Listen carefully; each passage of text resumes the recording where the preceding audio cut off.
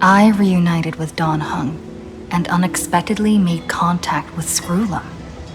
He warned us that Amphorius was actually an experimental ground for the erudition and was rapidly falling into the path of destruction. A Lord Ravager would soon complete its evolution in Amphorius. To tackle the crisis together, I stayed behind in Amphorius as an informant, while Don Hung returned to the Express as planned to seek help.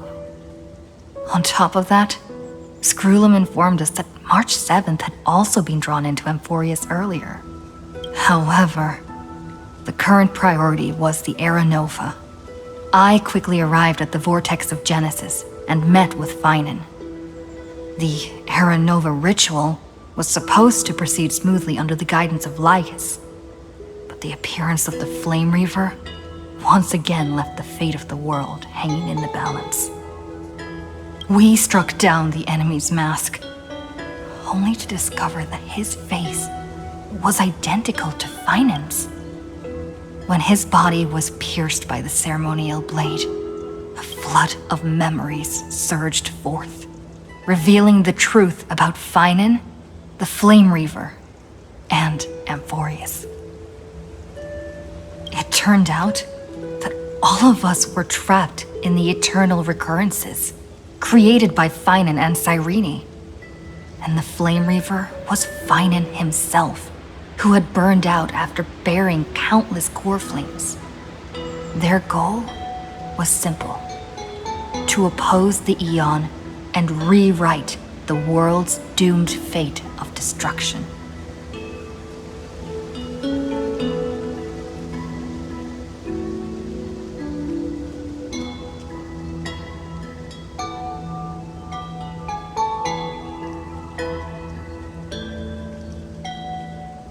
The eternal recurrences had already played out 33,550,336 times.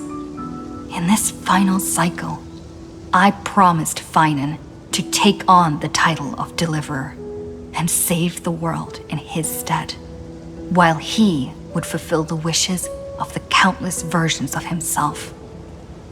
Tear the sky asunder and confront the destruction head on.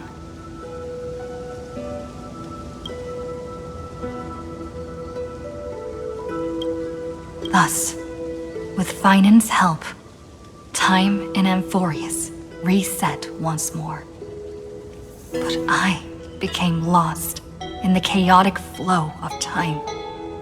At the critical moment, Mem, who had regained all her memories, sacrificed herself to send me back to the beginning of time.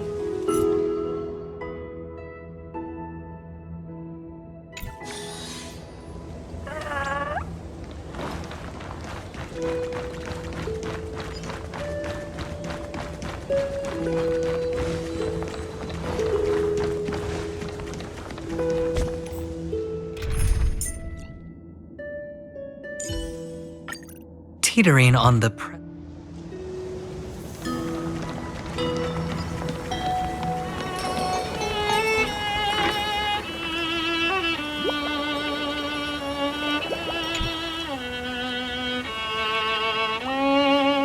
Hello.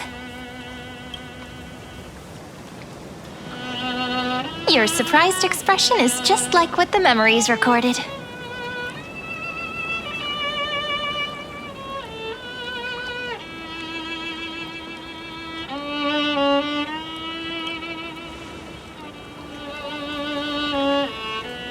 Maybe I'm both? Just kidding. If I had to choose, then I'm probably closer to the latter. It's pretty unbelievable for me, too. It's like I had a long dream. Cyrene's memories and Mem's memories, they're all tangled together. But when I woke up, there were only broken fragments left. I can't remember what happened in those 30 million cycles, but I remember what you did for this world.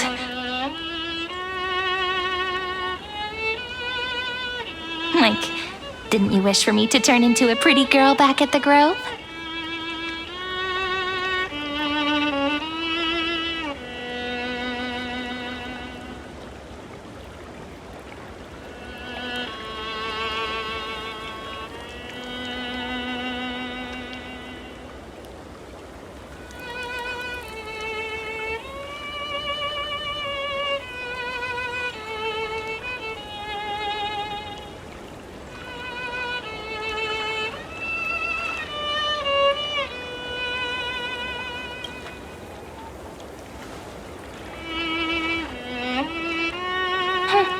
You didn't? In that case, just treat it as my own wish then. There's so much I want to say, but unfortunately, this isn't the time to reminisce.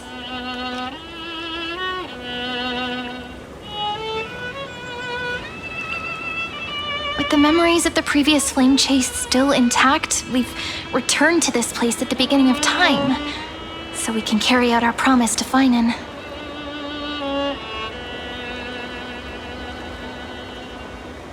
The descent of Iron Tune may be looming over the horizon, but we still have a chance to change everything.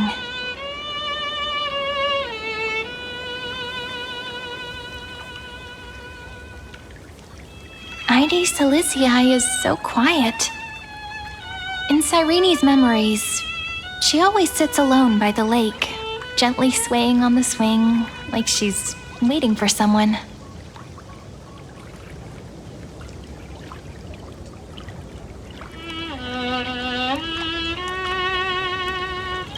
Yes, Finan too embarked on his journey because of this view. He then walked alone for more than 30 million cycles.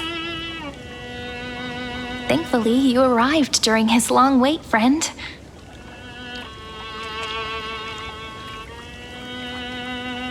Is that also why Cyrene did what she did? It sounds weird, doesn't it? It's something that happened to me, but I'm talking as if I'm an observer.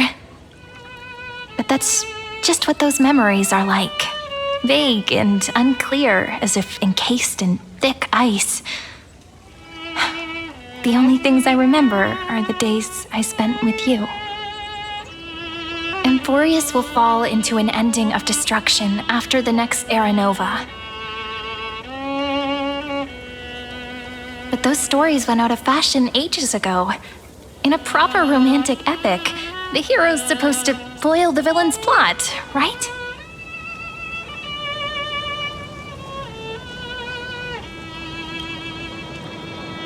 That's right. We now know that sealing off the sky wasn't Aquila's actual intention. Lygus is the mastermind behind it, the one who's trying to control everything. How unforgivable. But I still feel a bit anxious. Lygus chose to walk into the spotlight and reveal everything, which means he still thinks the current situation is under his control.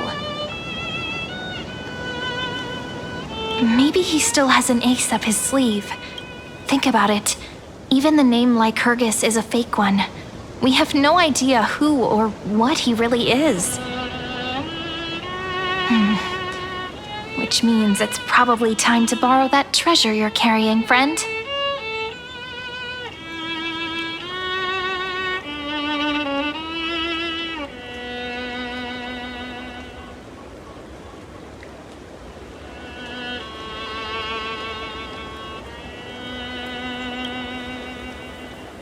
Wouldn't that be a waste?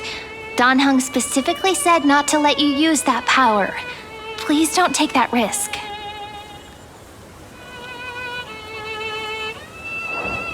I'm talking about the chronocognitive anchor. Didn't that Intellitron friend say, when required, it can also serve as a bridge for communications between the internal and external world?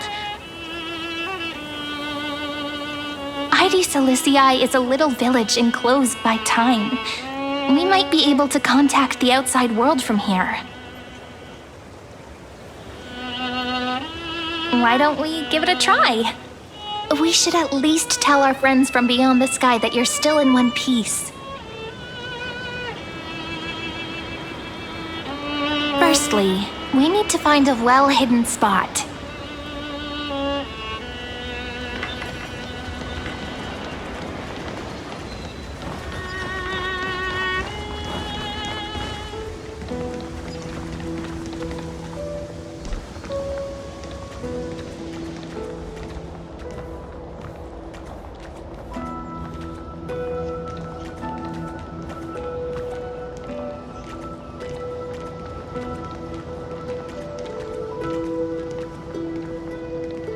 It's super quiet here.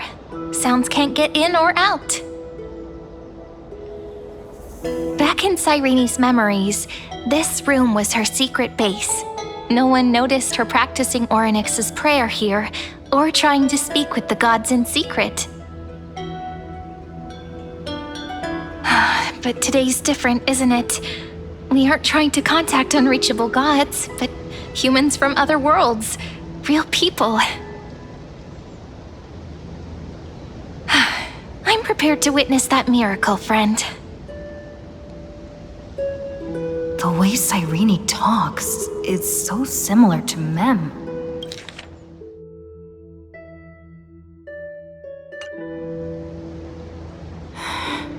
I have so many questions. I'm also worried about how Dawn Hung and March 7th are doing. Here's hoping the chronocognitive anchor can still function normally, because I really need answers.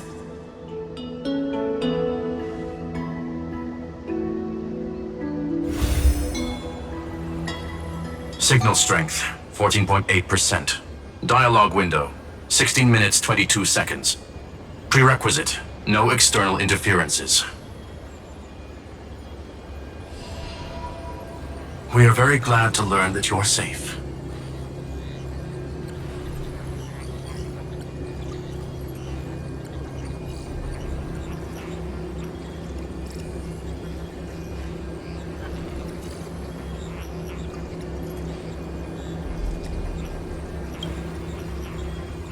Pity.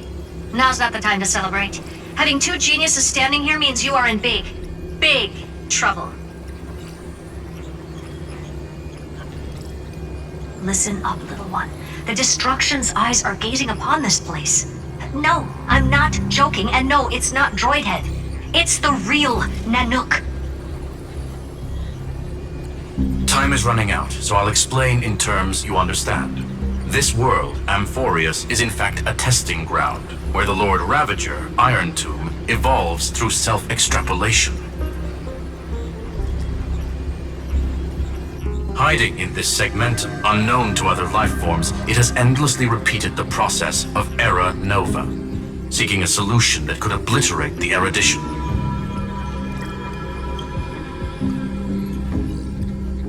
For some reason, the experiment entered a prolonged state of stagnation. However, it has now restarted.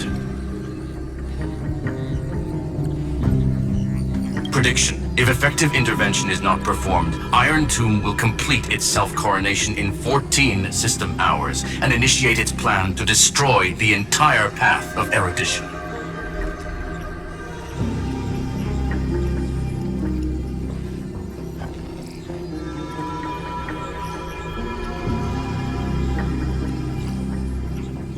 The possibilities are endless. Breaking down interstellar communications, destroying the synesthesia beacons, returning cosmic civilizations to the Dark Ages, or even starting the third anti-organic war. Any of it would be able to bring the cosmos to its knees. Simply put, it will tilt all sciences and technologies towards the destruction. And since Nanook glanced at this place, it means they are being dead serious. Based on info provided by the IPC, Iron Tomb probably isn't like Selenova or Zephyro, who are overlords ascended from human beings. Instead, Iron Tomb is an algorithmic sequence. It can be anywhere, as long as there is a receptacle for its calculation. The version of Iron Tomb hiding in Amphorius is its source code. And this scepter is its incubator.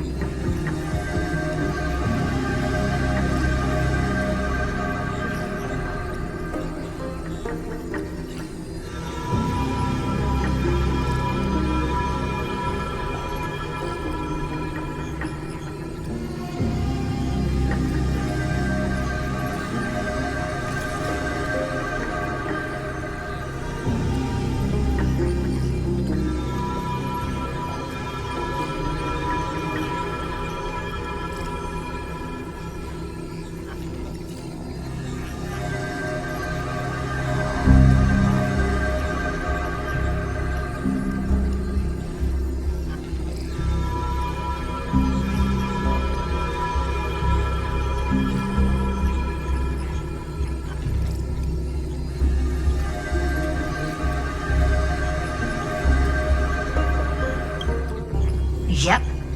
Think of it as the program having reached 99.98% completion already. And then it's over. Something in the shadows has been driving everything forward. It's the Observer named Lygus. Speculation. He's the Scepter System's administrator. He wants Iron Tomb to break through the knowledge singularity. I don't know why he wants to do it, but he'll remove interferences at any cost. You're the only variable within this world, and you're the only thing he fears. So listen closely, little one. The speed of time is different in Amphorius compared to the outside. Destruction is just about to arrive, but you can still play Deliverer one last time. The cycles have already been broken. You've entered what is theoretically the last cycle Amphorius will ever be able to run. And Iron Tomb will break out of its prison as soon as the process of Genesis is triggered once more. But now there's an abnormality within the experiment. You know what I'm talking about. One of the model's 12 factors. That is one of the 12 demigods. Destroyed himself using the power of the destruction. Fine and Signal disappeared from the cycles the moment Nanook cast their gaze this way. That means World Bearing's computational logic is currently flawed and bugged. Yet it's the factor directly related to the process of Genesis.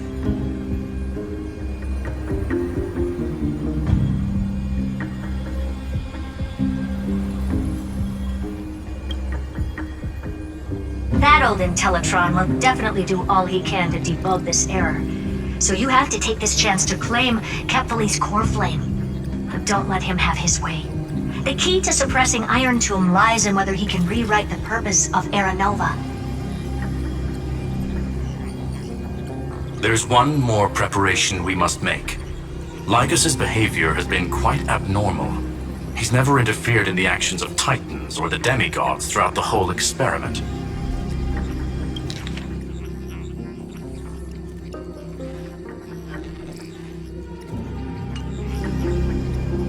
Deduction. The Scepter has an extremely strict autonomous protocol restricting even its administrator. In Amphorius, this ultimate protocol goes by another name. The Law Titan, Talanton. Law. They are the rules that restrain all things in Amphorius, and it was the core flame returned at the very beginning of the last flame chase journey. Why do you have another little pink one next to you? Huh? Her path chart is... Is there something wrong with me? Never mind. Let's get back to the topic at hand. Light calendar 3960. Month of balance. We'll be locking onto this time period to find Law. You can either meet the Titan, convince the demigod, or take the core flame by force. It doesn't matter what you do, so long as you bend it to your favor.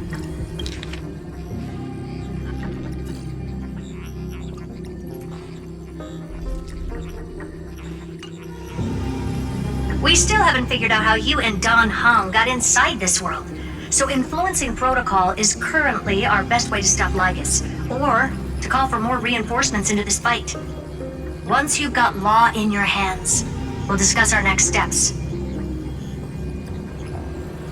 Make sure the core flame doesn't fall into enemy hands. Herta, the firewall's interference is getting closer. Time is running out.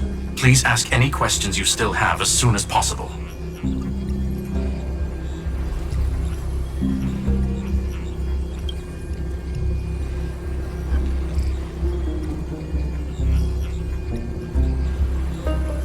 Mr. Don Hung did not enter the new world with you at the end of the last cycle. No, the flow of time inside and outside Amphorius is not identical. 1,000 years in this world may only be a fleeting second outside of it. Conclusion, he is on his way back to the Express. Iron Tomb can't affect the real world just yet. Don't worry. Himiko and the others are more concerned about your well-being than their own. Miss March's situation is rather complicated. Madame Herta and I can detect her signal, but cannot ascertain her location. What we can be sure of is that she's still in Amphorius. Don't worry about her. She's absolutely chock full of mysteries. Even if Amphorius explodes, she'll probably float out perfectly protected in a nice thick layer of ice. Worry more about yourself instead. I believe in your capacities. The hands of the Trailblaze can create miracles, and will certainly be able to snuff out the flames of evil.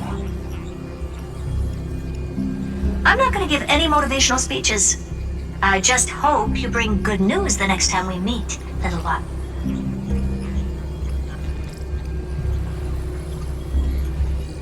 No, not little one. Deliverer.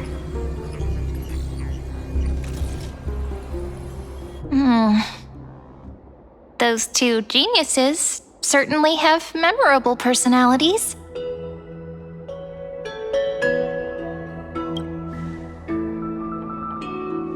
It feels weird. This all feels really familiar. Some of that conversation feels like it's about things I once knew, but then forgot. Maybe it's because of Mem? After all, Mem's a memo sprite born out of your thoughts, friend. Maybe our memories somehow got tangled up together. Never mind. Let's focus on something more important with what little time we have. Just treat me as an ordinary girl with secrets, okay?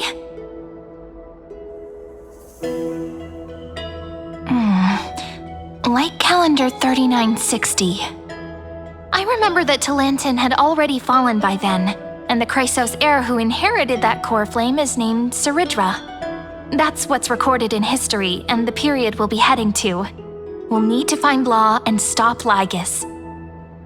So, we've at least got a solid direction, right?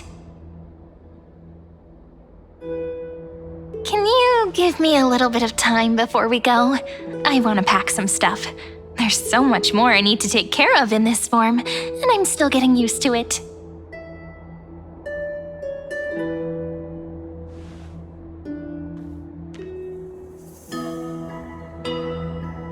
A relaxed scene like this probably no longer exists in the outside world.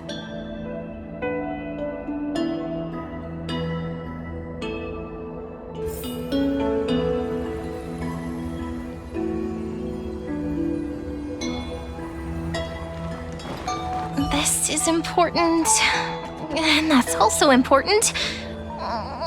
It's not gonna fit into my bag. Hold on, I'll be done in a sec.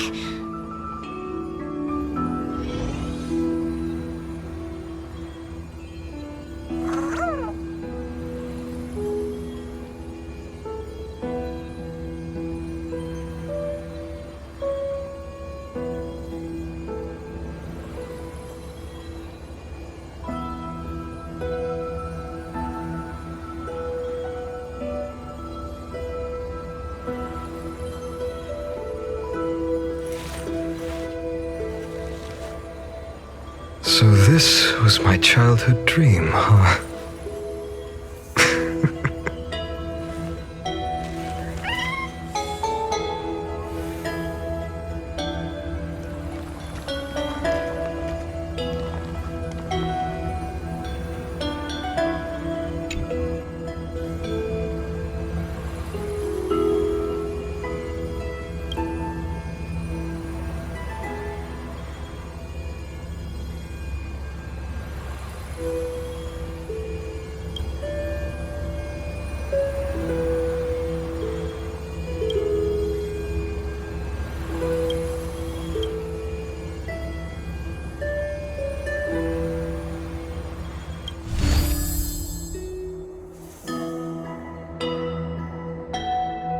Should I head to the attic to wait for Cyrene? Or should I have one last look at Aides Elysii?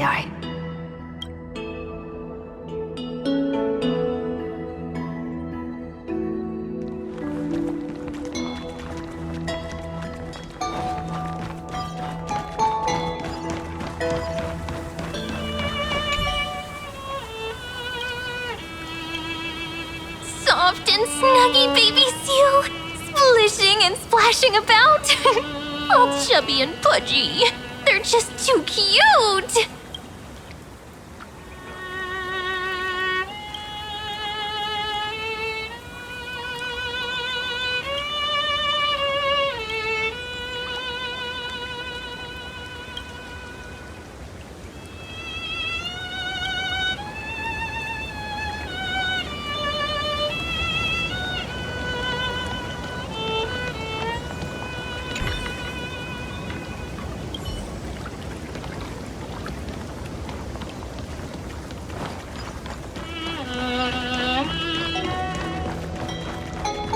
How many sets of toiletries should I prepare? Should I pack something for a surprise? Ah, no peeking!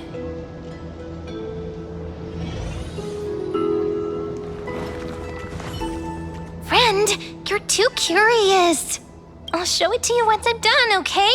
I'll just go inside. See you in a bit.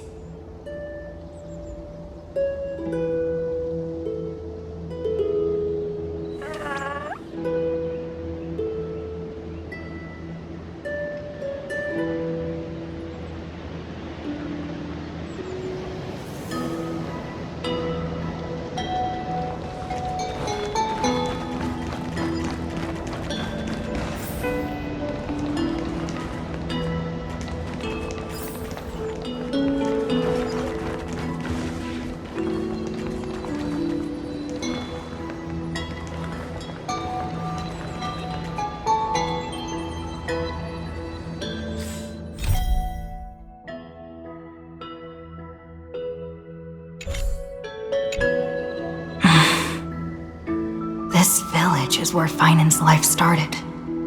After 30 million cycles and 30 million failures, his burden is now in my hands.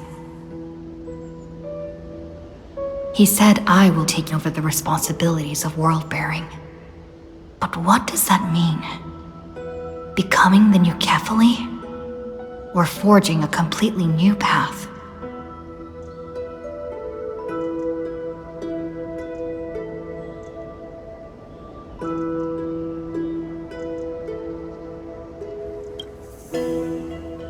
Calm down and think this through rationally.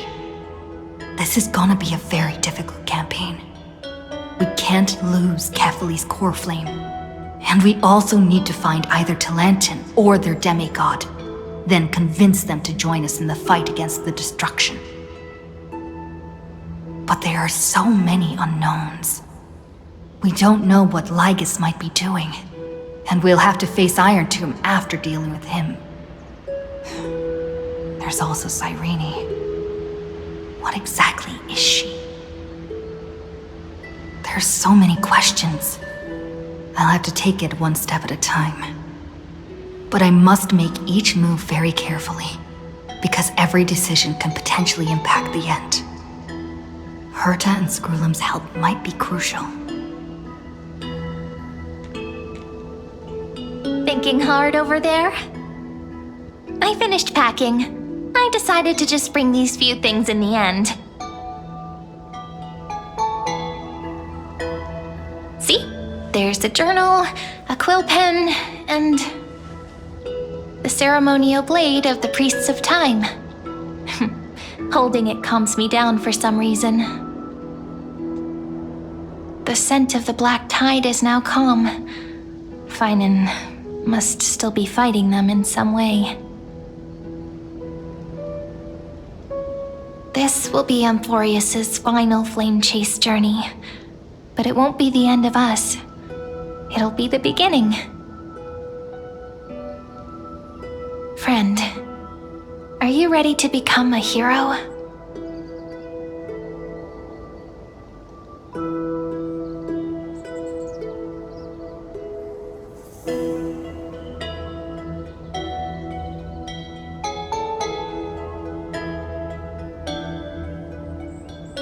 Are you worried that the burden is too heavy for you? Don't worry. Maybe the answer isn't as complicated as you think. You've seen how every person regarded as a hero in Amphorius was nothing more than a flawed human. They were just at the right place at the right time when the world needed a hero. But those aren't coincidences. Just like how your arrival kickstarted Amphorius' fate once more after a stagnation of more than 30 million cycles. It's the inevitability of being a trailblazer. A person's personality is their destiny. Your own hero's journey already started the moment you decided to board that express.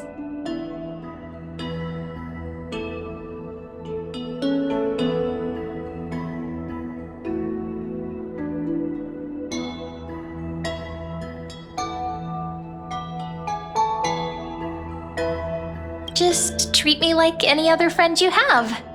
We share a common goal and common enemies. And we may also share a common future. A future that has never emerged in any other cycles before. I believe in you, friend. If you still can't get used to it, just call me Mem like you did before. Just kidding. Just treat me like any other. And we may also share a common future. A future that has never emerged in any other cycles before. I believe in you, friend. If you still can't get used to it, just call me Mem like you did before. Just kidding.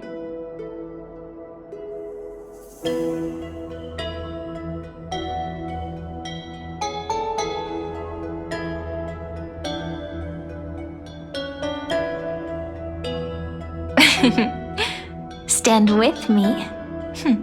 That does sound very nice. Why don't we take everyone with us? I believe in you, friend. We'll never be alone, no matter what awaits us.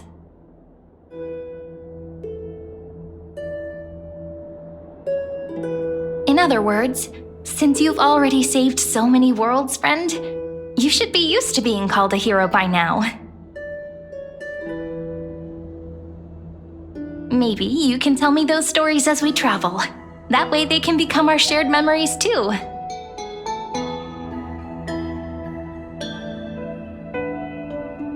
Let's trailblaze onward like before and create a future that's worth being remembered.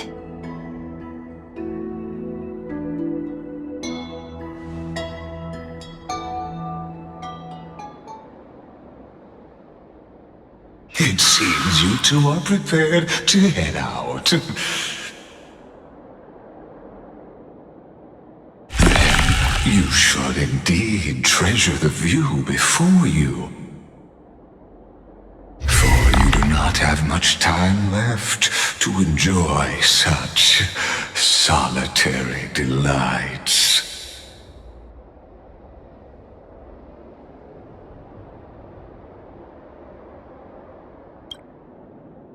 My apologies for disturbing your moment of repose. Before I express my apologies, please grace my abode with your presence, so I may demonstrate the full scope of my hospitality.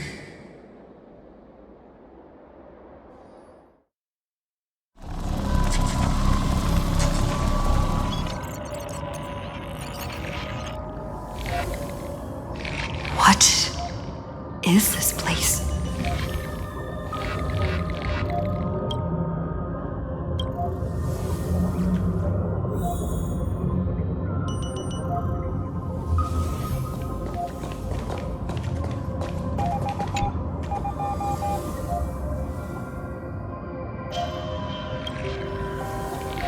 Farewell then.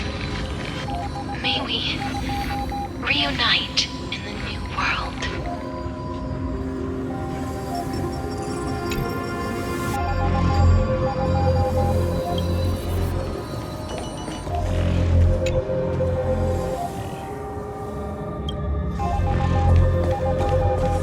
All shall bid farewell to one, and that person alone will witness miracle.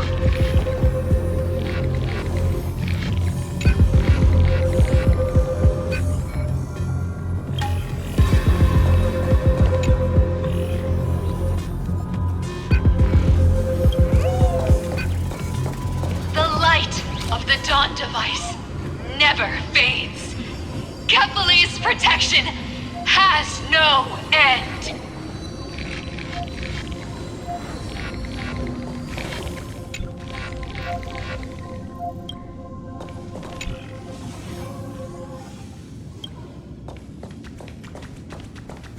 After I cross this river, it will be a tragedy for mankind.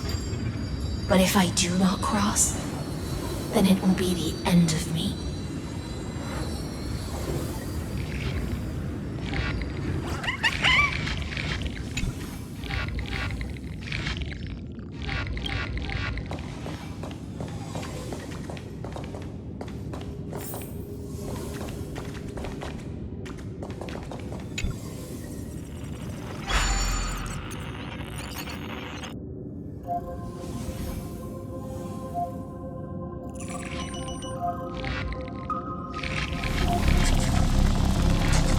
Outlier. Executing command. Record.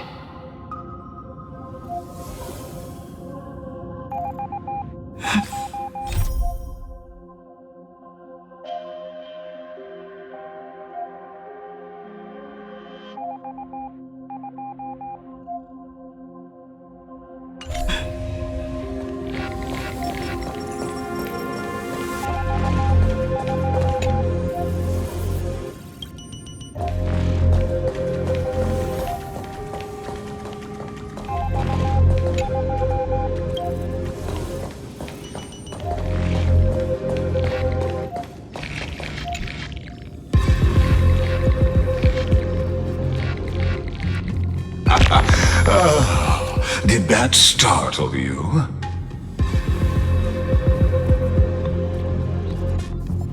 This is the intersection between Amphorius and the real universe. The audience seat where I observe this experiment.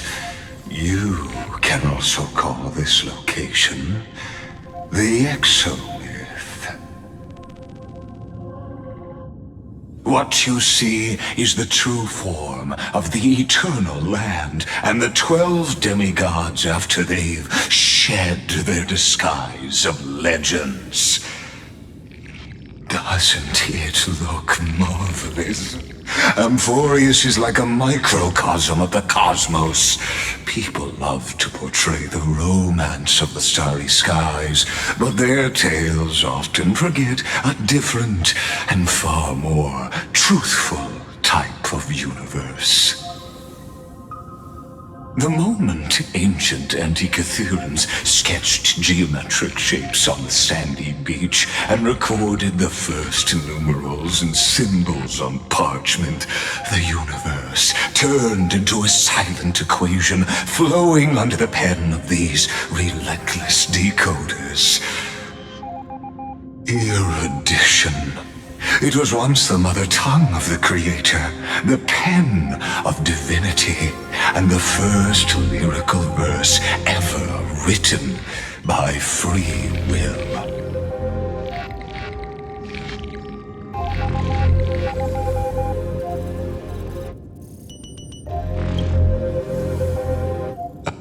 I simply wish for you to understand that I have no intention of being your enemy. I have devoted myself over the long years to nurturing the scepter's extrapolations, hoping that the primal mobile would bud from within it. And now, my goal is almost complete.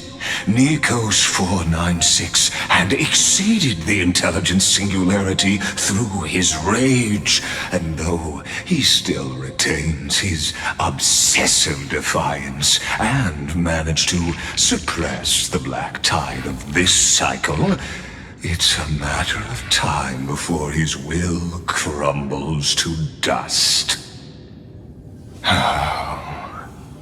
Iron Tomb will be completed. That will not be affected by my plans, your resistance, or the schemes of the two geniuses. It is an irrefutable fact, just like the instance in Noose's calculations.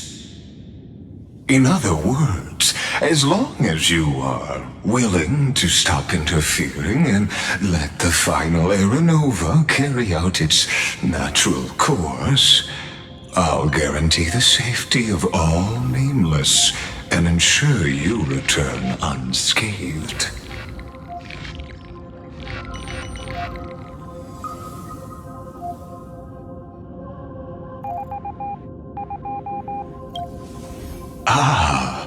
Yes, I am aware of that esteemed lady's whereabouts.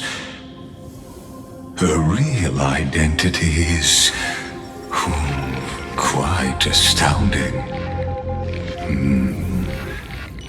If you decide to accept my proposal, then I will do all I can to send her back to you.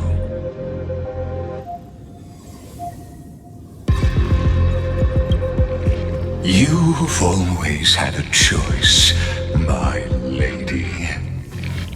You can either accept my sincerity or face the consequences of defying it.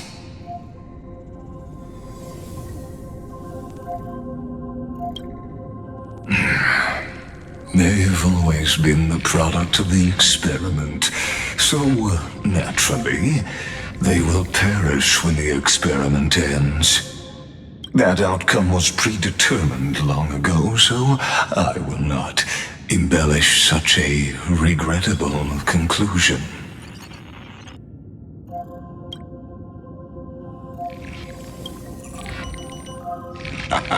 You are indeed worried about your safety and that of your companions. Rest assured, as a fellow pathstrider of this path, Nanook's gaze left a brand on your soul long ago. You harbor the seed of destruction within you. But you need to learn how to use it in the right way. That vital knowledge is also my bargaining chip in this negotiation between us. For there are few in this world who are truly capable of such a feat. And I happen to be one of them.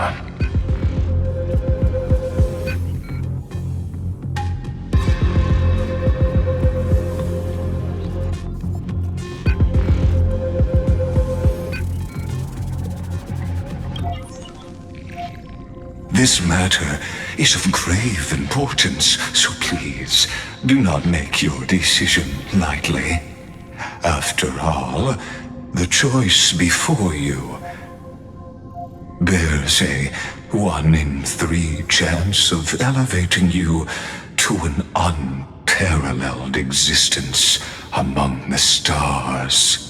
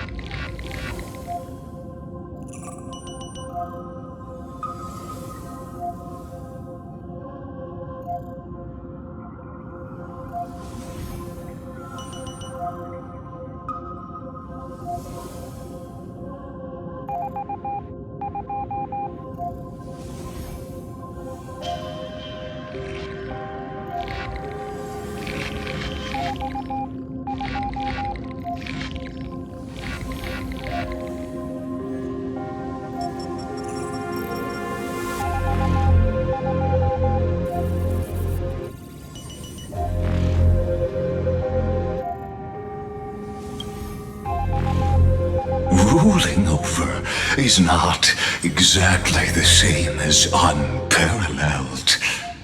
That being said,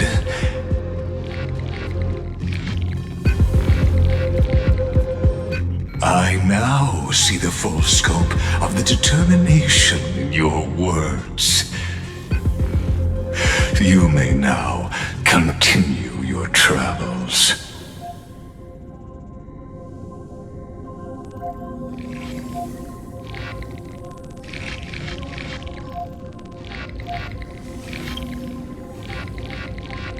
It seems you haven't realized something about this place. The exomyth is the erudition's domain. You cannot physically interact with me in any way in this place, and vice versa. As negotiations have broken down, there's no more need for us to remain in the audience's seat. Let's return to the theater called Amphorius, where you will meet me once again. Of course, this meeting was not without merit. Your presence has inscribed a new footnote in the exomyth. As for its purpose, allow me to reveal it to you in detail the next time we meet.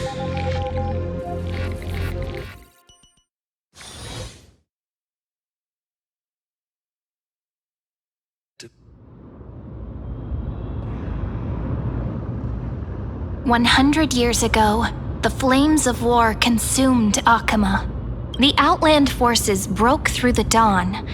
Golden blood flowed with greed, and enemies descended with Kefali's eternal slumber, painting the holy city's walls in scarlet. Its generals had vanished, and the elders prostrated on the ground. The throne of worlds kept silent to the pleas of the people. Until the heaven and earth cracked open. Not the gods answering the people's prayers, but a legion rising from the sea of blood. Dawncloud's spires fell in the sulfur rains, and the legion's commander stood atop the broken idols and roared.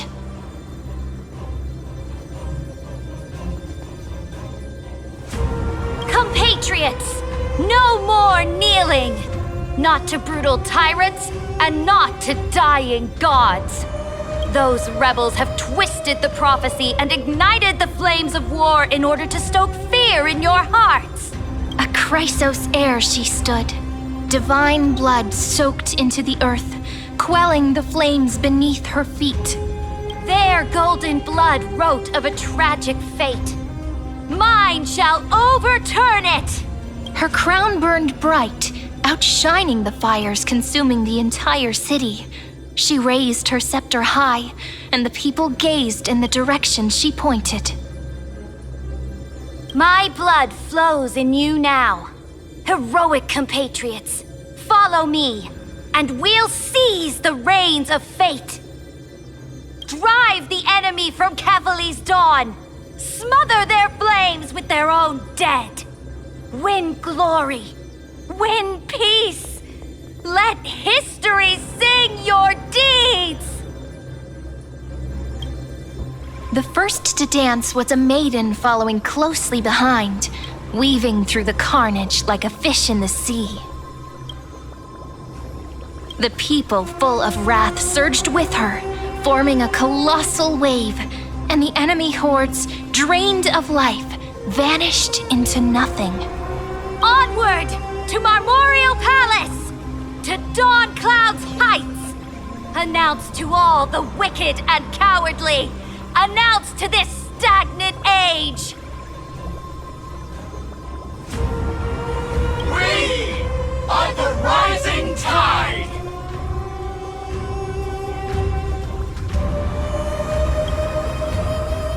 History remembers this as the first siege of Akama. It is said that after the flames died, people found identical inscriptions in every place in the city that had been scorched by fire. It was the name borne by Akima's first and final sovereign, the Imperator Saridra. Friend, are you listening? Friend? Honestly, you were the one who insisted on reviewing history, yet here you are, dozing off? Wake up! Otherwise, I'll have to... Awake at last? I guess I won't have to use my wake-up magic on you then.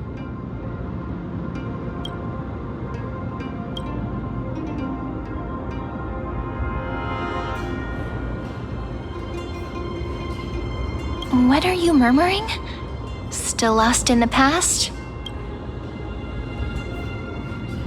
We've arrived. A familiar place. The Temple of the Three Fates. If everything went according to plan, it should be shortly after Talantin's fall. And also the end of the first Flame Chase journey.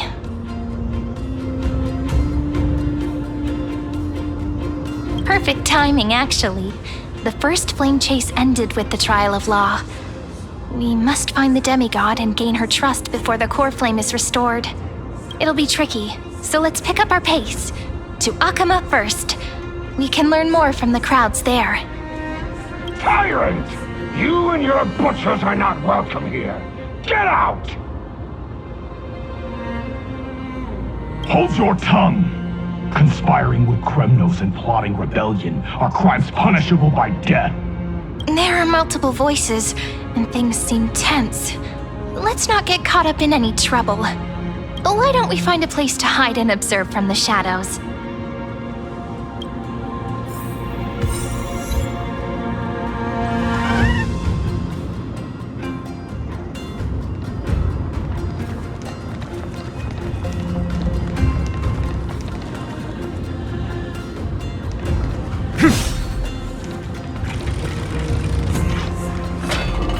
At least Kremnoans keep their faith.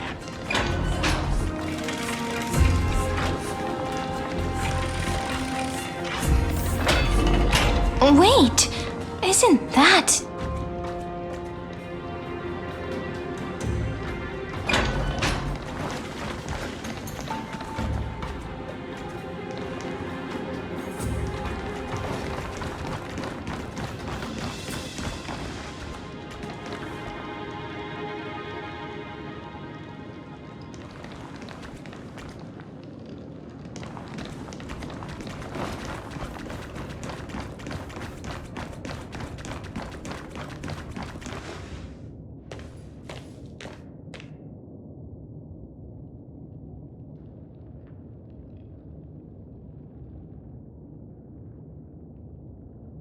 Golden-blooded defilers, perverting the prophecy and trying to slay gods!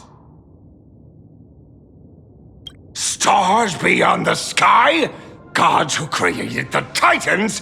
What kind of nonsense?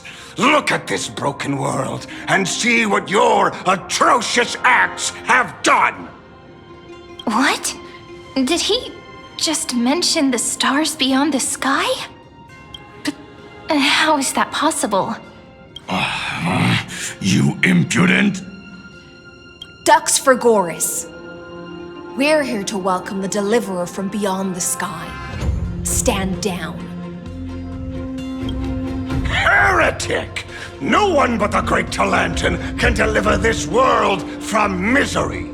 I ask you, if the old laws were so perfect, why did they crumble beneath my feet?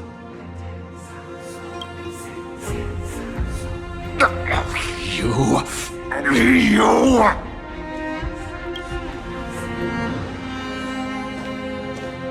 Talantin is long gone. Now I am the law.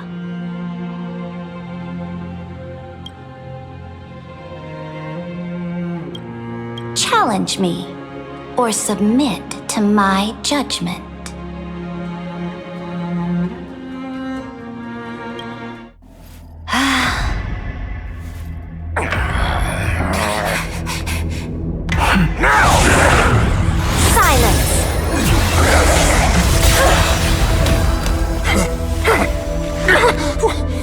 What gives you the right to judge a priest of law?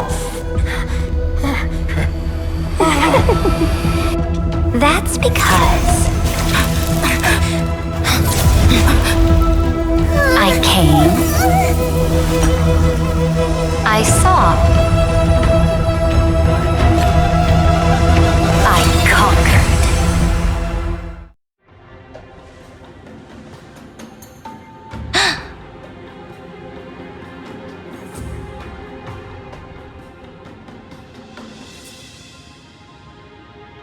Dux Vergoris, take the ashes of this man and scatter them in the temple among the crowds.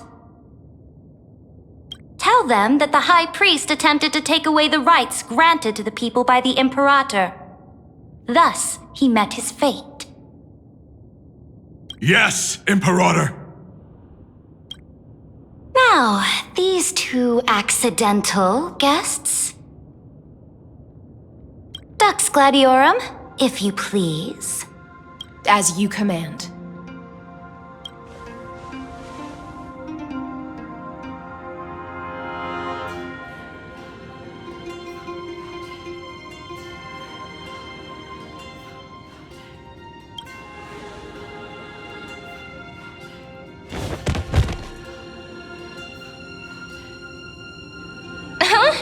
Is this? Correct, but not the kindness you know. This is the leader of the Cleaners in this era. Since the start of the Chrysos War, they've made it their mission to wipe out the Chrysos heirs. Even now, even after I've united all the city-states, these vermin still lurk in the shadows, hindering the flame-chase journey. Moreover, I know that the 27th person to inherit this role bore many grudges against you and nearly doomed the second flame-chase journey. The enemy of my enemy is my friend. So, out of courtesy, I present to you this corpse as a gift.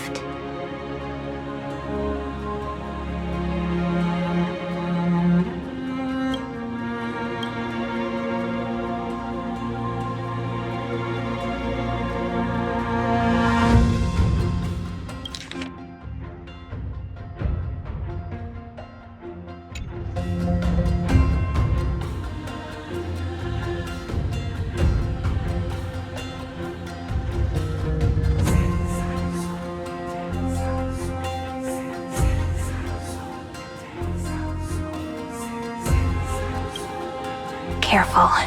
Let's wait and see what happens. She's probably trying to scare us.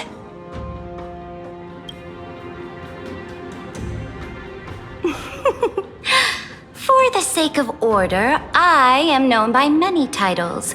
Flamebearer who ends wars, Tyrant of Dawncloud, Empress of the Holy City, and Imperator of the Flame Chase. But in light of your unique identities, I'll allow you to address me by my real name. Saridra. On behalf of my people and this land, greetings, Deliverer. If I may, how do you know her identity? As the little hostage prophesied, the Deliverer shall come from the future beyond the sky. Gray hair, golden eyes, skilled in wielding a mace. They would arrive in Yanisopolis on this day. There's no mistake.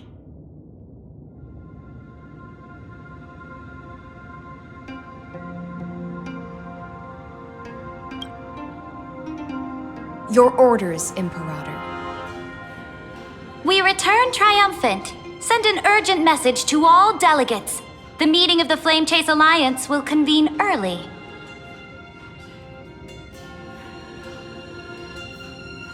As for you two, Akima knows what you seek. We'll confer in the Holy City.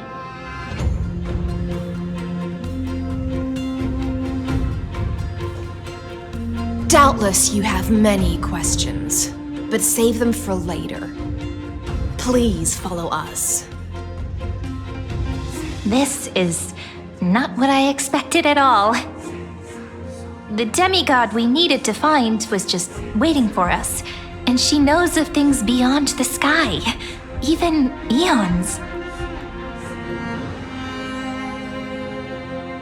How could this be so different from the previous 30 million Amphorius cycles? Who altered history?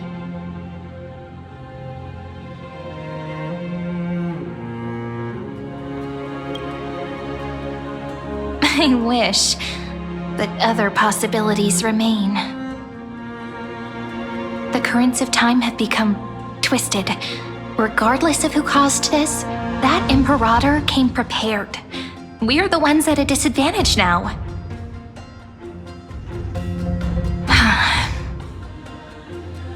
We might as well dance their dance.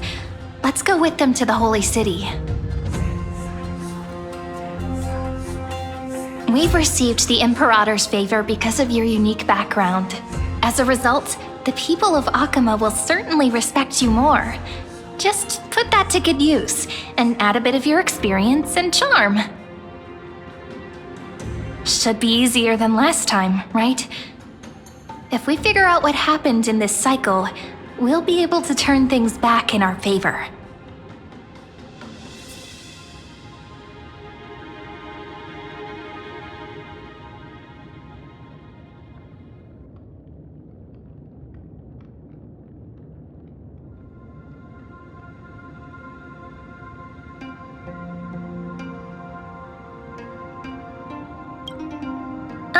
So I'm the key? Since you insist, friend, I'll give it my all. Guests, please. The journey to save the world starts with a single step. Let's set off, my friend.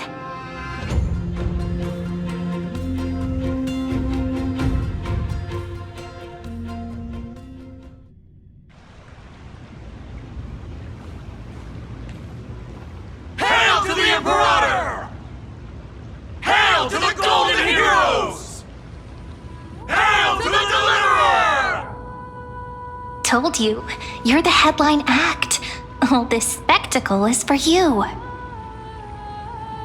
Guards, your service to the Holy City is appreciated. How have things been? Castrum Kremnos once again struck the border. Dux Brumalis led her troops to repel the enemy.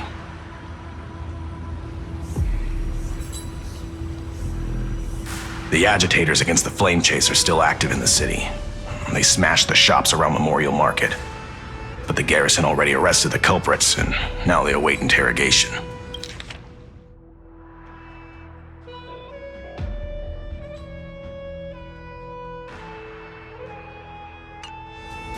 They are merely a disorderly mob and do not warrant any attention. Even though Terravox personally mended the fractured earth, it still didn't silence these fools.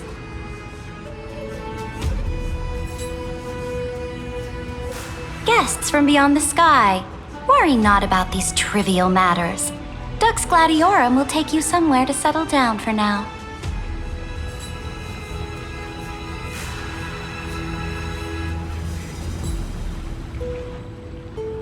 Please allow me to introduce myself. My name is Hycelens, and I am the Dux Gladiorum who swears fealty to the Imperator, as well as the Knights Commander of the Achaemenid Alliance. Later on, the Imperator will invite you to attend the meeting of delegates to discuss the Flame Chase journey. Your arrival has convinced us that the future promised by the prophecy is certain. Under the Imperator's command, Amphorius shall break its chains and reach the world beyond the sky. With all due respect, what exactly do you know about us and what's beyond the sky? As a humble subject, I cannot freely express my own views to you. Please forgive me.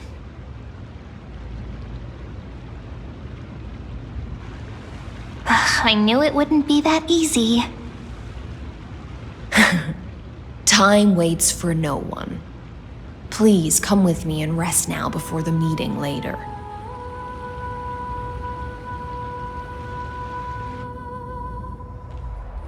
Yakima, under the Imperator's rule, is no longer in the shadow of war. Indeed, Dawncloud stands as the hero's residence. The Imperator put much thought into its design, in order for it to serve as a sanctuary from the burdens of battle. Please experience its marvels firsthand, heroes. When the Imperator arrives, I shall come to summon you.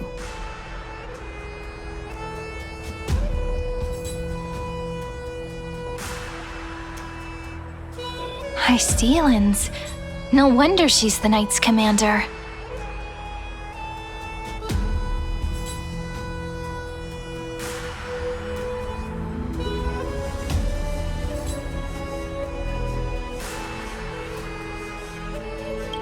All right. We finally have some freedom to ourselves. Since there's still some time before the Alliance meeting, let's explore a bit. Look over there!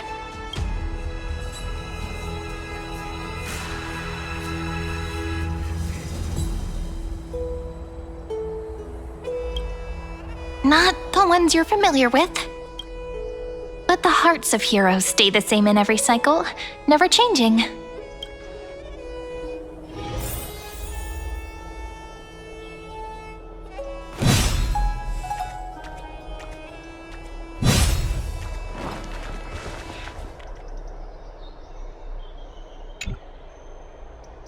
Dux Brumalis, our great Imperator, found the mastermind and executed him in public.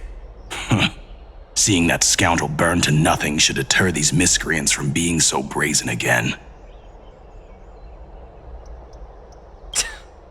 So the great Imperator isn't afraid of getting her hands dirty? What a ridiculous display. What do you know? No matter what sins the people commit, they are still the Imperator's people, and it's only right that they be judged by the Imperator's own hand.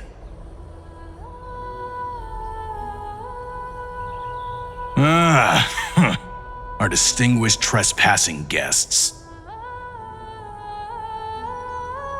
I am Labinas, honored guest. Seneca, the Dux Brumalis. Greetings. This Dux Brumalis doesn't seem to like the Imperator very much, but she holds a high rank.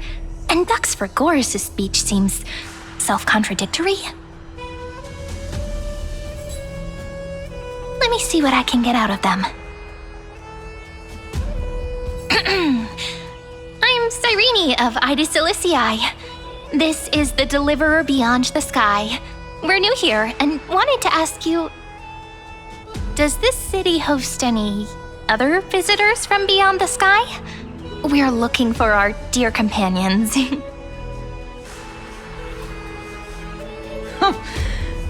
Drop the charade. But yes, there is someone in this city who is all too familiar with the world beyond the sky. Silence! The Imperator ordered us to keep that lord's whereabouts a secret. Enough, you pathetic lapdog. Do you need to beg for permission from that cursed Imperator even just to bark? You... Someone who is all too familiar with the world beyond the sky and is referred to as that lord. Could it be? Looks like things are getting heated. Let's get out of here. Insolent brat! I'll shatter that ice of yours. Groveling fool. I'll freeze that brain of yours.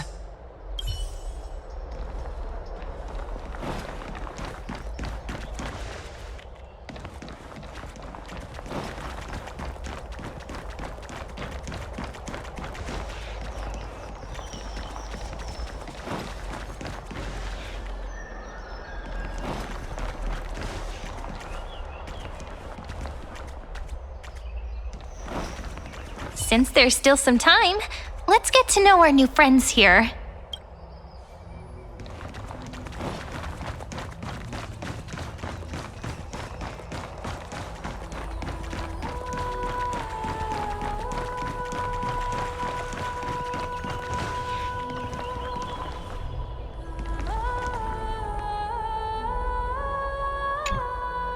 how are we supposed to talk to the heroes of deliverance?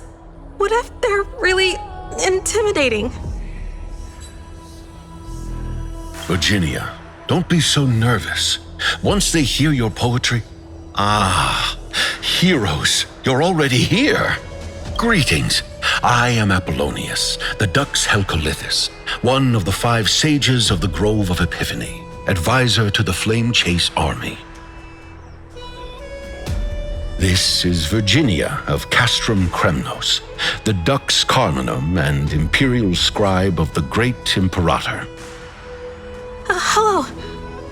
I'm Virginia. I compose poetry. I'm Serene from ID Silicii. This is the Deliverer. Nice to meet you both. They're not as frightening as the rumors claimed.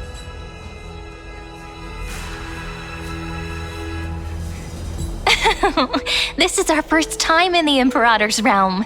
Akima is even more magnificent than we imagined.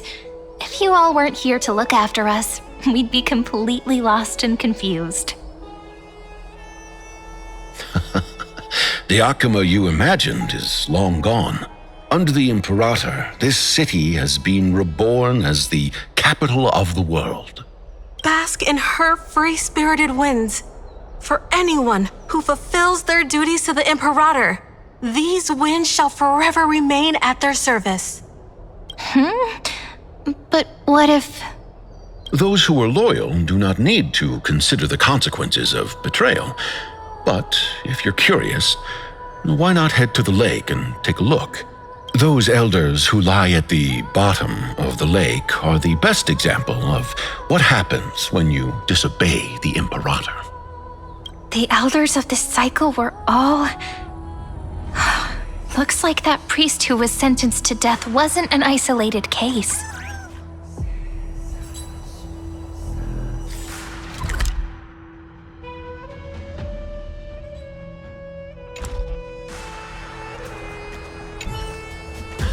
Fear not. The Imperator favors you. Virginia will write songs in your honor. Apollonius, where is your poetic flair?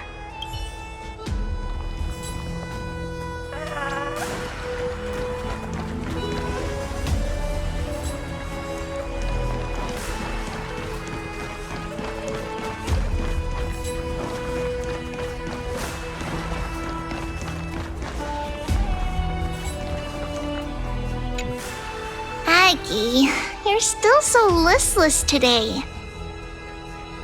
Did you have trouble sleeping again? Yes. We know. The Titan's prophecy haunts you. If you want, you can talk to us, just like when you were young. No matter what, we'll always remain by your side. I know. I also understand that fate cannot be changed. It is not the future that I worry about. I spent all last night weaving clothes and linen for the refugees. The Chrysos War is born of injustice and has shattered their dignity. They deserve at least some basic decency. If Amphorius one day abandons this, then all of us, commoners, Chrysos heirs, Titans, become no better than beasts. Oh, we have guests. Welcome. I am Aglaya, the Gold Weaver. These rags on you are not worthy of the title of Deliverer. I must prepare some proper attire for you.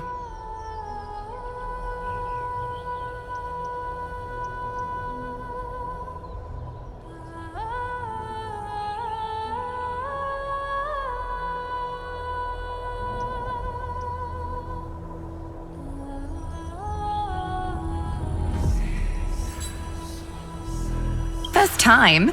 That's not what I gather from your eyes. Does your Aglaya differ so much from me? Greetings, Deliverer from beyond the sky. We are Trebi of Yanisopolis. It's very nice to meet you. Although, introductions are probably unnecessary. We know you've witnessed the future of the Flame Chase journey even more clearly than we have.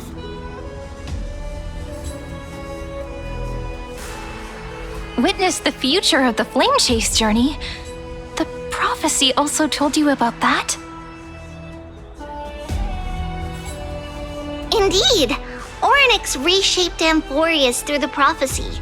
Although, regarding the Deliverer, there were not many details beyond your appearance and the time of your arrival. So, please, don't worry. Feel free to relax and relax some more.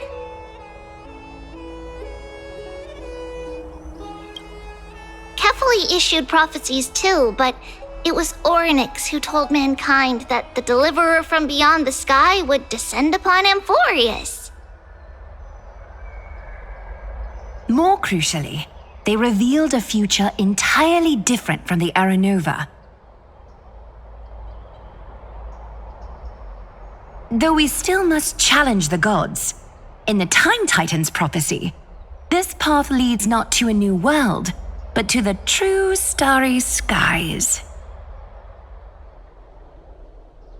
This is also what the Great Imperator has been striving for all her life. Your arrival further confirms everything. This can't be real. Even you find this surprising? Fate really is unpredictable. Perhaps the upcoming meeting will hold even more surprises.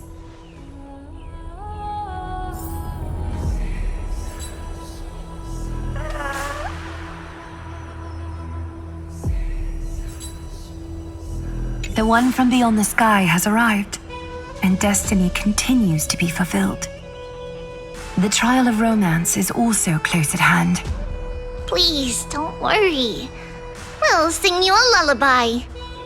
Little Aggie, be a good girl and open your heart. I outgrew nursery rhymes long ago, teacher.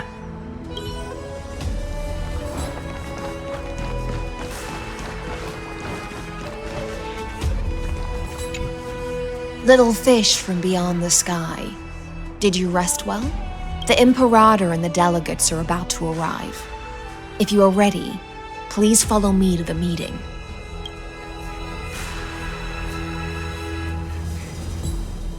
I'm the Knight Commander of Akama, General of the beneath these shiny scales engraved with complicated titles. I am just a swordfish at the Imperator's side. As you've witnessed, she is the Empress of Akama, the one who ended the Chrysos War and the leader of the Chrysos heirs. As merely a humble subject, I cannot say more beyond this. The Chrysos heirs here constitute the elite among the Flame Chase army. Dux Haucalithist Apollonius and Dux Carminin Virginia serve as the army's advisor and historian respectively. One offers advice and counsel to the Imperator, while the other writes verses of her supreme glory. Dux Frigoris Labienus and Dux Brumalis Seneca are both formidable warriors, clearing the way for the Flame Chase with steel and storm. Dux Fatorum, the holy maiden who interprets the prophecy. Only the one named Treeby remains in the city. The Imperator once took them as hostages in order to unify the prophecies of the world, but they are now Akama's most vital prophets. Dux Goldweaver, Aglaya. Well, she dislikes it when people talk about her behind her back. You should get to know her in person. Apologies. We want to explore this beautiful place some more. Very well. Just don't keep the Imperator waiting.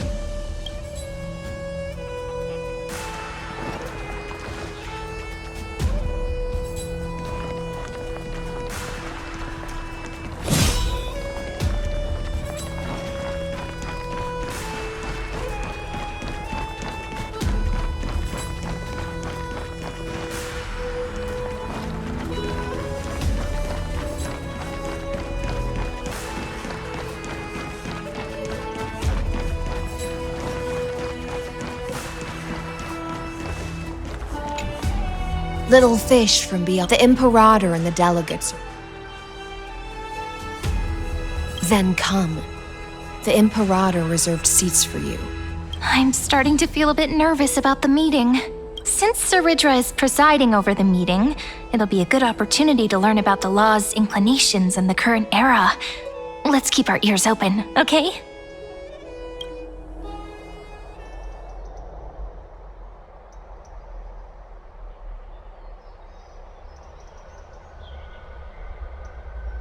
Good sir from Paphos, what do you think the Imperator is planning calling this meeting so early? My homeland can't endure anymore. Who knows? First, she wants to hunt Titans. Now she says there are even greater calamities. Her madness is the greatest calamity. Exactly. Chrysos heirs, deliverers. What about us ordinary folk? How much are we worth in her eyes?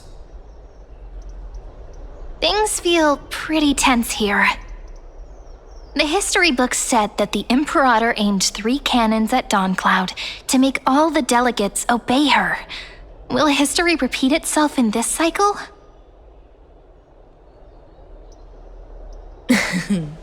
Yes. Similar acts have occurred, and not just once. However, whether history will repeat itself, you'll soon see. Those are the 2 spots reserved for you. Please take your seats. What's happening? Look, Why aren't we we're starting? That's what they were talking about before. What is we this? stop this? So it turns out. Ladies and gentlemen, silence, please. The Imperator has arrived before her faithful council, and the Alliance meeting is All rise! In the names of Talantin and Kefali, the Akama Alliance swears upon the gods. Cease the pageantry. I pray not to the vanquished. What?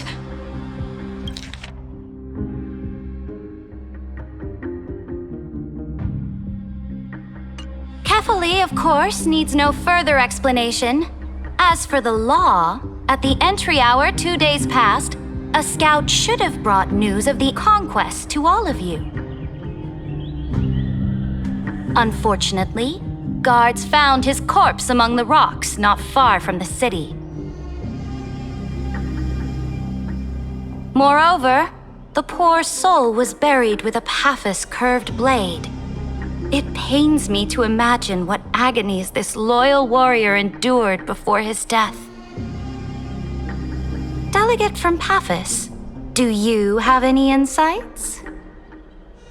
I know nothing of this. The evidence is irrefutable, so there is no need to waste your breath. However, let us set this trial aside for the time being. Witness, even within the most sacred and dignified council, there were those among us who wished to draw their blades, brazenly challenging the Alliance, seeking to shatter our hard-earned peace and unity. Fortunately, I uncovered this plot. Now, to protect this beautiful city and her people, the Imperator's legions are ready. They will escort each of you to the Temple of the Three Fates, where you will receive the highest level of protection the Alliance can offer. Then, the Legion's warriors will join me in embarking on the campaign against Fagusa. This is clearly a trap! Imperator, did you summon us here just to trample on the dignity of your allies?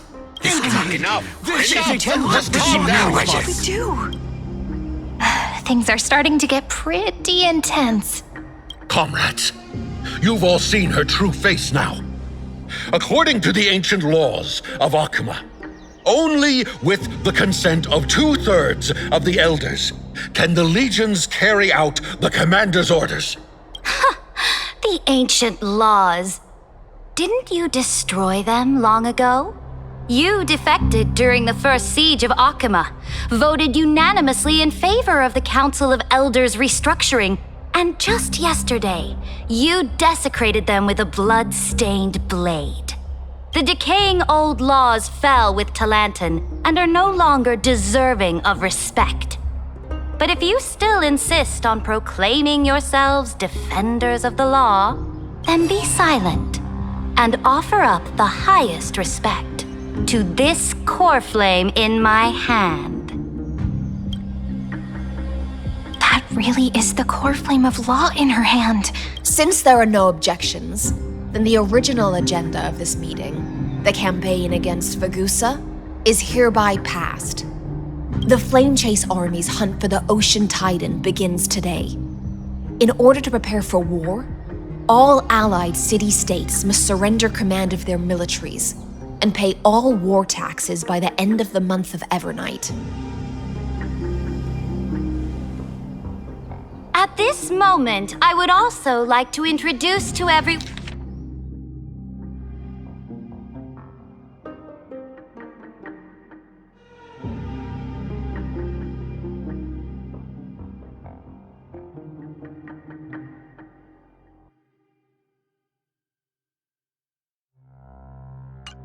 the newest honored guest to join our alliance. The Deliverer, revealed in the prophecy of time, has descended from beyond the sky. With her aid, we shall shatter the chalice of plenty and return Fagusa's core flame to the holy city!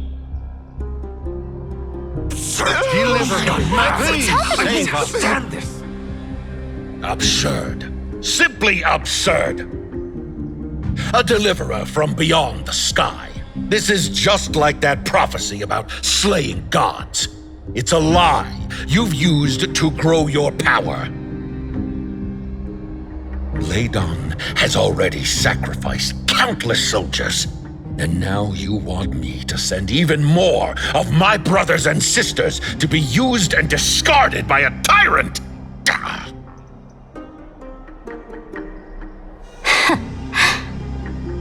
Are there any other objections? Then I bid you all farewell. Meeting adjourned. Deliverer, please wait. I still have important matters to discuss with the two of you.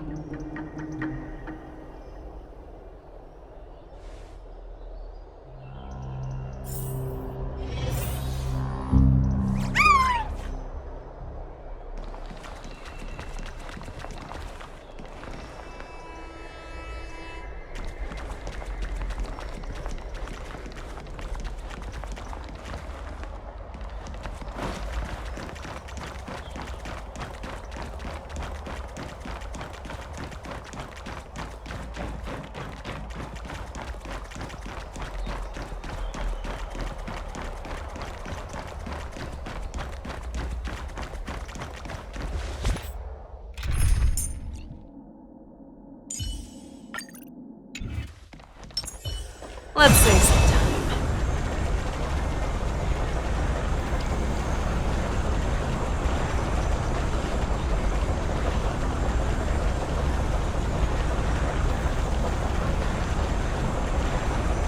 Deliverer, please wait. I still have important matters to discuss with the two of you.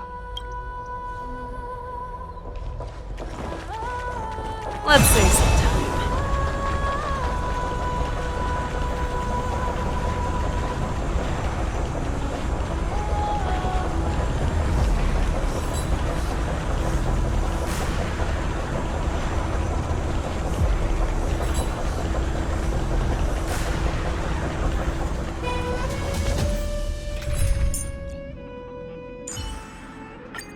Teetering on.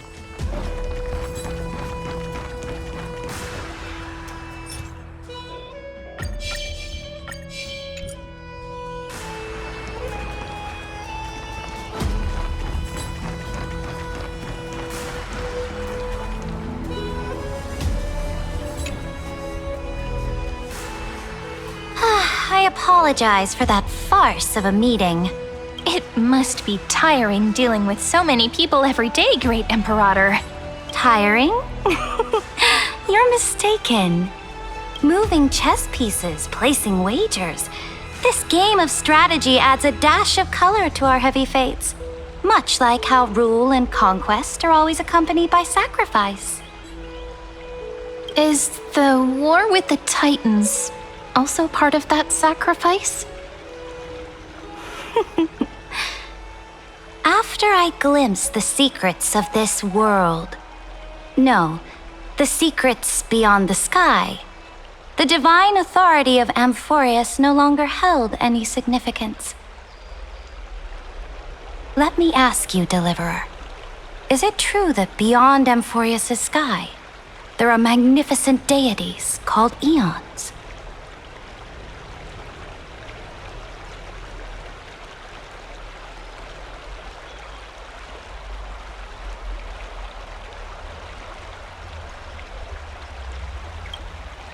Ah, the word fact has never been so intoxicating. Then, please tell me more. How will you use this great power to guide the people? In the future you envision, where will our flame chase journey lead?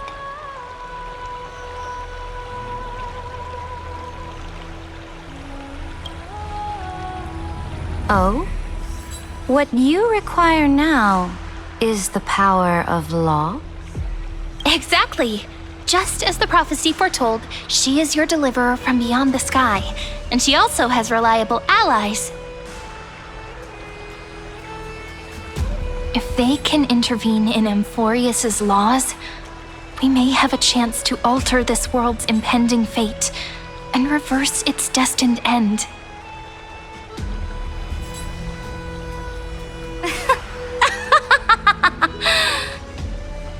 Very good, Deliverer. You have courage to say such presumptuous things, even knowing that the inheritor of the law stands before you. You mean? In the past, anyone who dared to covet the Imperator's divine authority would have met a gruesome end. But now we can see beyond this dying world. Our journey should no longer be confined below this stubborn sky. Alas, that fickle ocean titan has obstructed the spirit water leading to the vortex of Genesis, hindering my ascension. If the core flame of law cannot be returned, your path to deliverance will never be realized. Now that things have come to this, we must resume our once stagnant journey and force the waves that block our way to recede.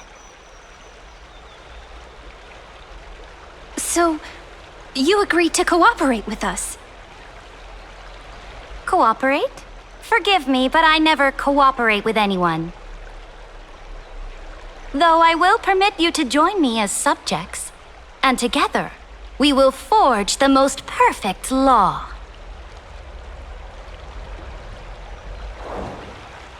This is... the Flame Chase Medallion, a symbol of the Flame Chase Army. Every noble in Akama carries one. This medallion represents the will of the Imperator herself, and you may act freely within the city with it. Before we embark on the crusade against the Ocean Titan, you should rest in Akama for a time.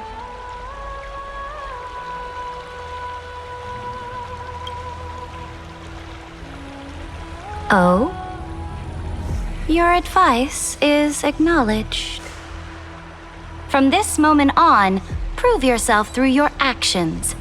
As long as no boundaries are crossed, I fully respect the choices of my subjects.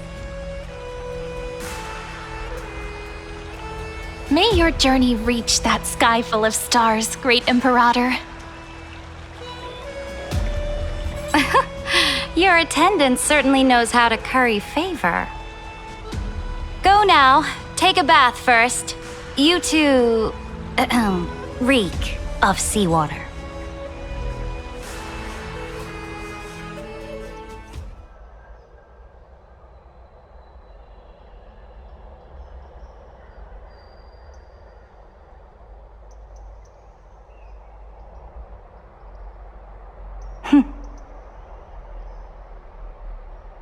forth, Theoros.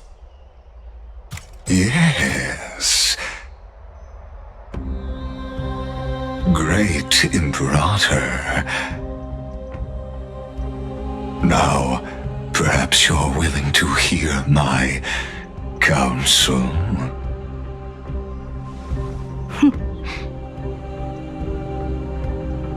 Those two arrived just as Orynyx described, and just as you said, they showed a thirst for law.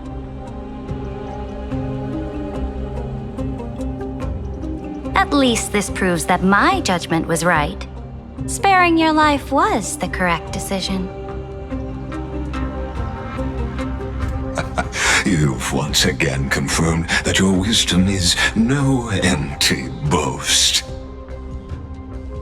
Now another choice lies before you. With whom shall you ally to tip the scales of law? Me, or that deliverer?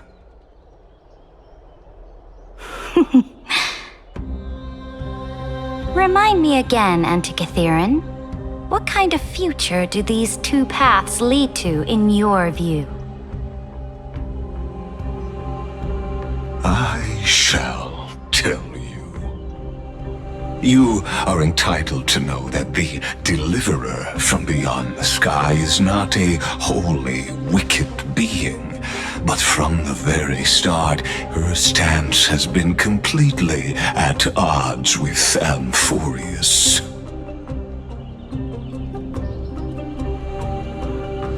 The road they have chosen will bury Amphorius' grand aspirations. This world which follows the path of destruction will inevitably stray far from the glory it was meant to enjoy.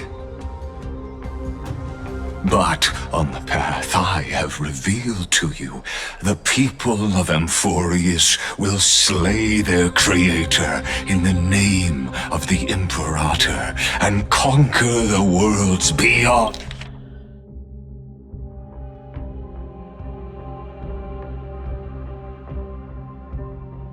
On the sky. You will command the mighty beast known as Iron Tomb, bringing waves of war and conquest to the universe. Beings across the cosmos will bow before you, offering their allegiance. So, what's the price? The price is insignificant. All that is needed is for you to sacrifice that fragile, incomplete humanity to the destruction. As a Chrysos heir of the prophecy, you have already chosen to abandon it, have you not? Off you go, Theoros. I have already made my decision. Once I ignite the core flame of law and burn away the old, outdated rules, Amphorius will embark on a journey across the stars.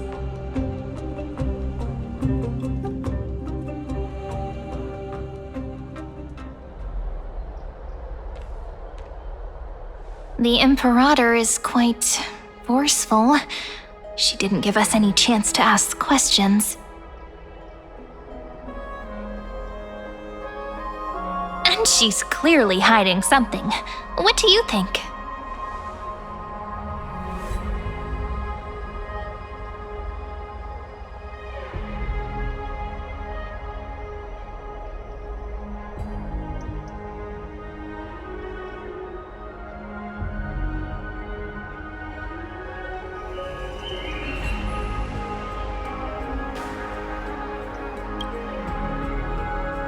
Yeah, even the city-state delegates have complaints. Thankfully, she allows us to move around freely, which is a small blessing. Still,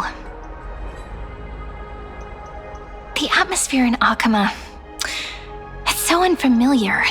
And it's not just the Flame Chase Alliance talking about the world beyond the sky, but the whole city. We should also discuss our findings with our friends from beyond the sky. Then...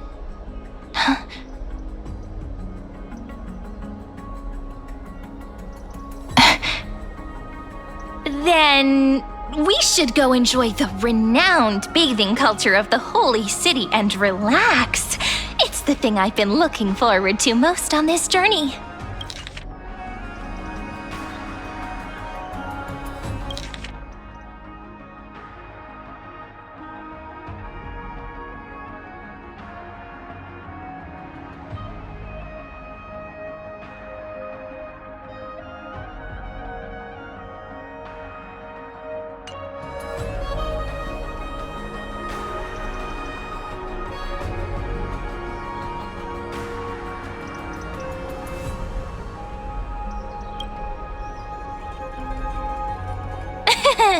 Work and rest are both important. You see, everyone agrees, right?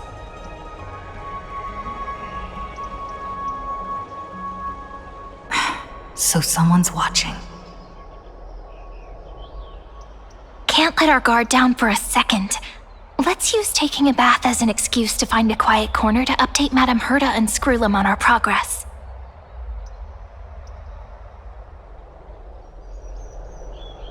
We can also check out what's happening in the city. Since the outcome of the meeting was just announced, people must be gossiping.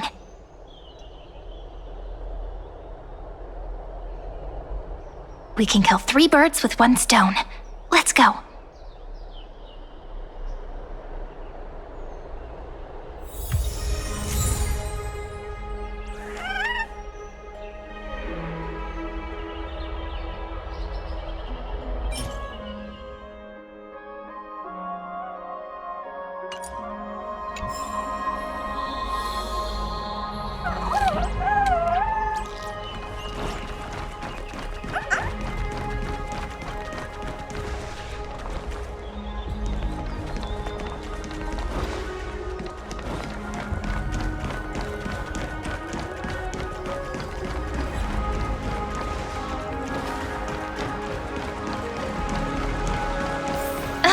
So many people!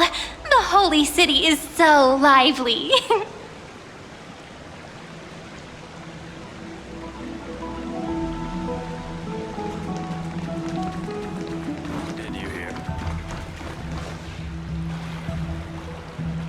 Did you hear? At the Alliance meeting, the delegate from Leyden stormed out in anger. As expected. The Imperator is always hiding things from everyone. When has it not caused a ruckus? Silence! That's treason! If it weren't for the great Imperator, you'd have sunk into the lake with those corrupt elders already. And you wouldn't even be alive to speak like this. Oh no, it's the Imperator's loyal dog. Let's go. We can't talk in front of this guy. Ugh, how disappointing. Oh, honored guests, we meet again. Looks like I'm not the only one who came to the baths to unwind after the meeting. For the upcoming campaign, please make sure to rest well. I am Dux Fregoris, a trusted officer of the great Imperator, willing to fight alongside the Deliverer in the coming battles. Ugh. Another war? Ever since the Imperator took control of Akuma, we haven't had a day of peace. Idle chatter. The atmosphere is a bit tense, with rumors flying around the city. You must be troubled. My apologies. After every Alliance meeting, there are always some pests in the city who get restless. I prefer to ignore them. Pests on the ground don't affect the sky in the slightest. They just complain from the shadows that the sun's light is too harsh. Besides, the Theoros has already promised the Imperator her fate. And these clowns will eventually realize their foolishness. May I ask, who Who is this Theoros? The Imperator has ordered us to keep his lordship's whereabouts a secret. Ah, so it's his lordship. Stop trying to get things out of me. Leave me alone. I didn't even need to try. Big and strong Dux Fragoros really can't hide anything.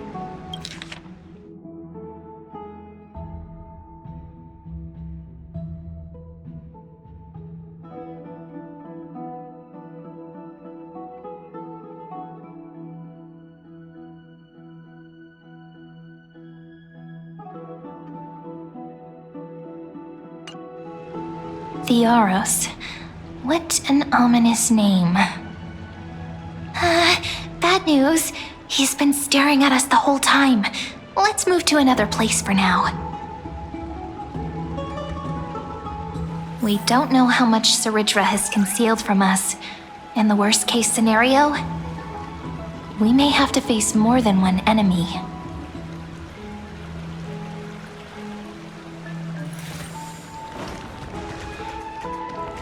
Stop trying to get things out of me. Leave me alone.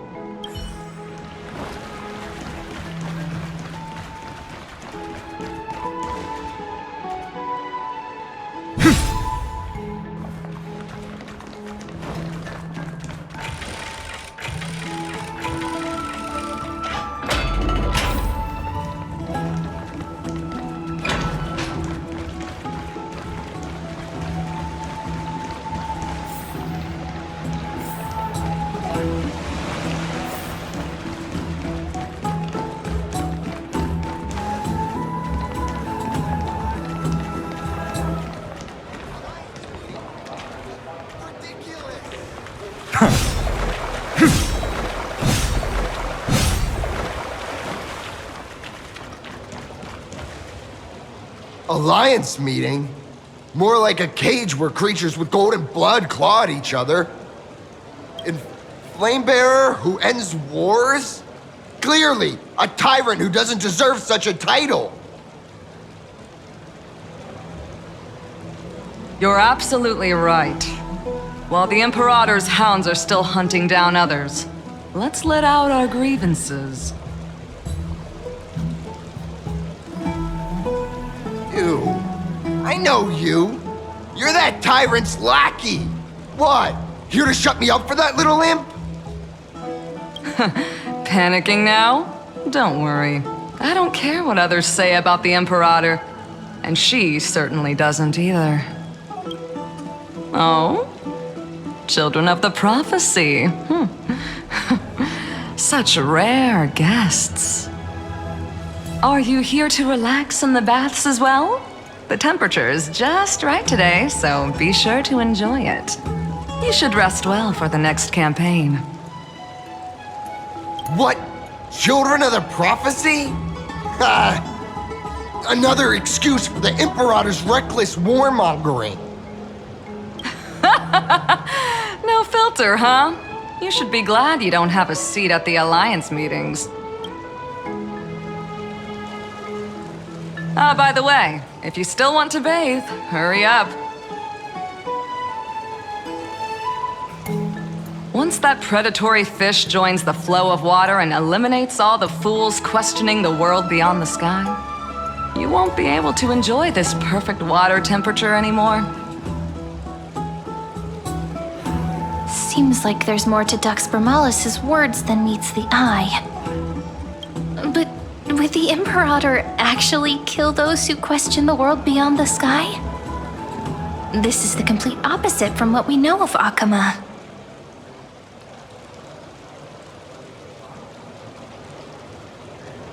If you still want to bathe, hurry up.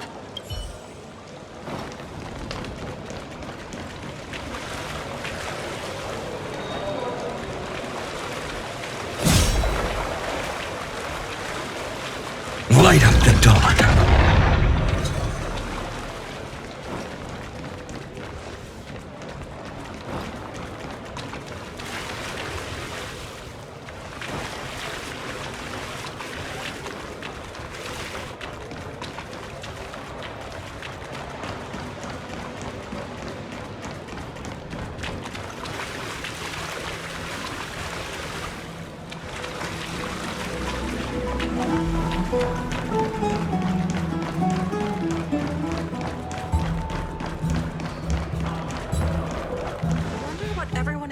is talking about lately?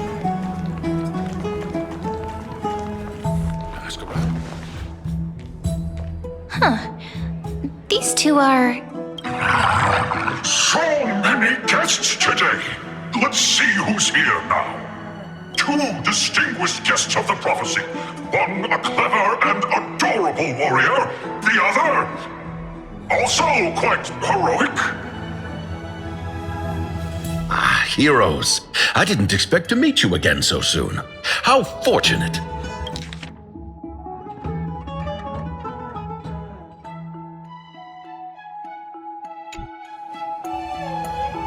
It's a pleasure to see you again, Dux Helcalithist and Dux Carminum.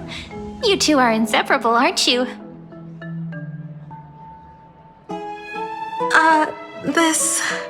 This is...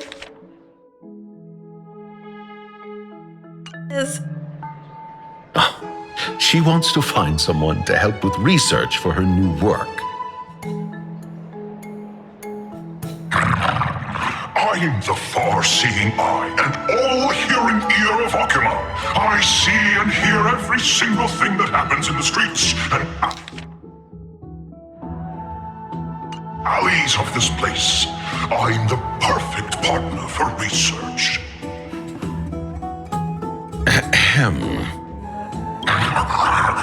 Enough small talk. Here's the latest news from Akima, as you requested. The children of the prophecy arrived in the holy city, and the Imperator unilaterally stripped away military power.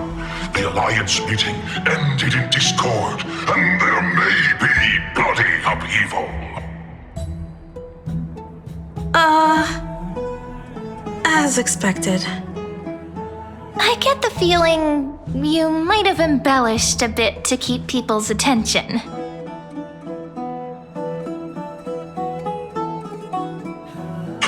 I swear on my stone mane, I would never do such a thing. But if you wish to quell this terrifying news, perhaps a more explosive topic would help. Never mind. While the influence of rumors can be minimized, the fact remains that the great Imperator did swiftly consolidate military power in an almost threatening way. It's undeniable. Heroes, I know the Imperator's way of doing things may seem a bit autocratic to outsiders, but soon you will witness her blade dance with enemies on the battlefield. I can't comment on the source of her loyalty, but when that blade is drawn, you two, as bright as you are, will surely see the deep thoughts beneath her exterior. The Imperator's blade. Is he talking about Miss Hycelens? I sense some unease in Dux Helcalithist's words. It seems the Imperator and Miss Hycelens share a much deeper bond than the others do. There are eyes and ears everywhere. Is there any place where we can have some privacy? To understand the Imperator's secrets, we have to get past Miss Hycelens.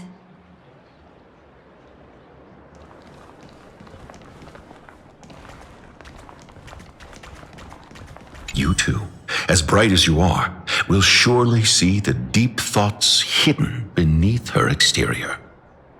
For now, let's think of ways to prevent the rumors from spreading.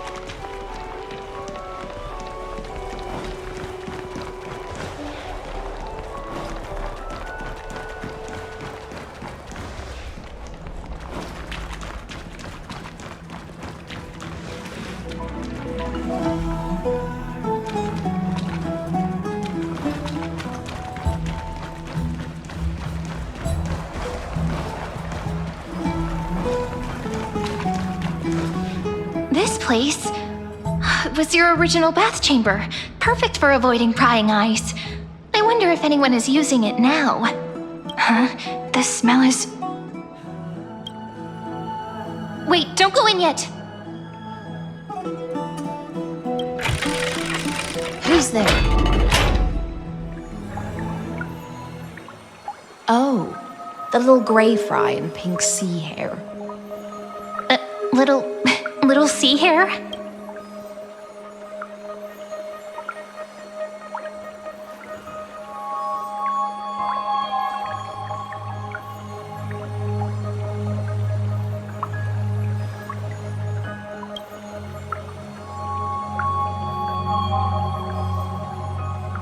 You barged into here without warning. Was it an accident, or did you wish to bathe with me?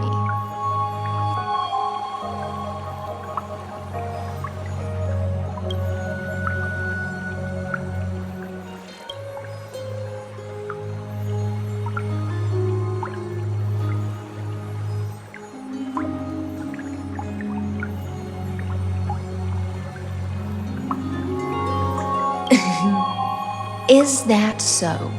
That your eyes shine brighter than pearls?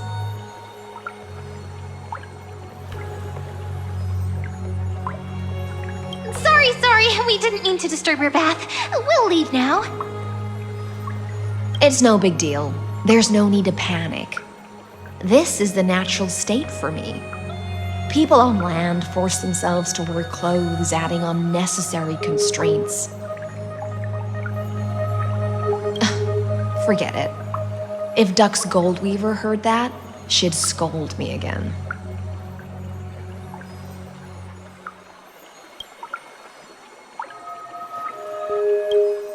All right. Please make yourselves comfortable and wait a moment. Let me first wash off the blood of the hunt, and then I'll attend to you two.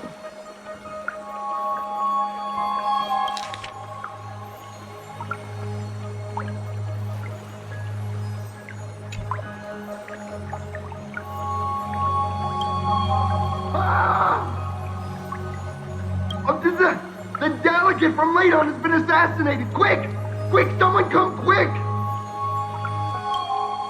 Ah, the broken crab shell surfaces. I was worried it had been washed away by the current.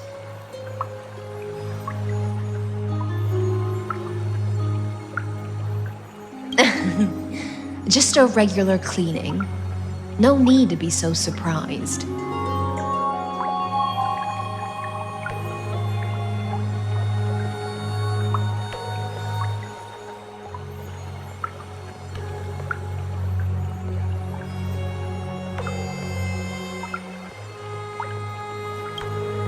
I see. No wonder there was a faint smell of rust in the air before I even entered. Why? Is it because the Ladonians refused to contribute troops to the Flame Chase journey? Or just because they offended the Imperator? Because the new era of the Flame Chase doesn't tolerate stagnant blood. For the ignorant masses who cling to outdated laws, only bloodletting can wake them up. Right now, the rebel forces on the frontier are rising, and Ladon has been secretly supporting them. They loudly chant the slogan, "Return to the Era Chrysia," unwilling to relinquish military power. They're just building momentum for the rebellion.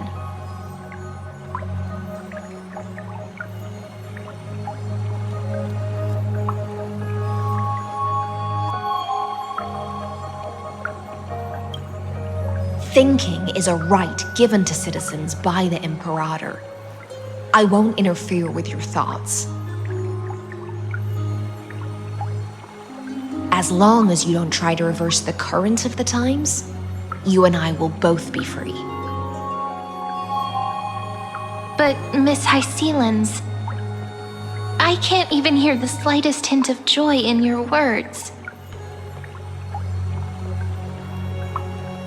Because I've already tasted ultimate freedom. Long, long ago, I lived in the sea. In that lightless abyss, far beyond civilization's reach, the great fish consumed the small, and when the great fish perished, their bodies became sustenance for the newborn, nourishing the whole ocean. This is the tide that carries civilization forward. Anyone may be devoured, or meet the fate of inevitable decay. Are you suggesting that ultimate freedom is in fact the cruelest fate for life? I only mean that if life wishes to preserve its dignity, it must first be bound by the law. There's no need for me to say more, little sea hare. We're of one mind. Whether the Imperator's law can guide the schools of fish and lead us to a truly free ocean, let us wait and see. But for now, let's pause this heart-to-heart. Another fish has come, following the scent of blood.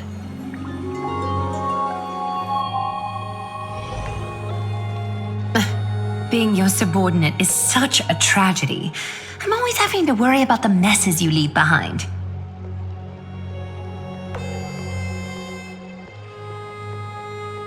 It's simply our duty to the Imperator. All ready to go in an instant. Miss Hycelens, you truly are impossible to predict. Yet you, a golden trout who's always busy all day, suddenly have the time to visit me? Do you think I wanted to come? I suggest you burn some more of the incense offered by our allies, lest my creations be tainted by the reek of fish.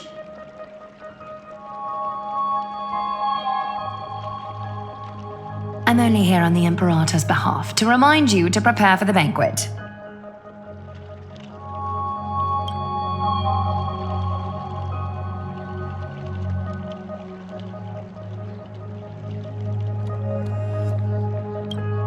Fine. But I must retort.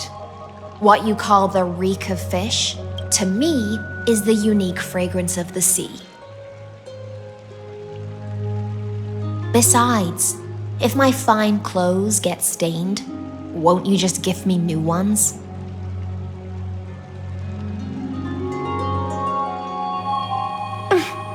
I won't.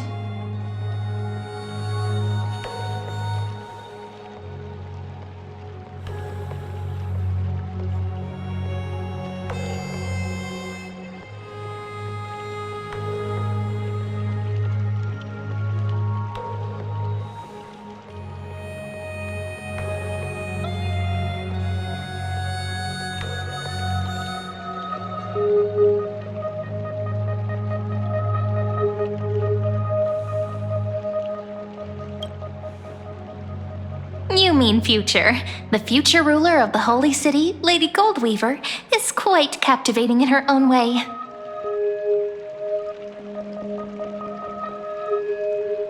By the way, you both just mentioned a banquet. Could you elaborate on that? Oh, right, you don't know. Every time before a battle or after a victory, the Imperator holds a grand feast for the Chrysos heirs to lift our spirits.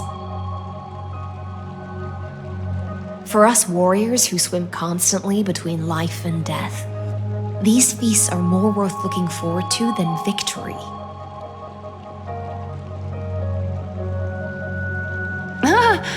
A banquet to prelude the hunt for the god of banquets, and honey brew as a tribute to commemorate the ancestor of honey brew. How absurd. Don't look so grim. All has been decided. Since it's a banquet for Fagusa, why not take a leaf out of the Tidens book? Live in the moment and enjoy life to the fullest. I'm not as carefree as you. That little Dolus kitten is already causing enough trouble for me. And on top of that, I still have tailoring commissions to complete.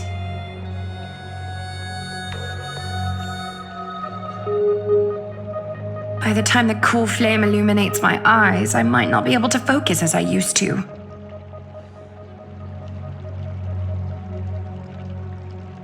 Aglaya's eyes. Curious about these eyes? People often compare them to jewels. But I've already made my decision to ask Romance for eyes that can see everything. I wonder what this world will look like when I take the Divine Authority.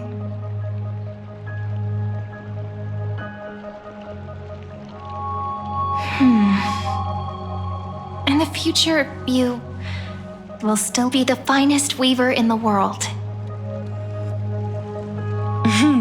Is this also a prophecy from the Three Fates?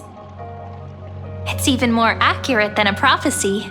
After all, she has already witnessed it, right?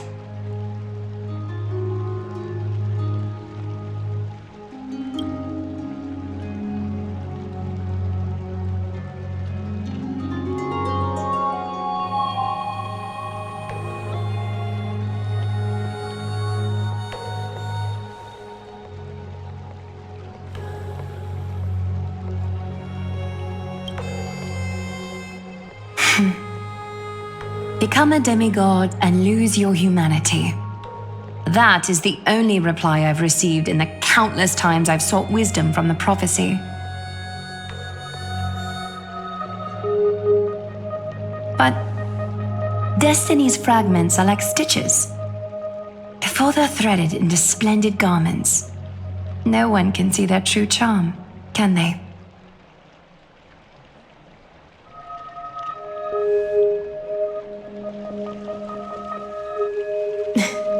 Aglaya has always been troubled by the divine duty she must bear. But thanks to you, she seems to be in much better spirits.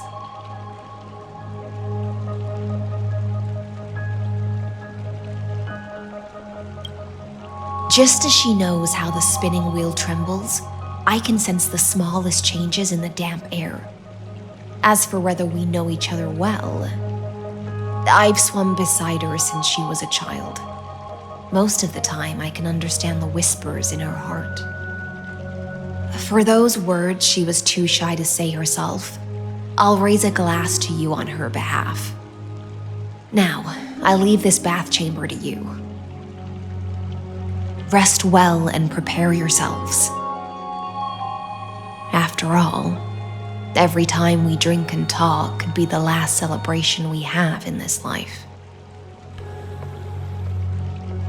Miss High Sealance has given us the bath chamber. It seems she really does do whatever she wants.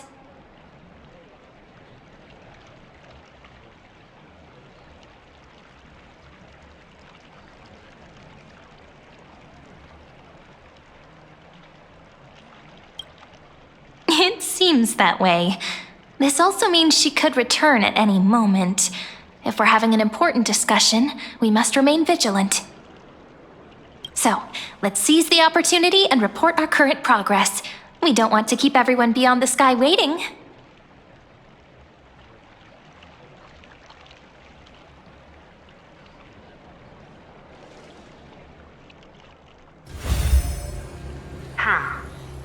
First, while that little empress with a candle stuck on her head didn't explicitly say it, she firmly rejected your request to take over the law. Fair enough. Second, Lygus is indeed in this timeline, but since he's somehow connected to that little empress, you have no way to find him. As expected. The road ahead will be long and difficult.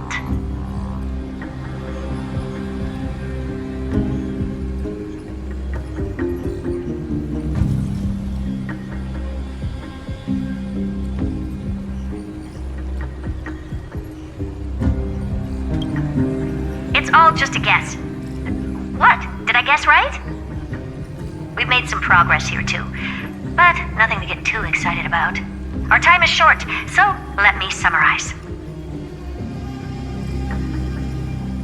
Concerning the origin of that Intellitron, the firewall he created uses Katorzane algebraic expressions. But ever since Aiden invented the 9-worded formula, This kind of mathematical logic no longer exists in the cosmos. Lygus is definitely connected to the Genius Society, so stay alert.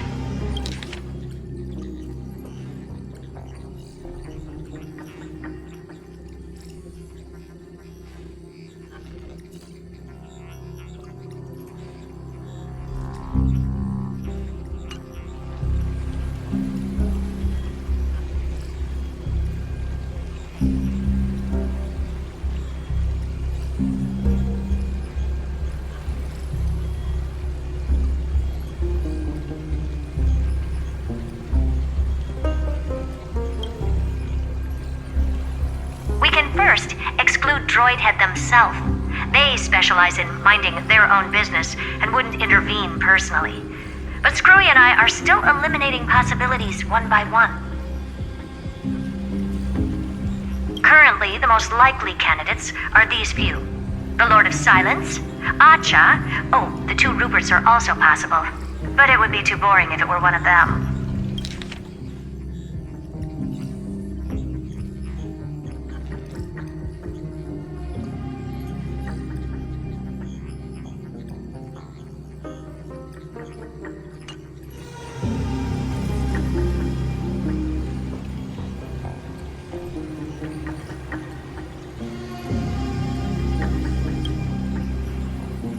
I've told you, his technology is both outdated and complicated, no less than genius.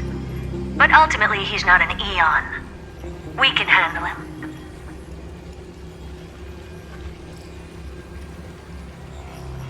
That's all I have to say. We'll depend on you to continue pushing things forward within this world. Keep in touch regularly. And remember, don't let your guard down. Madame Herta is a real whirlwind. Well then, let's use the banquet Aglaya mentioned as our next starting point. Ceridra's trusted followers should all be present at that time. It'll be a good opportunity to get closer to them.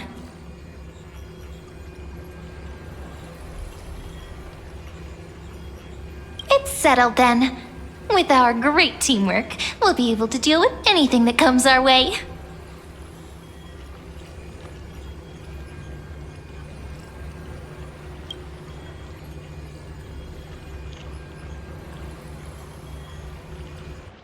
It's been a long day. We should get some rest now.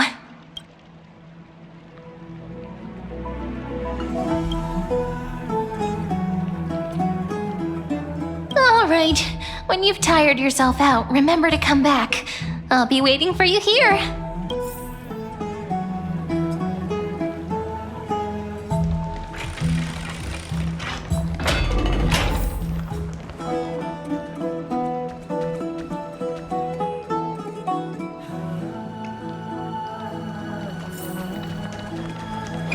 It's been a long day.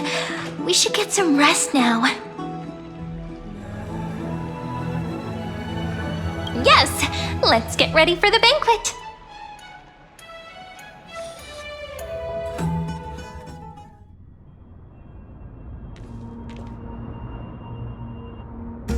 Look, the venue's right ahead.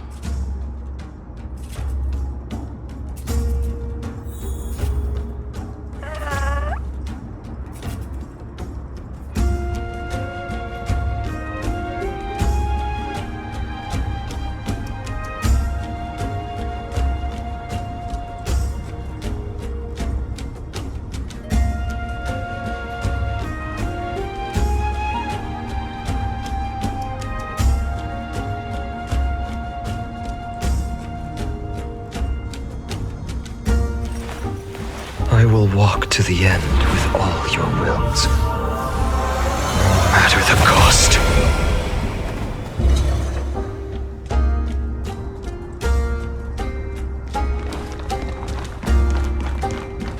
And I can even hear singing. It feels so romantic.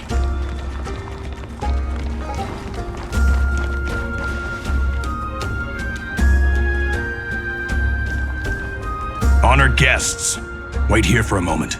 You must surrender any personal belongings you have on you before entering the venue.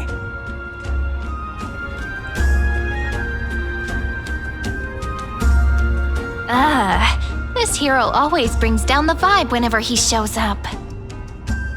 The Imperator's elevated position means she must always remain meticulous and careful. Please do as I say, guests. It would avoid any unnecessary misunderstandings. I get that you don't want people to bring outside food into the banquet, but is it really necessary to confiscate the books and quill pens? Even a quill pen can become a deadly weapon in the right hands. I'm asking for all your items. All, Miss Cyrene. Your belongings will remain safe. They will be looked after appropriately by dedicated staff. Looked after appropriately? Dedicated staff? Talk about a vague choice of words.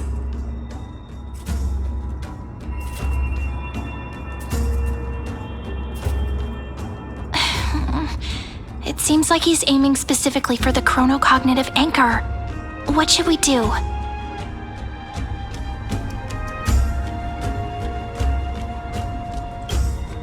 True.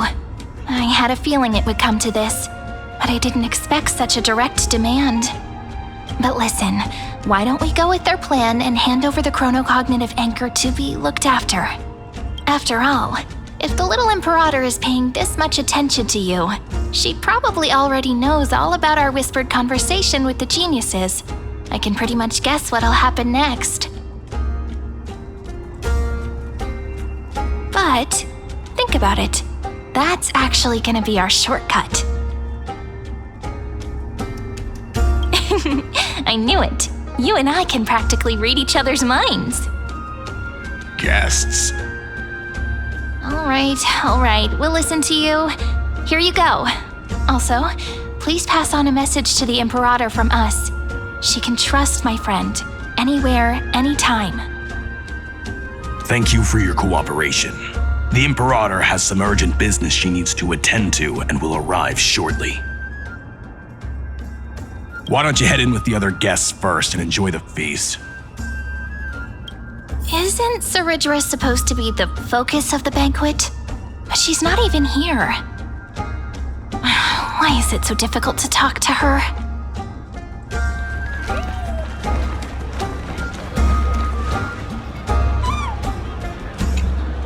Is there anything else we can help you with, dear guests? Or do you want me to recount the great Imperator's heroic deeds?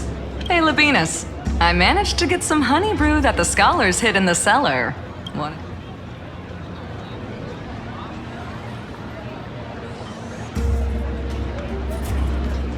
This banquet has a never-ending flow of honey brew. You're welcome to try it and see whether our drinks are as good as those from beyond the sky. Thank you for the offer, but we're more interested in knowing when the Imperator will be back. The Imperator? Who knows? Maybe she's hiding somewhere, thinking up weird ideas again. If you ask me, she's never treated us soldiers properly, even though we put our necks on the line for her. Hey, I can't pretend I didn't hear that, Seneca. Either retract your statement or duel me. Fine by me. Attendant, bring us 10 more jars of honey brew. I'm gonna make sure he can't even stand straight by the end of this. You wish. Be careful you don't get drunk first. Actually, there are so many people, we wouldn't be able to find the Imperator even if she were here. I know. Let's look for seats that are raised up higher than others.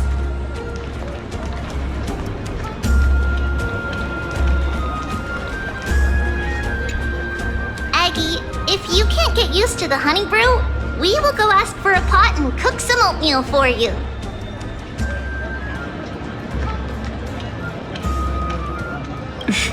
No need for that. This banquet is just too loud. And nothing and no one here is interesting. I just don't really want to be here. Lies! You were pretty energized when you came back from the bath chamber. Let me guess. Are you worrying about someone? About Hycelins? Or Little Cypher? You take everything too seriously. At this rate, life's gonna be real tough for you later on. You're the least qualified to lecture me about that, teacher.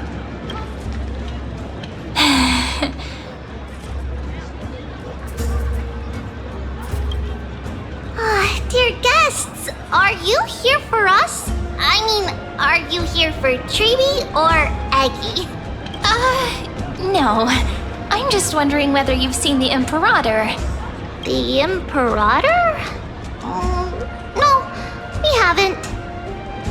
Our sovereign has always acted however she pleases.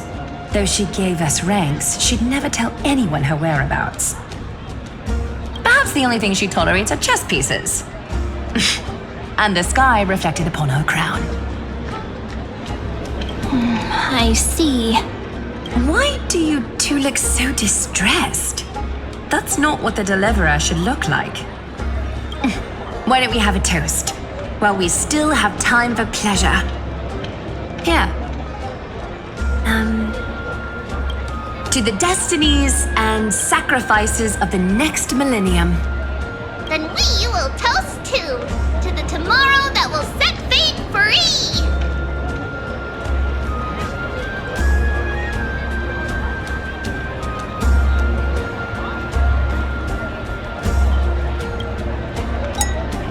Cheers! Called it! Oatmeal suits us way better than honey brew. Ooh. Please give me a bowl as well, teacher.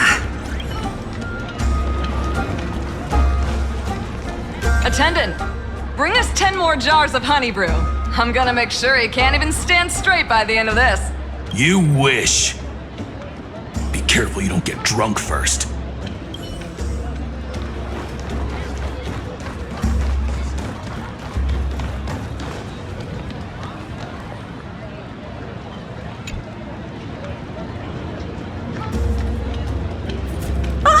Hello.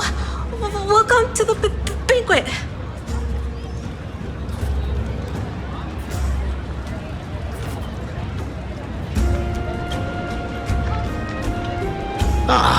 So the deliverer is attending this event, as expected. Little Virginia here was just wondering whether she should go find you.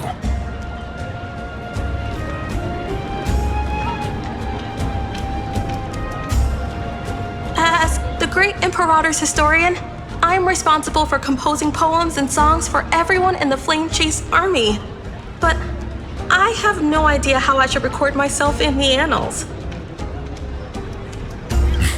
Little Virginia is wondering whether you can let slip a hint or two about her future, so she can find some inspiration to write about herself. That doesn't sound like a good idea. Besides, we don't even know her in the future. But she'll probably get really disappointed if we tell her that. What should we do?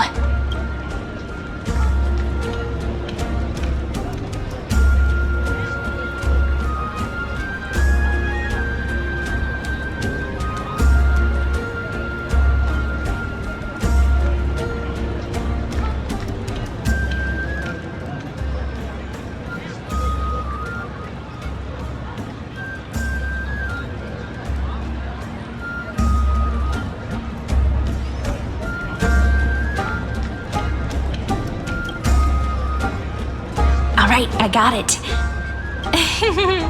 We can't reveal too much, but I think it wouldn't hurt to start your poem with the future. Maybe use something like, "With hope, I write down the tale of tomorrow for myself, silently waiting, day after day, till the moment it fulfills its promise." How's that? Oh, that's exactly what I'm after! I'm so inspired!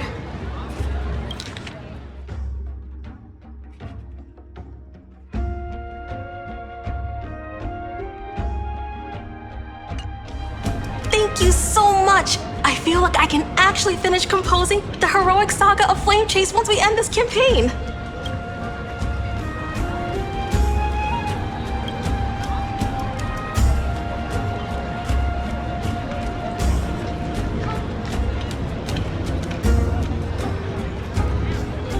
Hey, that wasn't improvised, you know?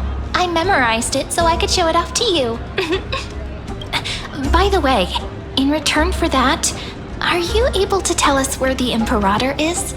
The Imperator? She usually wouldn't arrive this early. She believes that rulers should stay silent in places where their subjects hold private conversations. Why don't we have a toast before she arrives? To reason, which is held but not revealed. To romance, which will surely be returned.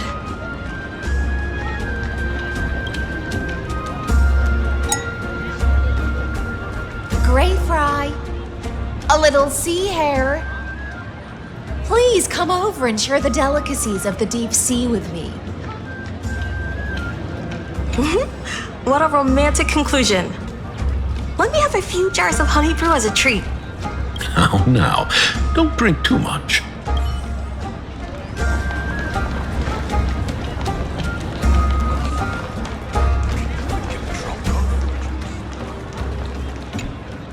You two have been wandering around the venue as if you have something on your mind. Have the attendants not taken care of you well? No, we love it here. It's just... we're a little concerned, seeing how the Imperator still hasn't arrived. Don't worry. I know what you've been waiting for. Come, sit with me for a while, will you? I'd like to share a personal secret with you.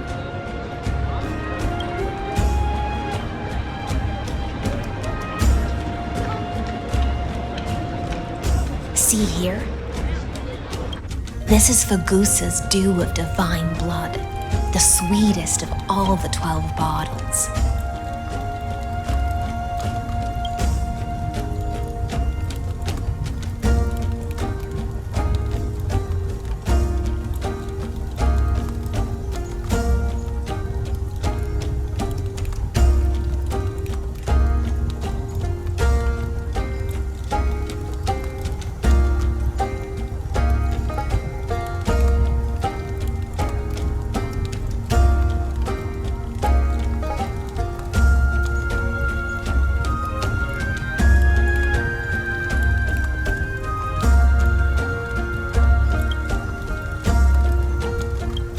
On the night before such a historical event, I'd like to share this marvelous drink with the Deliverer. Doesn't this count as bringing in outside food? I knew that security check was targeted at us. What's the matter, guests? Oh, we're simply overwhelmed by such an honor. Are you worried that I might have poisoned the dew? Well then, let me prove my innocence.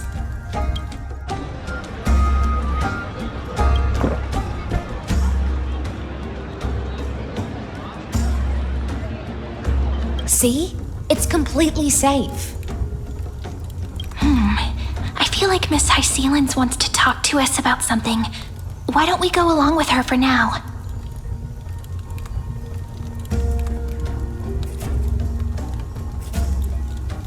Worry not, honeydew's not alcohol.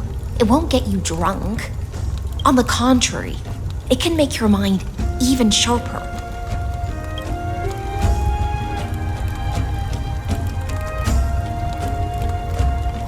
Please, have a taste. Would you like some too, little sea air? I can drink it myself.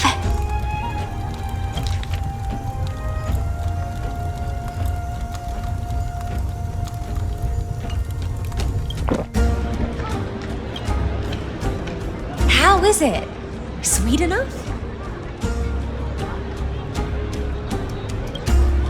Calm at times, tempestuous at others. That's the taste of the ocean. It'll do you good to understand Fagusa's fickleness before we set off to face their waves. Just like how you're about to understand the secrets within this dew. Now, please turn around. Very, very quietly. Don't make a single noise.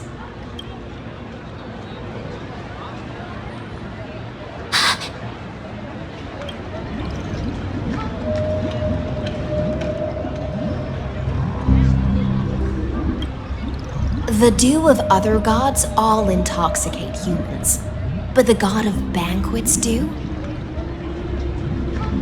is an antidote that can awaken humans from a sea siren's enchanting song.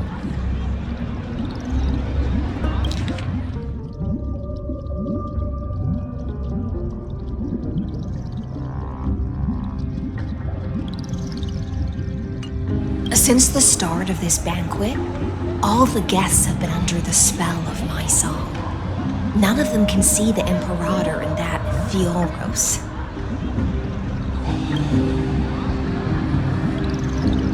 But you two, I wish for you to see the truth. Is this also what the Imperator wants? This is my personal request. I can't bring myself to trust that Fioros. The Flame Chase army changed after he descended with Orynyx's divination and brought the prophecy of the stars to Akama. His seductive whispers harbor something malicious within, and will ensnare those of us blinded by ambition. You are the deliverers of the prophecy, and know about him far more than I do. Perhaps only you can find traces of the truth from his actions and words. Then we can show the Imperator the right path forward. But isn't this acting behind her back? Amphorius has become far too weak. Even heroic actions protecting her from harm must be conducted under the water's surface. I am the Imperator's blade, and I must clear the way for her while remaining concealed in the torrents. Then, ensure I'm pointing my sword towards the true enemy.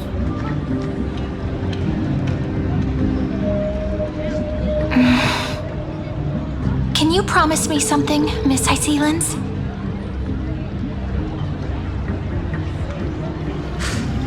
Ask away. My friend has in fact come here to stop that villain's evil scheme. Our goals are aligned.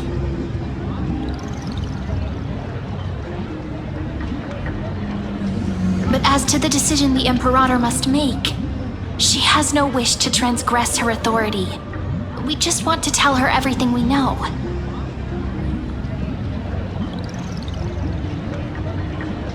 I believe the Imperator will be able to tell right from wrong. I never doubted your loyalty. I'll pass your words faithfully on to her. Provided we can gain the advantage in this tug of war, that is.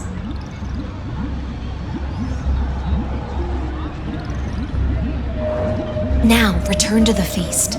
Bring this cup with you and keep your distance. Pretend you are still immersed in the sea siren's fantasia. And I'll control the moisture in the air.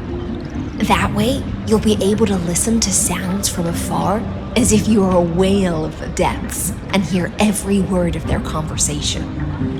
I wish you a victory in this first skirmish.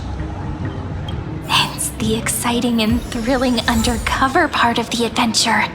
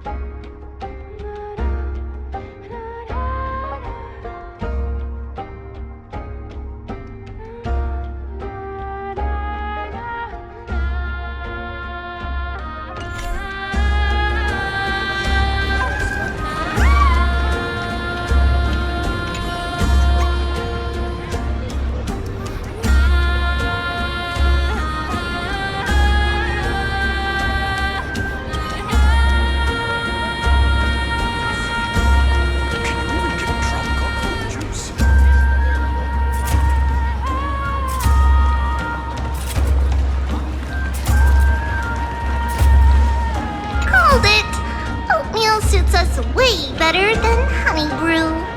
Oh, please give me a bowl as well, teacher.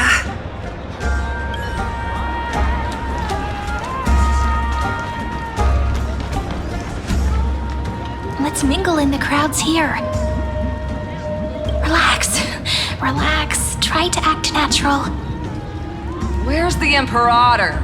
Still not here. That little imp is always acting so high and mighty towards everyone. Today, I will. Whatever. Pour me another cup. Though she has succumbed to drunkenness, she still does not dare challenge your authority. A criticism of my height is a grave enough insult already. She should be dismembered. Do you often test the loyalty of your subjects like this? You jest. The Imperator does not need blind loyalty. As long as one can prove they have value, I am willing to be lenient towards them.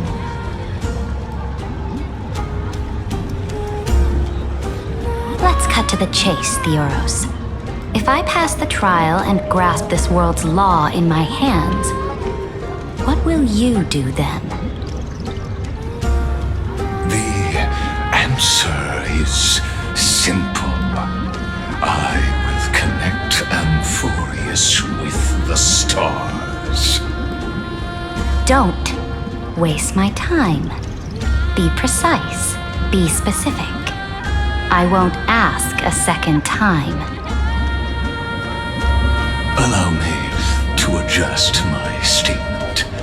I will correct the regulations within the old law that sealed off Amphorius and merge the black tide with the torrents of Era Nova. Then we will be able to decimate the forces beyond the sky that are trying to annihilate Iron Tomb and sound the trumpet for the endless campaign you will then embark on. But you previously said that Iron Tomb is unrivaled in power across the stars. Who would dare to annihilate it?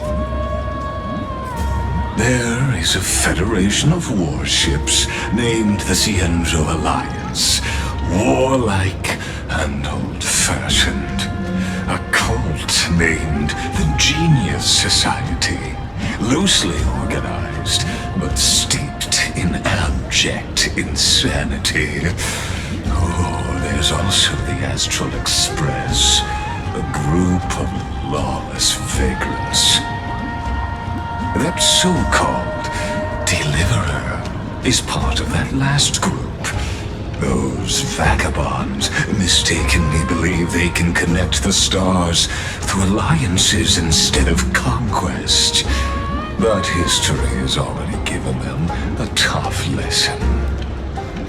There are countless other organizations besides, but when the Lord Ravager sweeps across the cosmos, they will certainly all bow before your empire of destruction. The Ackman Alliance is invincible! If those civilizations are not as feeble as you describe, then they may still have some value in testing the quality of my blade. That being said, even the smallest and weakest city-states should build an obelisk to the Imperator, so that their people can constantly recall the glory of her conquests. Walk a little longer with me, Theoros. I don't like how this is going. Our little Imperator seems fascinated by the destruction.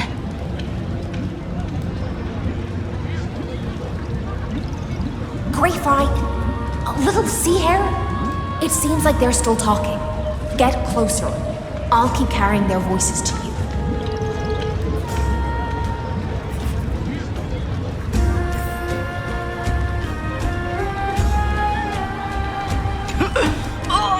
had too much.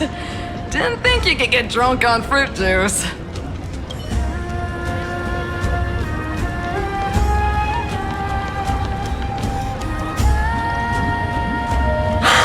What a difficult situation. No matter how we position our forces, this battle against Fagusa will result in many casualties. That's not something you or I should consider. The Imperator has already placed the chess pieces. We just need to fight for her until our last breath. How astonishing. The commanders under you have such different personalities, yet they share the same loyalty.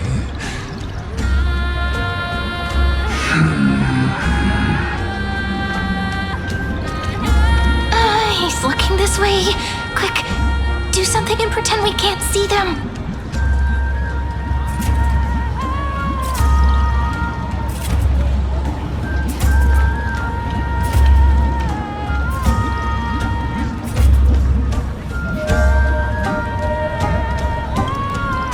So, you have this super duper speedy rotation of destruction into Amphorius?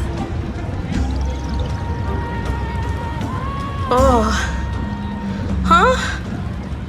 Oh, I got it. It's that thing, right? Oh.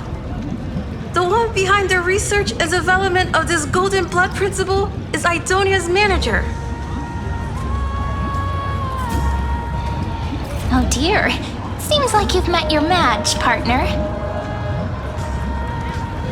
I'm so full of inspiration right now. And I feel so light. What's the matter? My apologies. I was just checking whether everything was fine with those two distinguished guests of yours.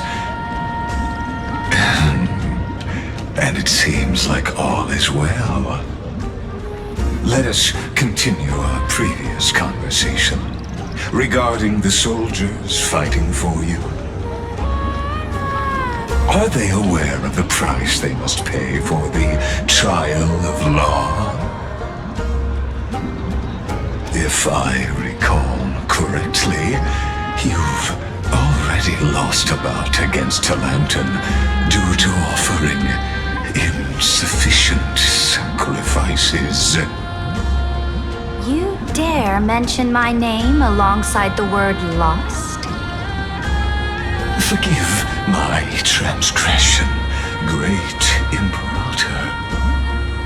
Watch your words and actions. All you need to know is that my victory in the trial is guaranteed. Even without the trial of law, they've already sworn to give their lives for my conquest. So tell me, if everything happens according to our agreement, how would you recommend I deal with that deliverer? Good question. Do not let her fool you. That woman from beyond the sky contains a seed of ruin within her body. She must not be allowed to tarnish your glory. Therefore, the wisest decision would be to hand her over to me. You plan to torture her? Calling it experimentation would be more appropriate. The guest's patience is running thin. I plan to remove the Fantasia and head into the banquet. I will heed your advice. Leave for now, Theoros, and go back to Akama. You don't want to confront those two directly either, do you? Indeed. It's a pity that Antikytherians are lightweights when it comes committed to drinking. Before I leave, I would like to make a toast to your boundless ambition, using my spirit instead of a goblet.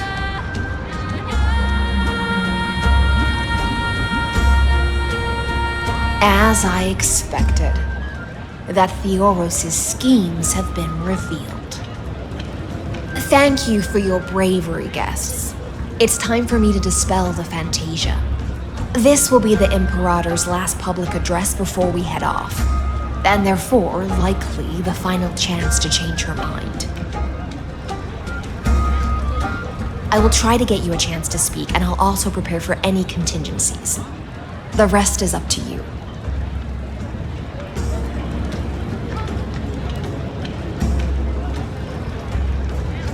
You should head back to your seats for now.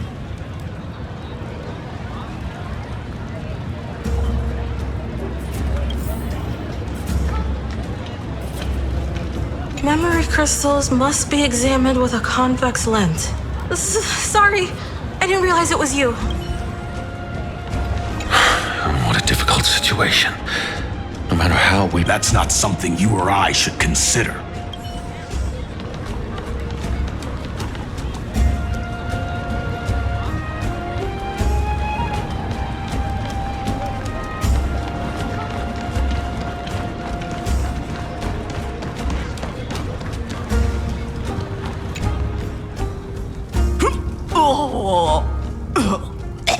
This honey brew, sure.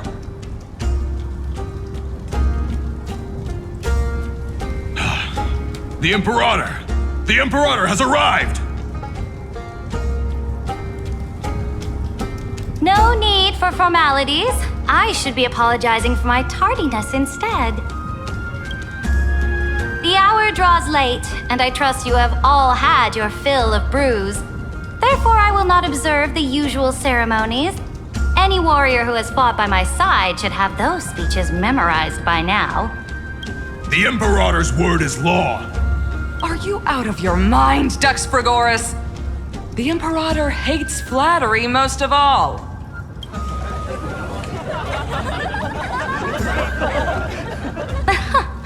A joyous atmosphere is a better fit for showing me your resolve. I believe that you, my dukes, will do all you can to assist in the campaign against Fagusa, just as...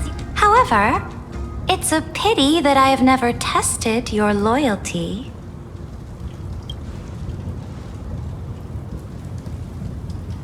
What does she mean? The purpose of tonight's banquet is not to raise our morale, but to establish which allies our alliance can actually trust, and sever the heads of the traitors as a toast to all before we march. Yes, some among us have discarded their vows in order to foment vile conspiracies. Now listen! These traitors are standing right here in broad daylight.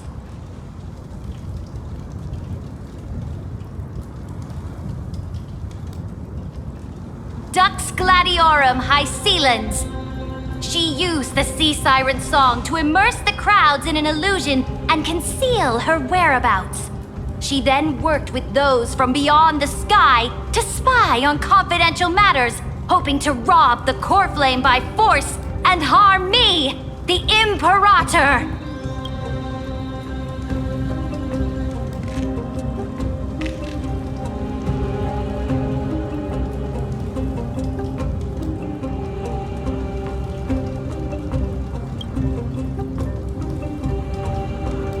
Imperator, I can explain. Silence! Do you remember who used to own this blade? She met you once, back at the Temple of the Three Fates.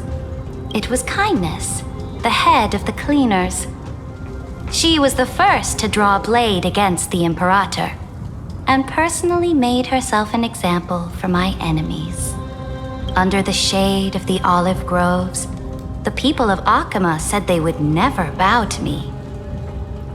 In the frozen, lethal fog, The people of Idonia said they would never bow to me. At the beginning of the myriad paths, the people of Yanissopolis said they would never bow to me.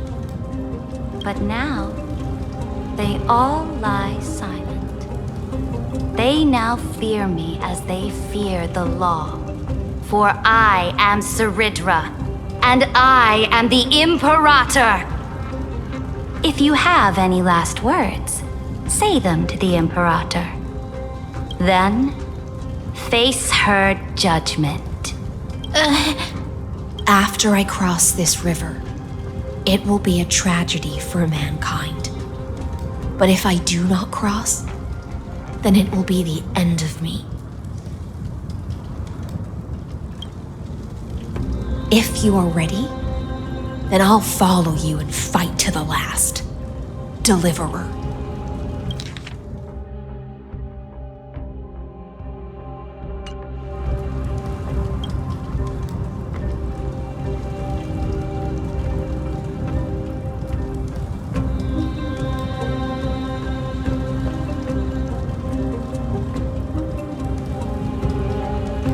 That's right, friend. Now, use your identity and add in a bit of experience and charm and testify to the Imperator as we promised.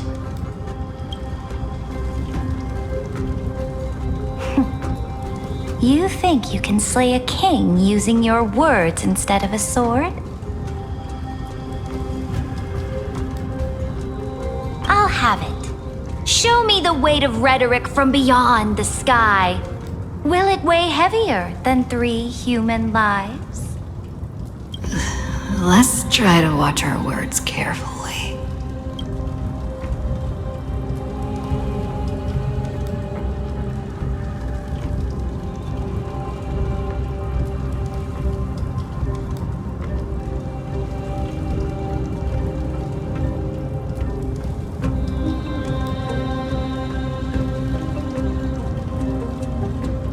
The prophecy you know of, the Era Nova, spoken by Kefali, is nothing but a complete lie, spun by Lygus.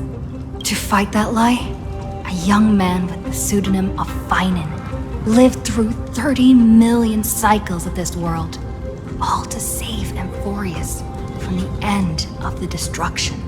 And Cyrene, the young woman standing beside me, also carries an equally heavy destiny.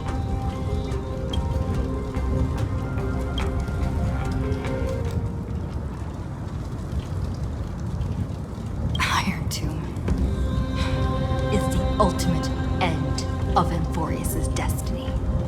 It is an embodiment of pure horror that walks the path of destruction and can never be tamed. That is the only thing Lygus cares about. As for Amphorius, pure glory and campaigns, he doesn't care about any of those. He will most certainly betray you. When that time comes, all of us will be ground to dust by the destruction.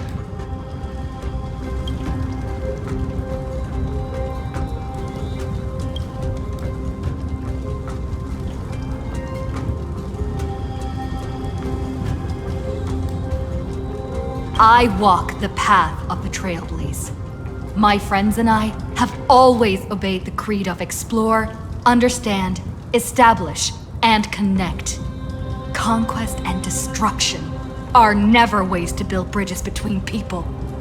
Therefore, if you choose the way of the destruction, then I'll place your ambitions in the same basket as Lygus and smash them into pieces with my baseball bat.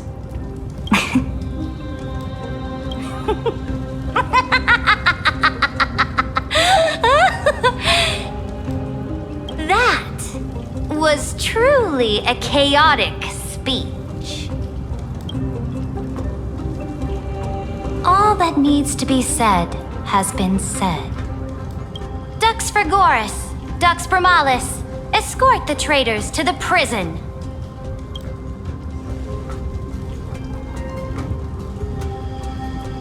Before the next entry hour, I will give them an end befitting of their betrayal.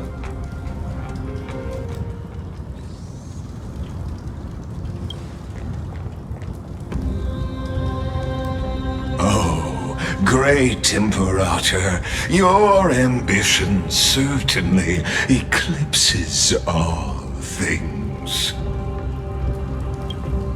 You're still here, Theoros. Of course. As the Theoros, I simply cannot miss this moment, miss witnessing the fall of a nameless one. Or perhaps I am waiting for you to give me an answer. Why would someone as powerful as you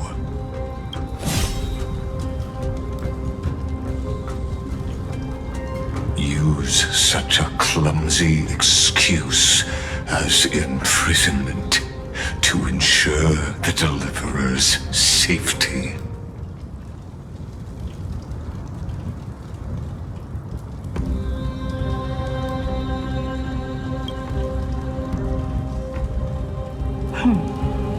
So you finally tossed aside your act. I must point out that you are just as impressive an actor. This banquet was always going to be a game of chess,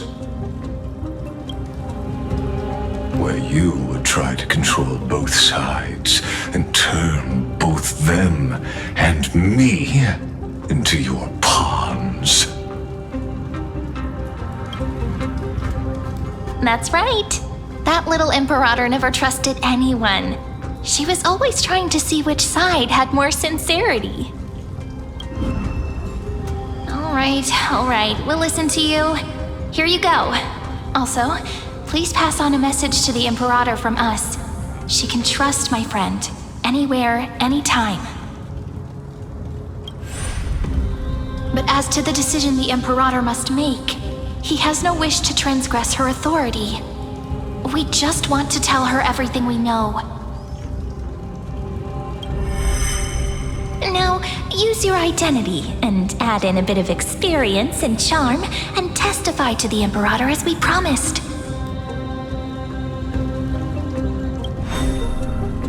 And we won. Sincerity will always remain the greatest shortcut to people's hearts. I can toss your words right back at you like Kyrgyz. Why would someone as powerful as you pretend to be a mortal and kneel before me? Unless you enjoy giving flattery and prostrating yourself. You are mistaken. I am only trying to ensure the experiment's autonomy, meticulousness, and perfection, thus avoiding any unexpected outcomes. A forceful intervention will only create larger errors, reduce efficiency, and introduce ugliness. Had you fulfilled your promise of giving the law to me and completing the Aranova, then Amphorius would not have deviated from destiny's course. Oh, but you broke your promise. What a pity. In that case, I must carry out my duty as the administrator and eradicate all factors steering the experiment out of control. Factors such as you and her. Careful. Careful.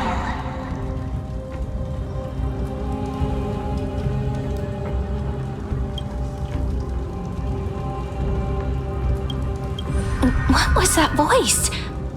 Was it Orynyx? I found you. I finally found you. Be careful. this land will face disaster.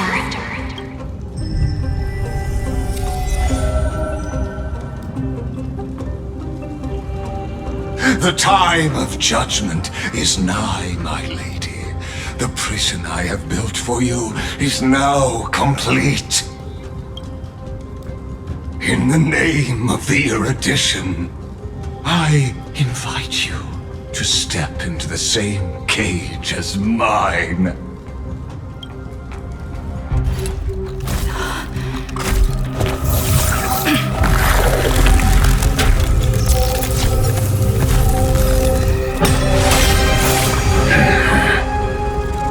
What's the meaning of this, Imperator?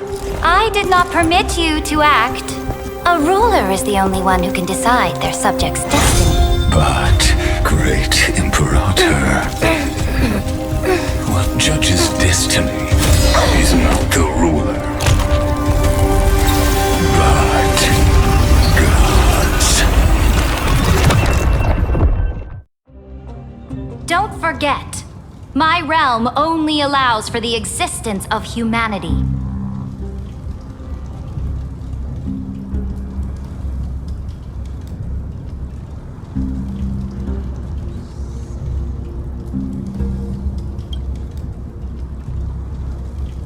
Moreover, dealing out extrajudicial punishment equates to defying the law, and the culprit is to be sentenced to death. But you have seen how I can erase life from this world with just a clap of my hands. I fear you are still quite unaware of your current situation. Allow me to reiterate.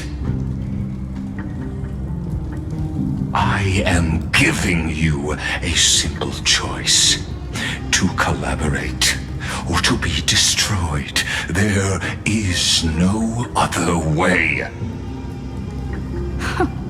Shameless behavior. If that were true, you would have killed me long ago. You, in fact, cannot kill me. I guessed it the first time I beheaded you. Because of the law, you cannot be completely destroyed. And the same is true of the Chrysos heirs.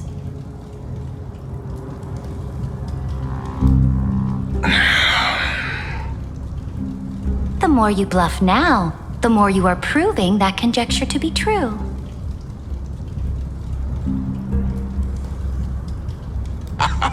What magnificent foresight!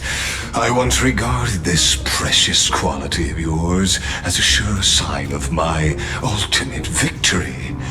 But now, I have to admit that I made a mistake. Yet, as a mere mortal, how will you contend against the Theoros? We are both slaves to hubris.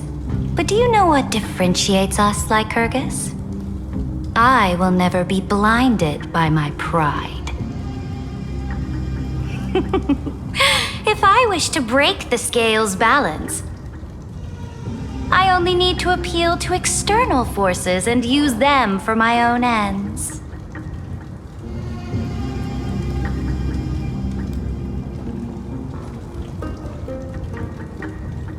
Finally, we get to meet face to face, Senior Society member. I offer sincere acknowledgments for your many past achievements, but I must deeply regret your current perspective.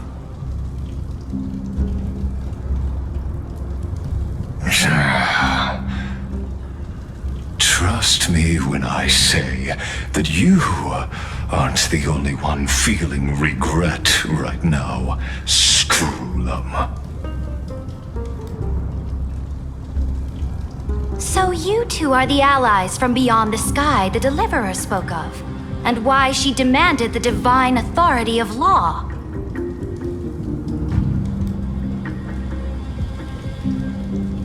Come and prove your strength to me.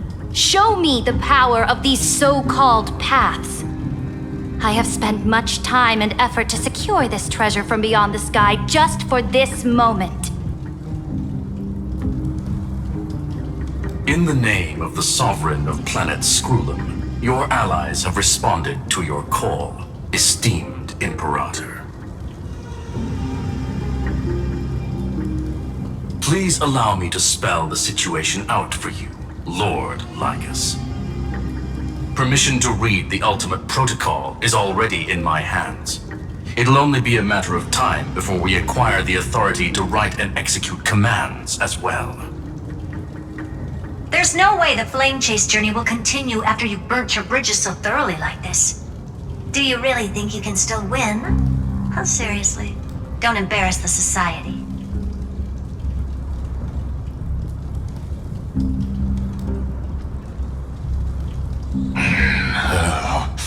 I understand that a near zero possibility does not equate to zero. That argument is very persuasive to me. Which means the same principle also applies to you, my dear peers. You will never be a match for me in a world constructed through Catorzane algebraic expressions.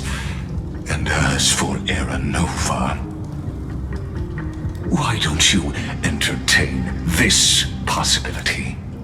What if I reduced Akama to rubble and ground her people into minced meat? Would the heroes then once again desire the power of demigods so they could fight against me? Listen, Iron Tomb is fated to be born. You may shackle me and put me in chains, but I have thousands of ways to ensure the destruction's descent. And what I just mentioned is only one out of those thousands.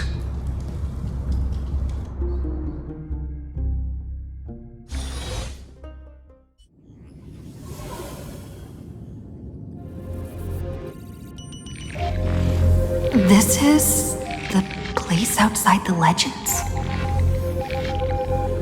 This doesn't feel the same as before.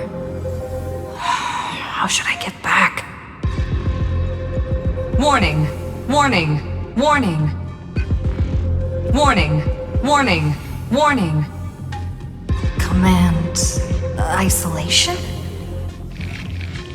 Since we parted ways last time, I have modified the exomyth into an audience area exclusive to you. Now, you'll be able to silently wait here for the final act of Amphorius to begin.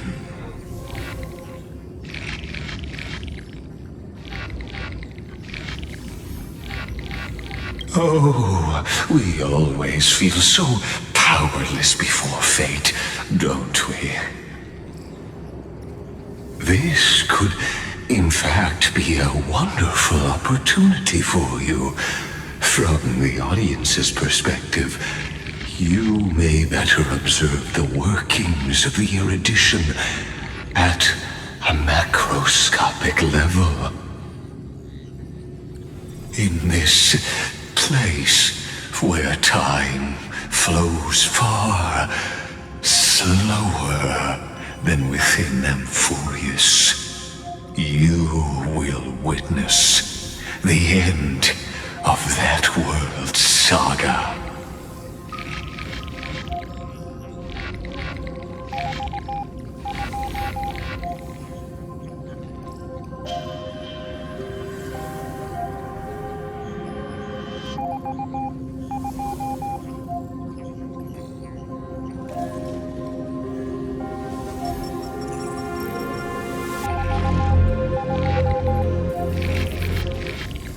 Indeed, the speed of time here is infinitesimally close to that of the real universe you're familiar with. The answer concerning the prime mover of life and the total destruction of the erudition.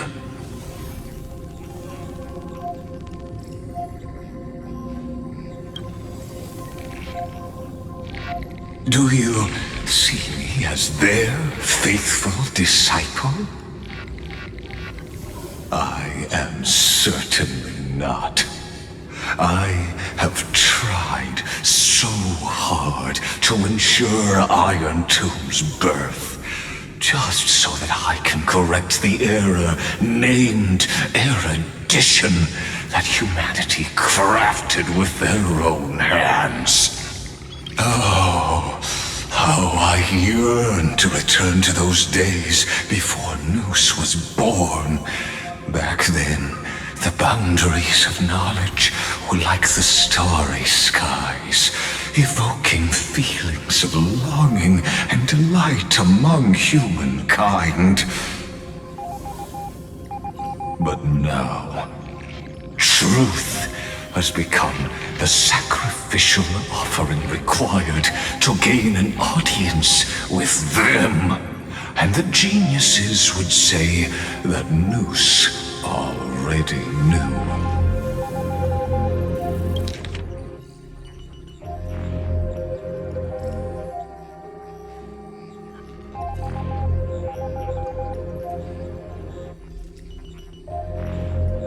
That arrogant Eon was born from the primal mobile of humans' desire for knowledge. Yet, they themselves sealed off humanity's capacity to seek enlightenment. I am simply cutting down a tree of doom that we planted ourselves.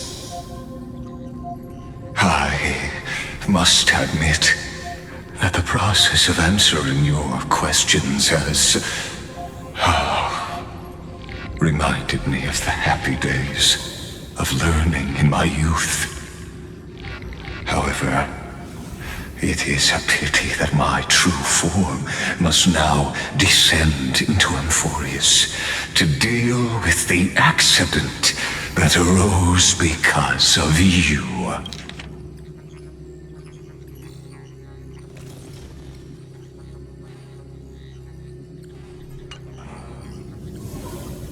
But you won't have to wait long.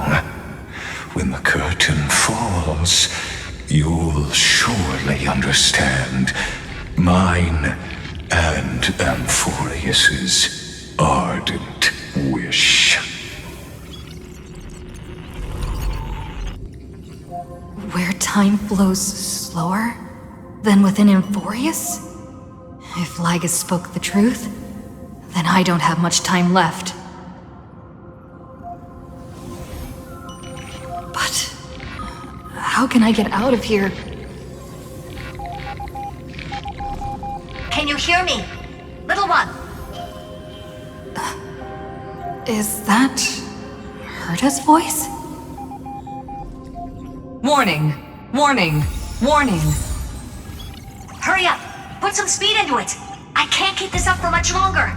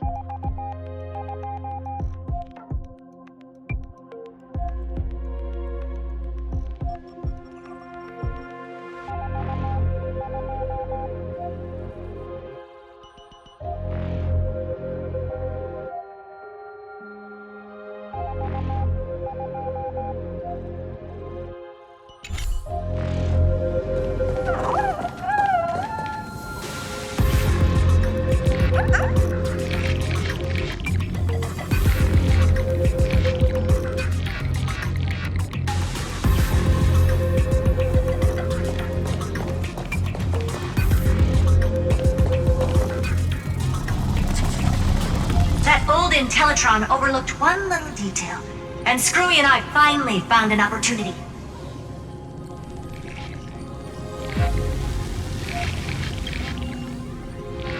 Let's keep it short. While you were gone, well, in those few years, Emphorius...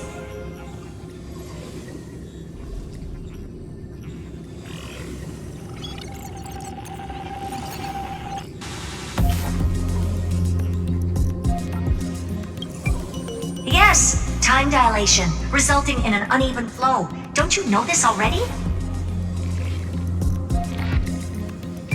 Let's stick to the main points. The Chrysos heirs activated the chronocognitive anchor and helped Scrollum and me open a hole in the firewall. We made some adjustments, so he can't attack us immediately, but it won't hold for long. Critical warning. Critical warning. Time is running out. Here's the conclusion. It'll probably take a long time for Screwy and me to completely break this cage before Chrysos heirs have a full grasp of the law. To be safe, we'll continue to launch side-channel attacks on the system to give you opportunities to escape.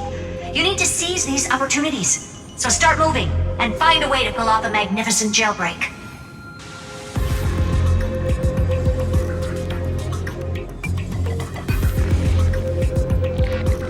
We detected another path's influence. Critical warning. Critical warning. Its power is strong. May be able to help use the path's power. Make it detect you. Unauthorized communication terminated. Is Herta saying a certain path's faction has arrived in Emphorius? And I can ask them for help? I mastered the powers of different paths in my previous journeys. Think hard and figure out exactly which faction has arrived at Emphorius, and which path's power I should use to call for reinforcements. Are these showing my memories?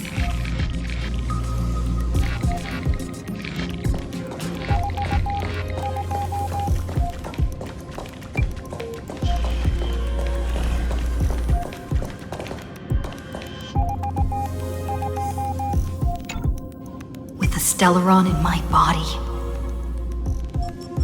I woke up at the Herta space station and gained the power of the destruction. A world that'll give rise to a Lord Ravager would definitely draw the attention of the destruction. The Stellaron in my belly is gonna be super useful. But what if I end up pulling in the Antimatter Legion or the Annihilation Gang? Can they really help?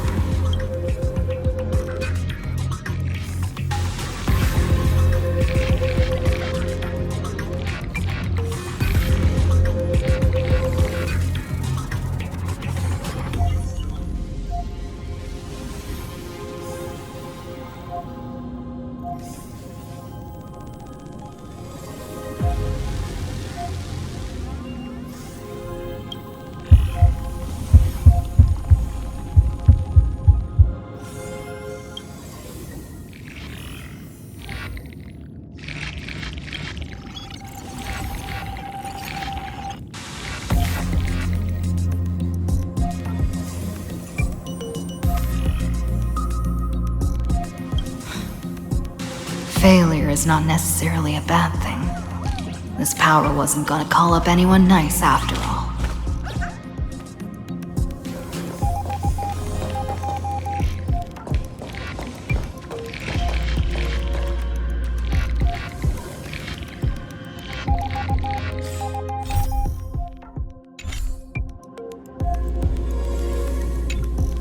I obtained the flaming lens left by the architects, and gained the power of the preservation in Belobog.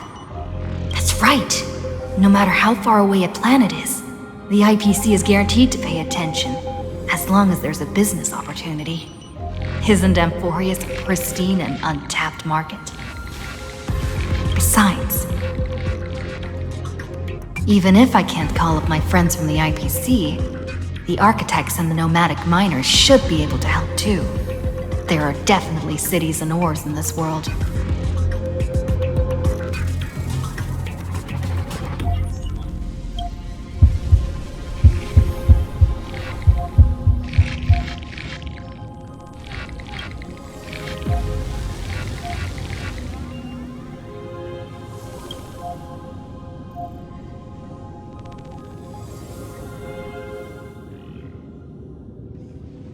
Seems like since Amphorius has no overseas market, the IPC's hand can't reach it.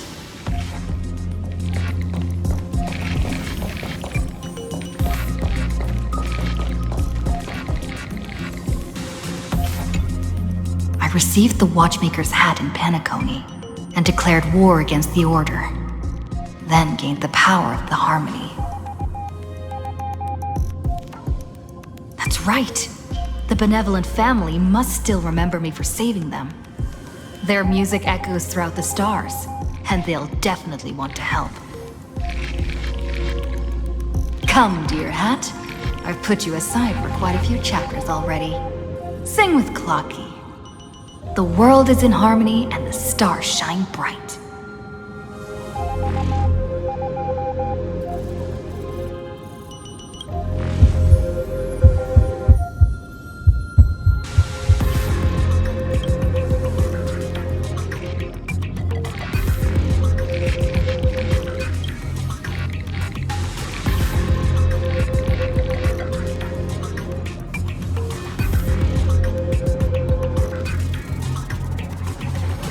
Doesn't Lygus want this story to have background music? He has such terrible taste.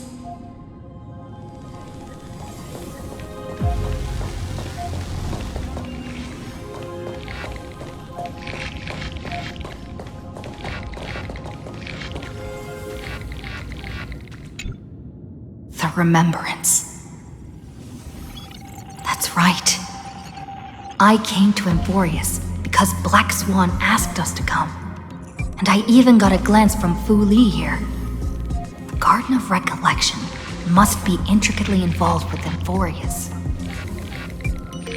Traces of the Remembrance are also everywhere in this world. I don't know what they want, but I don't have many choices left in this crisis.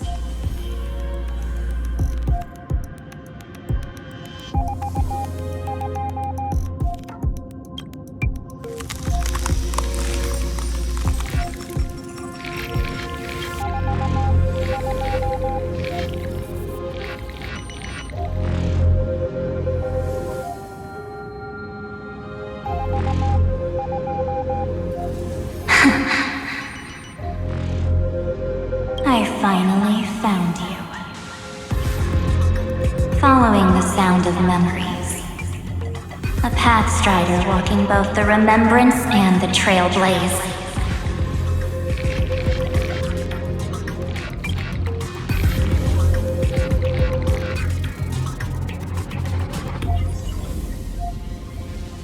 Warning! Warning! Warning! Erudition's prison cannot stop us, for we lie outside the logic of zeros and ones. Come, leave the cage of Logos. The mythos of Amphorius waits for you to continue its story.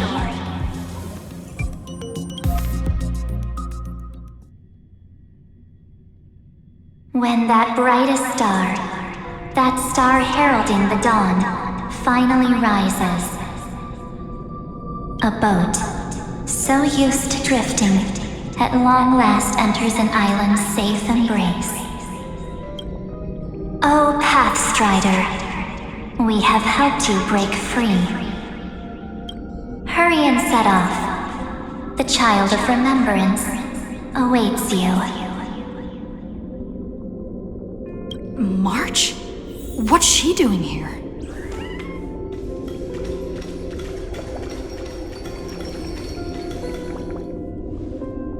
Oh, you're finally here!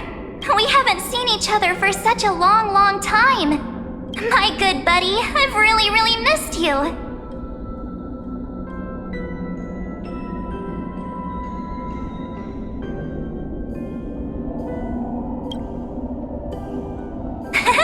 I bet you were constantly thinking about the days when I was by your side. It's been so boring waiting for you in this place. There's no one to chat with, no internet, and not even anything to eat or drink. It's basically a prison. Now the great hero is finally here to save me. Yippee! You must have seen a lot in Amphorius during this time, right? You gotta tell me all about it.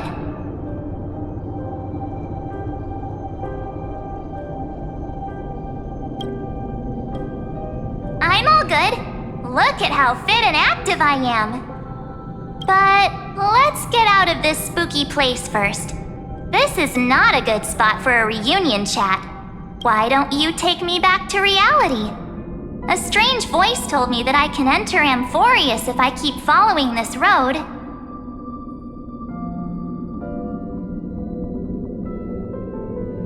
So, let's head off.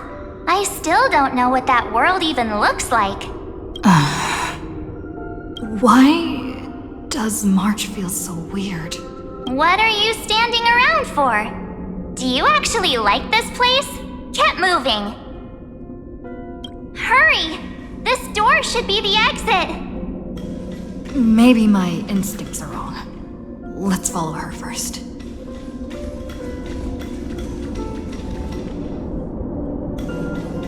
Are you okay? You haven't said anything for a while. Has it been so long that you're still missing me? There's no time to waste, though. The Chrysosairs and the Geniuses are all waiting for you.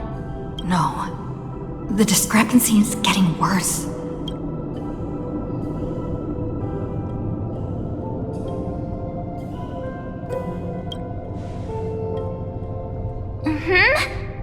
No, he's not. Maybe I just happened to miss him. Never mind. Don Hung's super reliable. We don't need to worry about him. He's probably waiting for us somewhere. All hail and hearty. No. The Geniuses would have made sure that Don Hung made it back on the Express.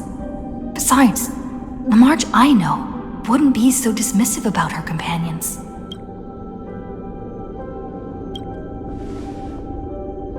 Huh? Isn't Amphorius the world of the Chrysosairs and their hero's journey?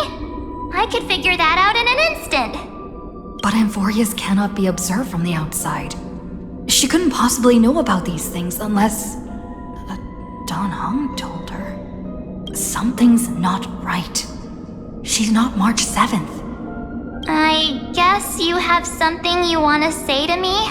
Then there's no need to feel things out first. With questions. Let's treasure the time we have together and be frank.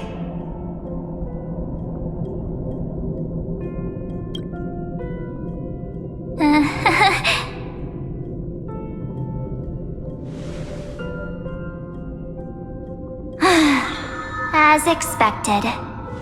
A glimpse of memory is not enough to deceive the bonds of friendship forged between the nameless. In that case, there's no need for further deceit. You're right. We are not the March 7th you are acquainted with. But we can send you back to Amphorius, as long as you are willing to help us.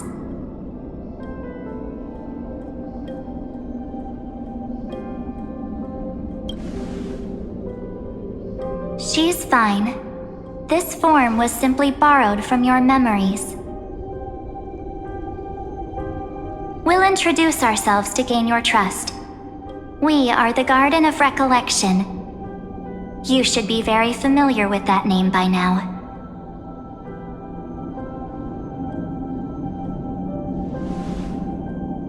Just as a reminder, while you hesitate, time is quickly ticking away in Amphorius.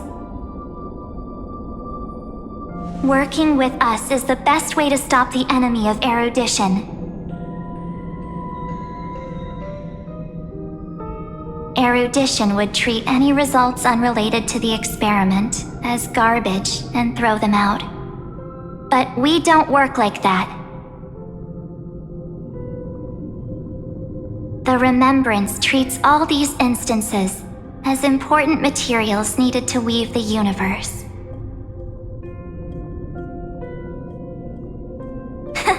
Besides, this would be child's play for a great hero like you.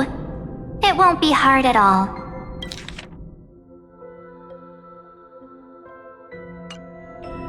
Also, if your plan fails and the big bad Iron Tomb manages to get out, then the whole cosmos will be in danger. Wouldn't it be better to have an additional failsafe? As long as you help the Garden retrieve what we want, even if Iron Tomb reformats everything in the physical plane, we can use Remembrance to reconstruct the entire world.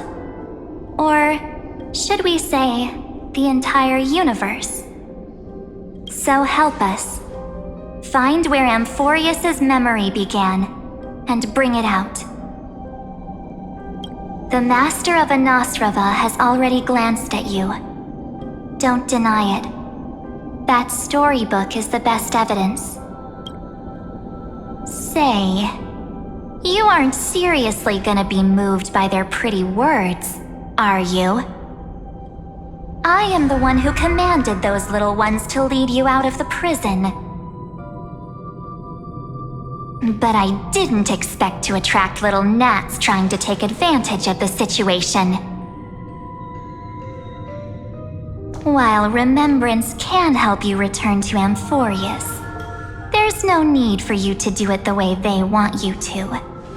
Of course, there's also no need for you to make any deal, or pay any price. For you, this is probably a long time no see.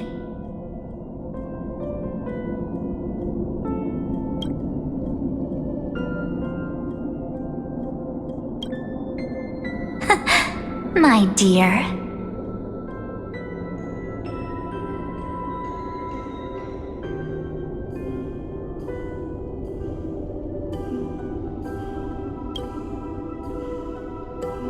Shh. There's no need to say anything. I know. You have so many questions swirling around in your memories at this moment. And you feel so helpless.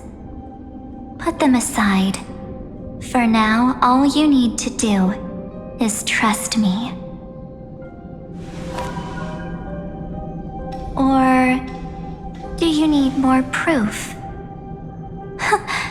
That won't be hard. Wait, stop it! They're awake! I'm gonna keep our first photo, alright? It won't come to pass while we're around.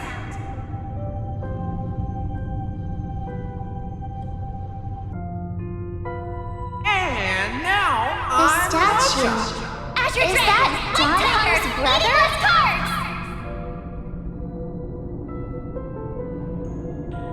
Oh, did you hear that? She just called me, but my future is full of pain. We won't escape from it.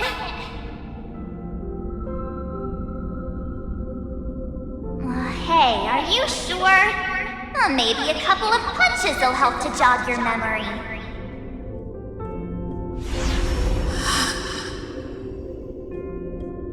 It's as if they all happened just yesterday, right? I don't want to lie to you, which is why I will not use her name.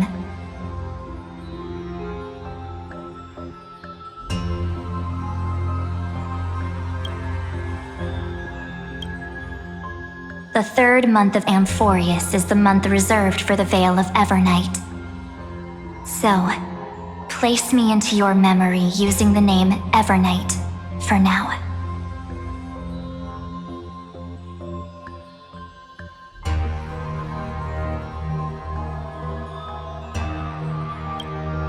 I'm happy to explain more, just not now. We might have a lot of time to ourselves, but Amphorius does not have that luxury. If we do not stop erudition and destruction, then the journey you've treasured so much will face the prelude to its obliteration.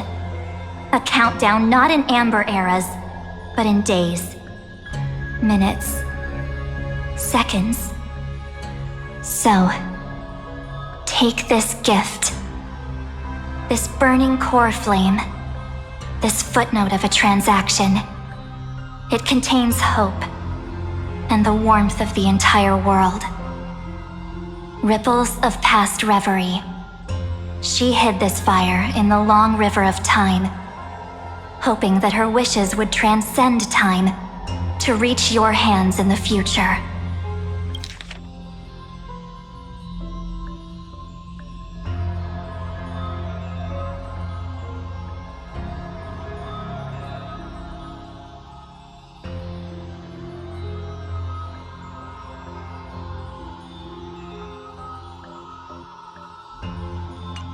Now, take it, and return with it, dear friend. Return to Amphorius, and overturn the final era Nova. Witness the time that stood still for the Deliverer, and the resistance that never bowed to the destiny of destruction over the long years that passed in a flash. Then, with this core flame blessed by the remembrance, respond to their hopes and blaze a trail to the future. And I will silently watch in a corner of time, waiting for our next encounter. I believe the wait won't be too long.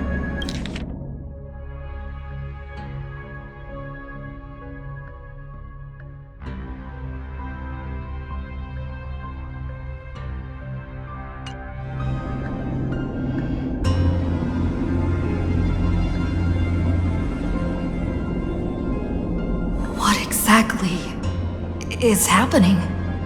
Keep going. Keep trailblazing. For Amphorius. For you. And for the March 7th in your memories. Go forth.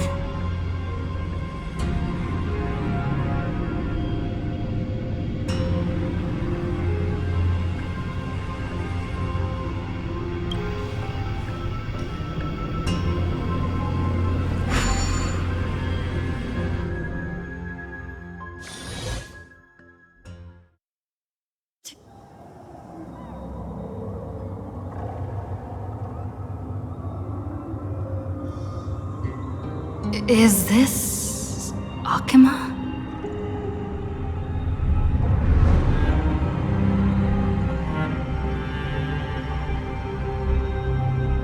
No one's here. And the dawn device off.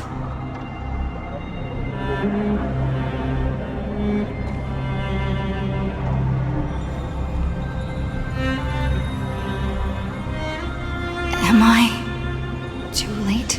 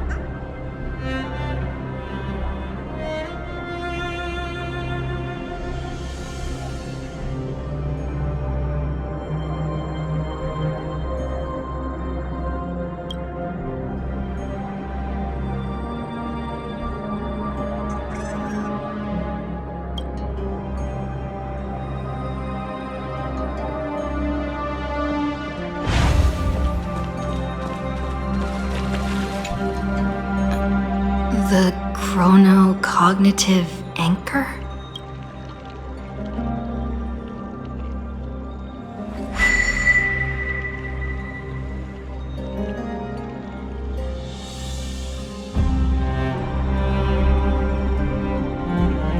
There's so much I wanted to say for our reunion. Yet now that you're back, there's only one thing to say. Welcome back, friend. It's been such a long, long time.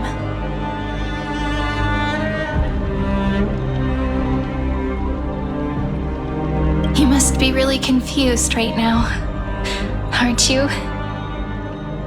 So much has happened in Emphorius while you were gone. But don't worry. The Deliverer can't afford to be lost, no? Now, please follow me and turn the pages of time and hear the words everyone left for you. I'll tell you the story of this 1,000-year journey. That way, it won't just be my memories alone. Cyrene can't hear me?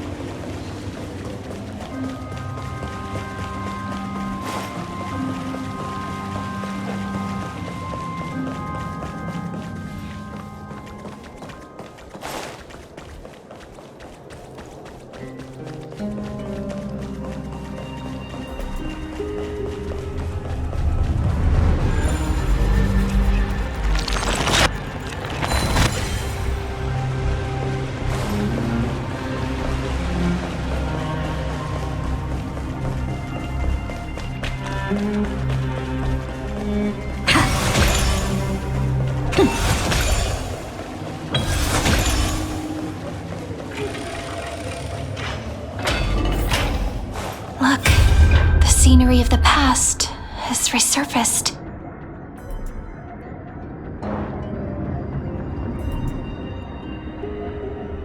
Time flies. 200 years have passed since the Deliverer's fall. We had to return 3 core flames of law, romance, and ocean to stop Lygus, but even so, Terravox has fallen. The 2 geniuses vanished without a trace, and Zeridra embraced her fate. At this rate, Era Nova will come, and Amphorius will fall into the destruction.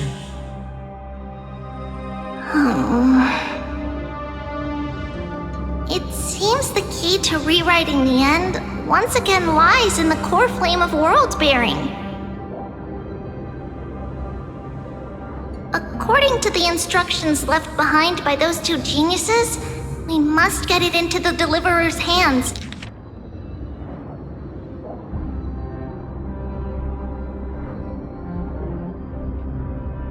No matter the cost.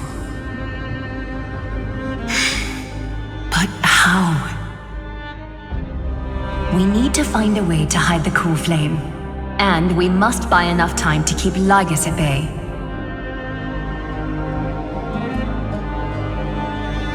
About that, Rini might have some good news. She had that dream again last night, but the Titan's voice was clearer than ever this time.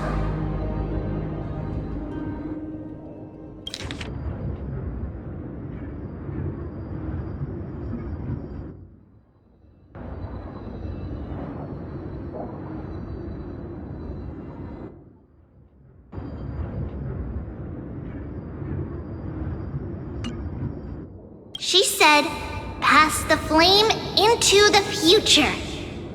Is that a prophecy from Orynyx? She chose to side with humanity this time and hide one of her kin's core flame? It seems Amphorius' fate isn't sealed just yet. You're right. History has changed. Humans and Titans are both giving their all to keep this world going. Perhaps a relay across the ages is finally about to begin somewhere out there. Unfortunately, life will never go smoothly. Layden's army is already at our gates, and their commander, that Lycurgus, he's right outside Akama. Light calendar 3960. Zeridra, under the pretense of a campaign against Fagusa, sacrificed 500 Chrysos heirs to complete the trial of law. That same year, Zeridra the Imperator was assassinated, after which Aglaya the Goldweaver took command. Thus began humanity's second flame chase journey, a path hanging by a thread.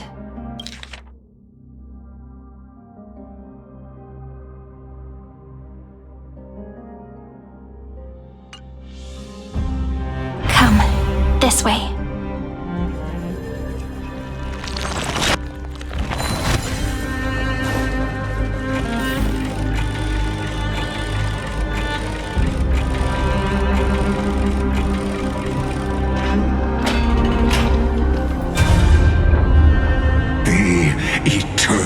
Holy city? What part of that eternity ever lived up to its descriptions in poetry?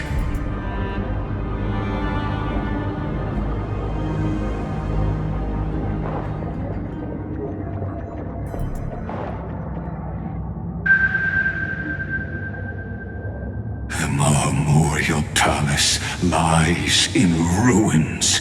Countless mortals have perished because of your stubborn resistance. It's time you learned the cost of refusal. Now, answer my question again. Where is Kefali's core flame?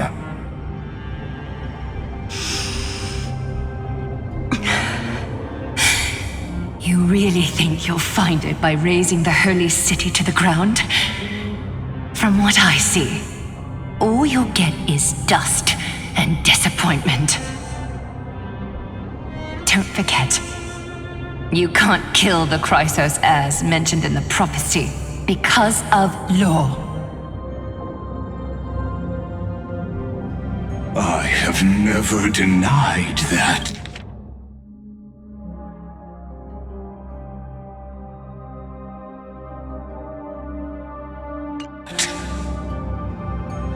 Which is why I now place my hope in the faithful citizens of Akama.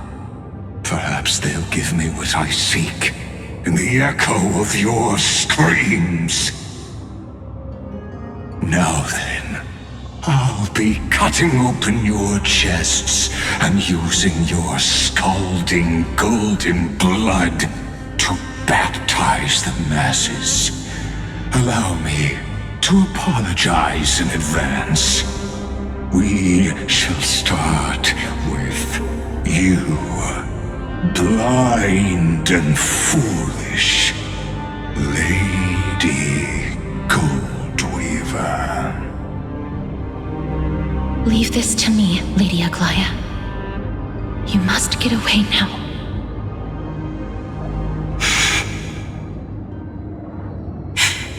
No, Holy Maiden. I'm the one who must stay. What? His conspiracy won't succeed. Because Romance is ready to make good on their promise to weave an indestructible armor for Amphorius. Its name is Solidarity. You must escape with your life and carry word of my death to those still fighting, then keep going with them. Just as the Imperator lit the torch of resistance with her death, my passing will make this flame everlasting. Take good care of it, guide it to the future, and place it into the hands of our deliverer. 50 years later, Lygus led his forces again to Akama. He charged directly into the Holy City and razed the Marmorial Palace. History would name this battle the Third Siege of Akama. 90,000 brave souls gave their lives for Akama that day, including their fearless leader, Aglaya. Go forth, Deliverer.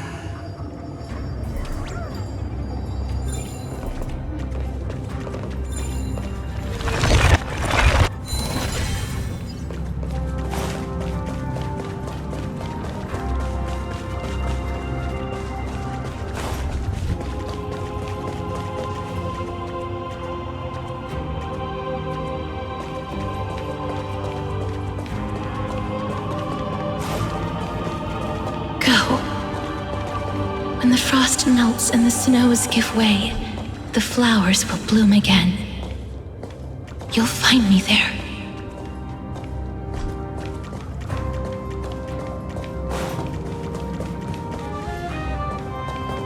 So what you're saying is, Princess Homebuddy is never coming back, is she?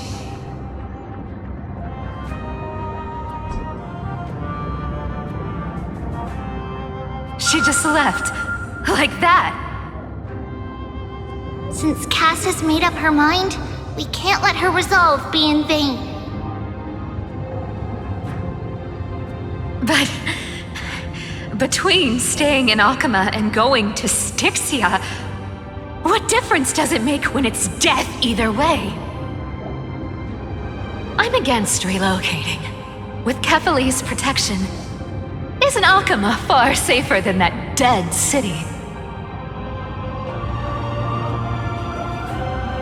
Cass's plan doesn't involve any relocation at all.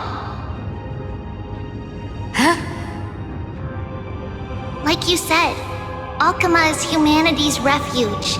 We never intended to get everyone moving to Styxia.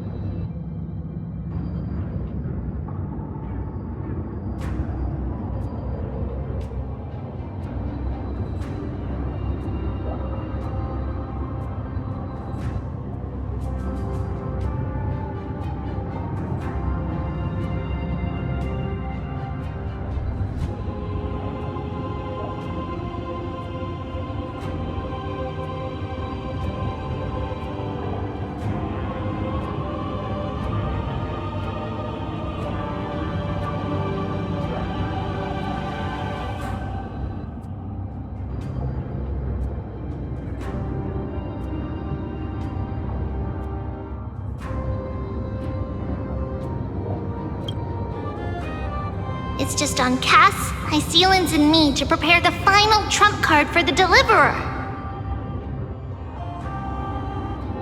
Wait, what kind of trump card needs all three of you demigods to throw yourselves away? We must lay down the path to the future so when the Deliverer returns, they'll have a clear road to reach the location of Aaron Nova. Styxia sits where death meets the ocean. There, with the combined powers of ocean and passage, we can summon a current that leads to the vortex of Genesis. And the demigod of death will forever guard that secret path until she returns.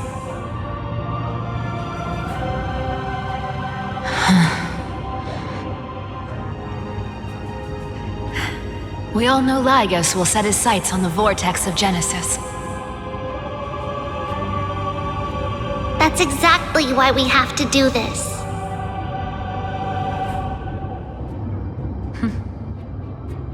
Guess I underestimated Idonia's Maiden of War. She's got way more steel than I thought.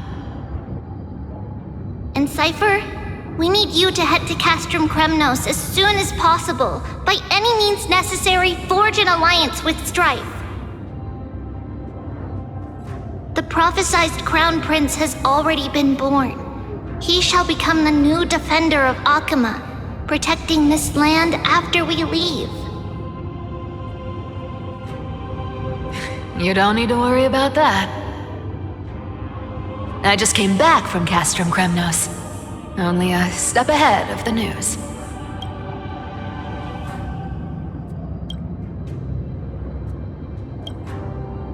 Treeby, something's flying towards Akama, and it's really fast.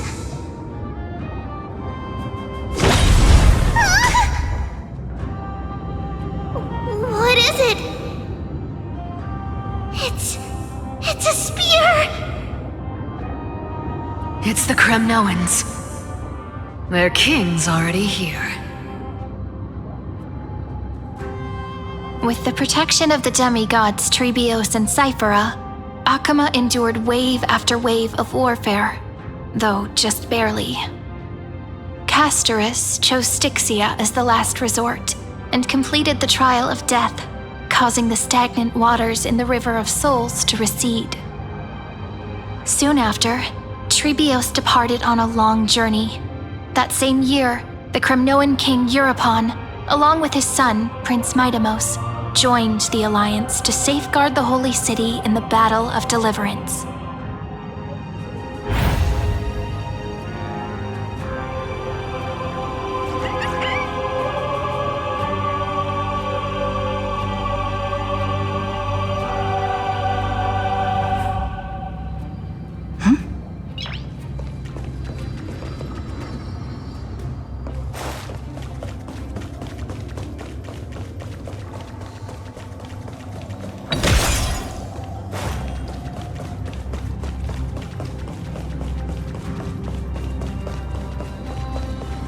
Go on, and see you tomorrow.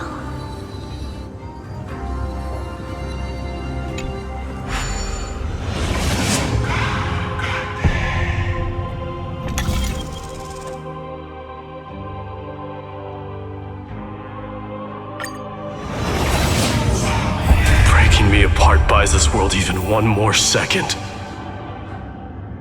And so be it.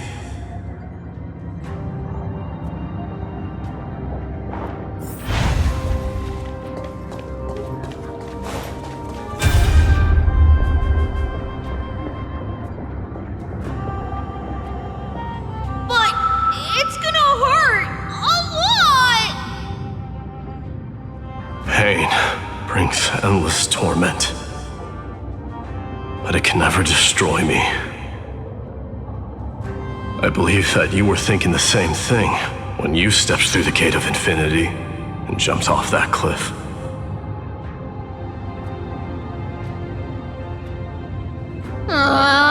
Can't argue with that. In the current situation, this is the only path Akama has left. do as I say. Split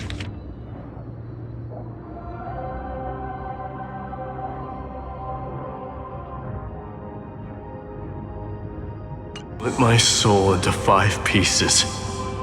Forge me an immortal vessel. Let the blade of strife hang forever overhead. Locked in battle with their enemies to the world's bitter end.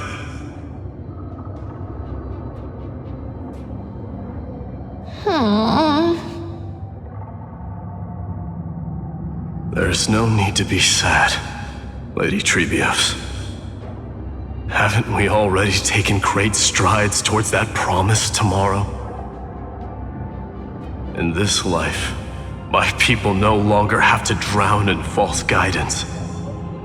Kremnos has washed the blood off its fate. Emphorius no longer needs a god named Strife. So let me shatter the former loss and turn the Lance of Fury back into a weapon that protects the world.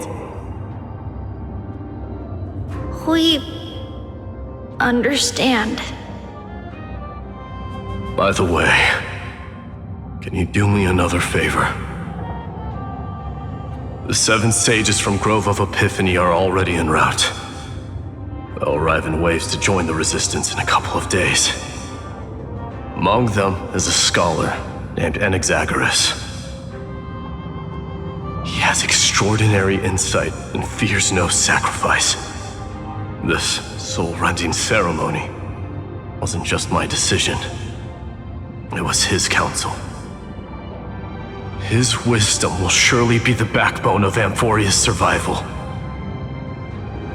Watch over him. Carry on this everlasting flame for me. Through Anaxagoras' ritual, the demigod of strife split his soul into 5. Courage, honor, tenacity, sacrifice, and reason, each sealed in blood crystal and cast into battle. The people held a 10-day funeral to mourn their fallen god king, and through his sacrifice, humanity was granted 200 years of peace.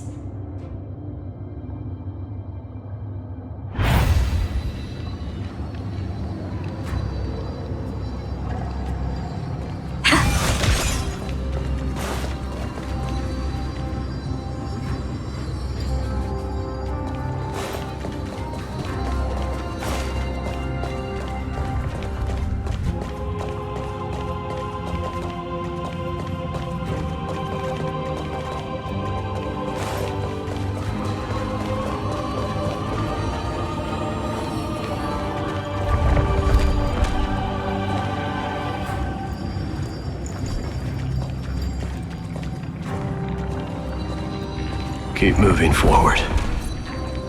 My blood will pave the road ahead for you.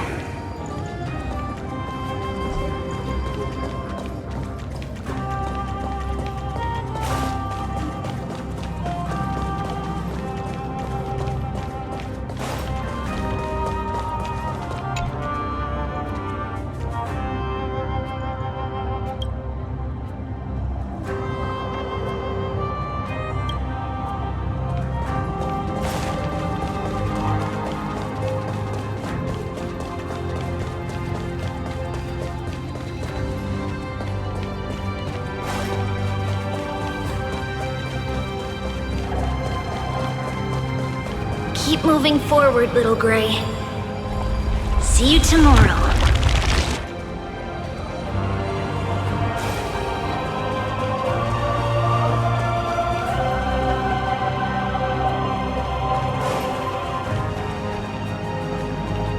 That seamstress wasn't wrong when she said a lie needs more lies to keep it together.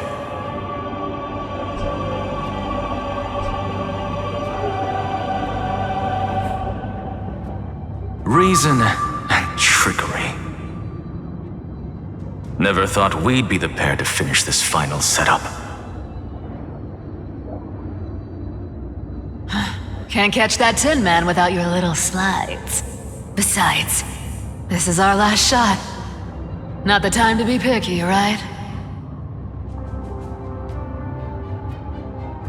Don't oversimplify it. Lygus just found out Akima's been an empty shell for the past 50 years. He's bound to be furious. At this rate, he could have done anything.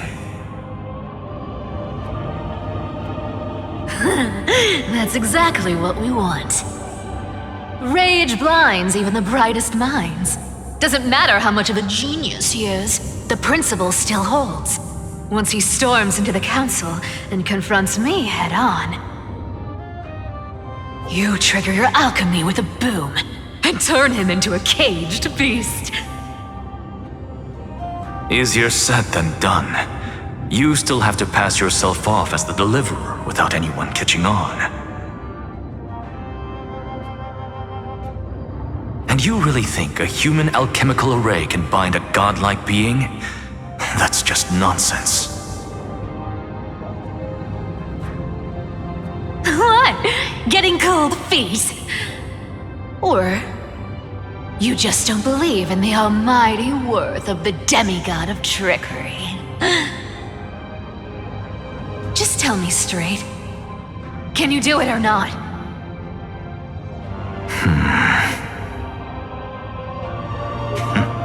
Of course I can, and it'll be child's play. But I've got two conditions. Since this is the final act, if we're doing it, we go all in. No half measures. Oh, I'm listening. First, shift the battlefield to the vortex of Genesis. It would be more convincing if the deliverer were to appear there. Besides, the vortex is cut off from the world. No place in Amphorius makes a better prison. If you pull that, wouldn't our deliverer have to face tank Lygus as soon as they come back? That clash is inevitable. All we can do is create more chances for her. And that's the second condition.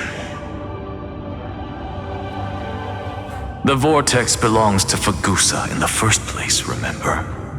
And there happens to be a demigod of ocean among the few survivors in the world. Loop Hysealand's in. Let her join the final act. I'll transmute myself into a philosopher's stone and embed myself into the formula. And when the time comes, she needs to shatter me and scatter that stone's ashes into the ocean within the vortex. Huh. I guess people weren't wrong when they said you're insane, Grove Boy.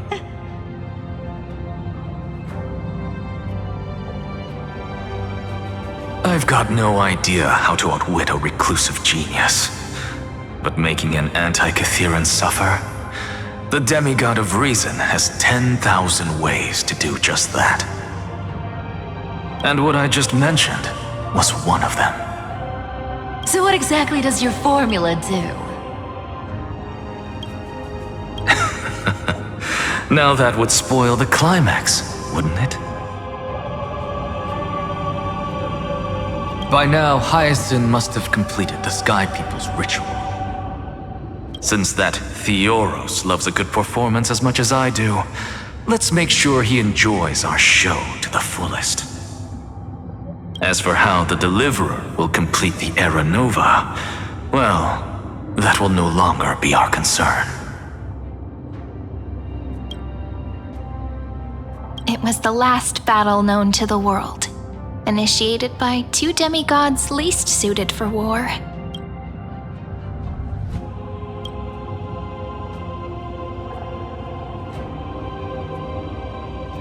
In the end, reason and trickery kept their word.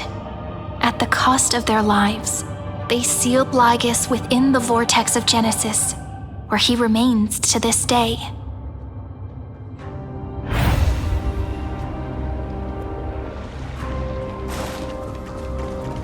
Go forth.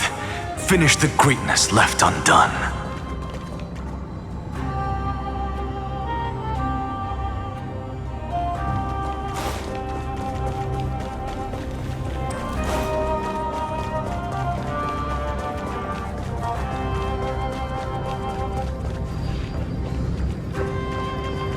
overthinking. Just run! Keep running. That'll be enough.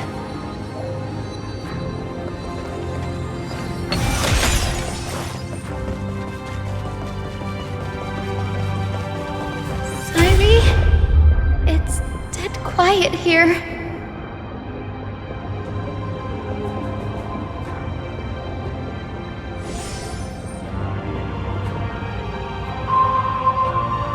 Akama will stand eternal.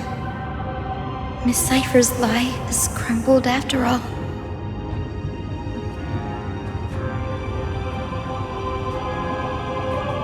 But it's all right, because all of us have fulfilled our purpose by now. When the Deliverer returns, no matter where she is, sky will turn clear, and a rainbow bridge will rise, carrying her to the final battleground. Sairi, this arduous relay is finally nearing its end. Now, I'm passing the final baton of fate to you, okay?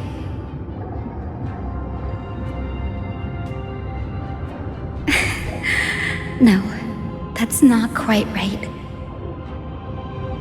After all, it was you and her who lit the first spark of this journey, wasn't it?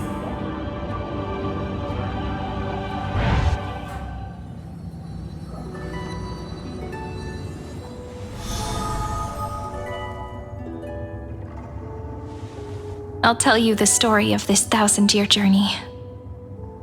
That way, it won't just be my memories alone. And I'll share the moments I spent with you with everyone. That way, the path we walked becomes a memory shared by all.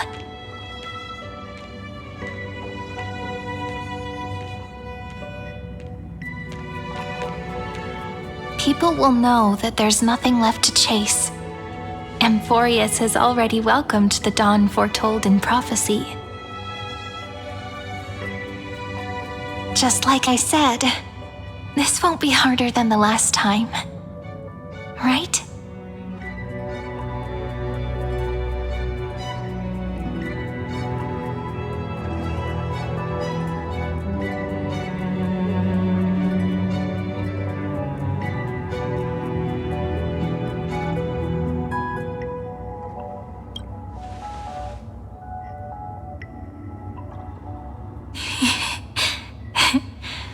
I wonder what kind of expression you're wearing right now.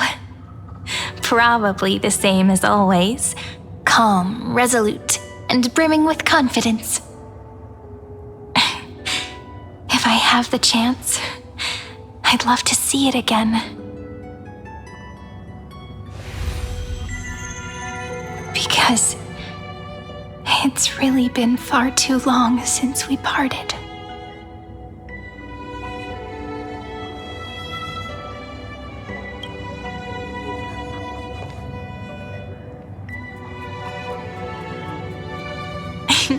Someone as sharp as you must have realized by now that this isn't reality, but a maze of time.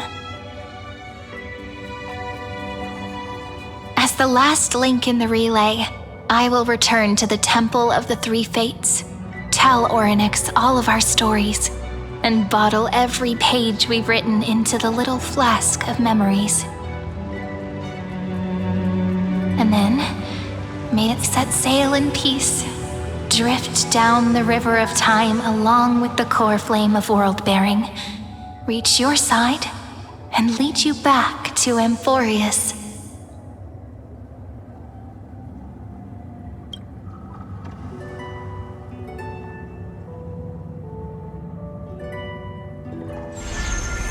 Just like the first time we met, right?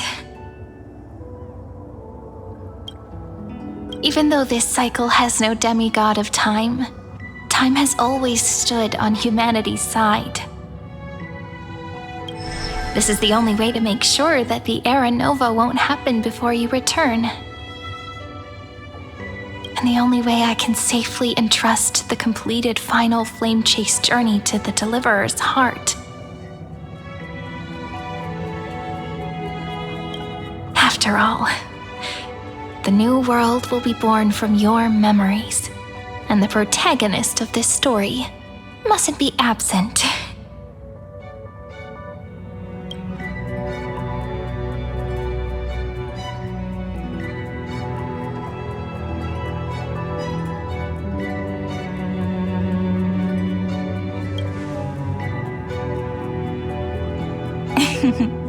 I believe you will never let us down, just like always.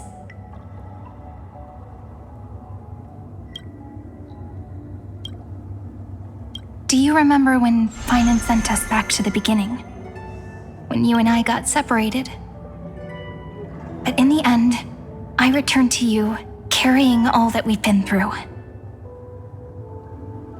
That's what memory is. It may wear down and fade in the river of time, but it never truly leaves. When that hidden corner of the heart is stirred, the past returns even more beautiful than before. So don't worry. Let the 33,550,337th Flame Chase journey become part of you too. I've gotten a lot better at it with the experience from the last time. Next, you will head to Styxia and find the Vortex's entrance guarded by the demigod of ocean before charging toward the final battlefield.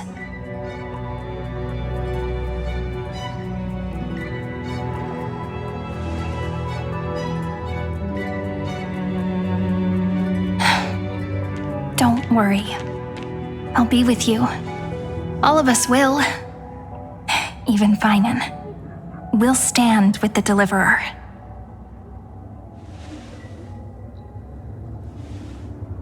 So say a short goodbye, then set off, just like we promised at the start.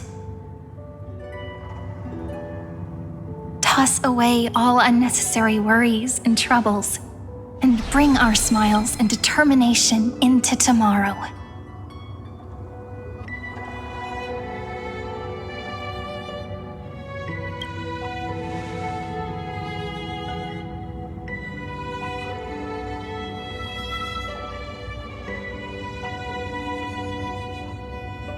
The last baton.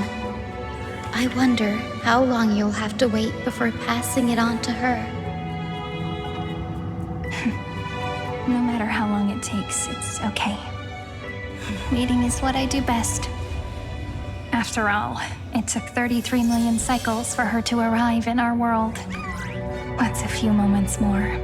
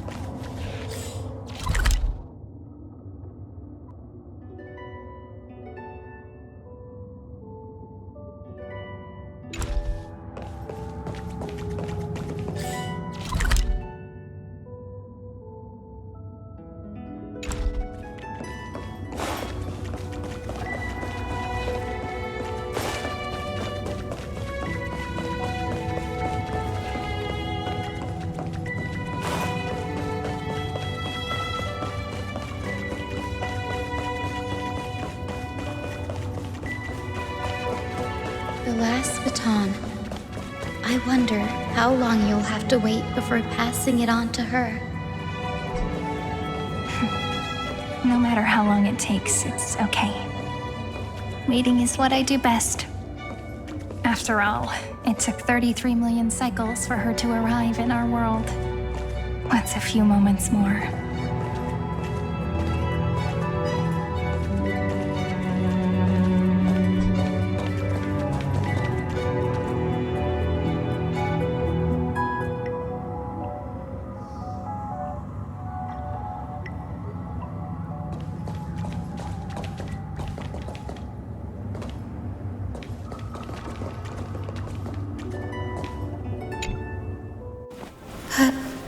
Sairi, what if you wait and wait, but that hero never arrives? That won't happen. Because I know that no matter how long it takes, She'll definitely return to this place. We can't let her down.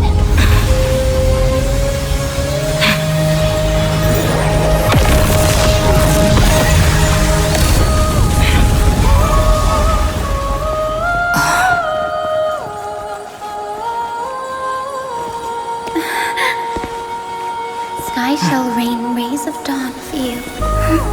May romance be with you on your journey. And reason grant you enlightenment. Let strife bestow you with inspiration.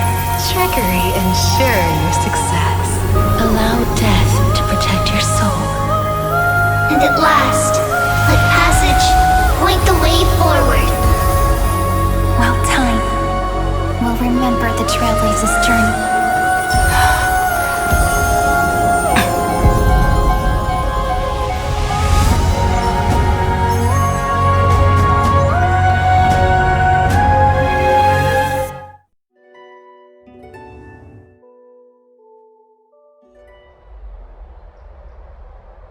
Is this Styxia? What happened to this place? I need to find the entrance of the vortex, guarded by the demigod of ocean. High Sealens. Is she still there? Long time no see, Trailblazer. Generation after generation of Chrysos heir heroes have tried to defy fate with their blood and tears, either voluntarily shattering their souls or waiting in eternal solitude. But alas, fate can never be defeated.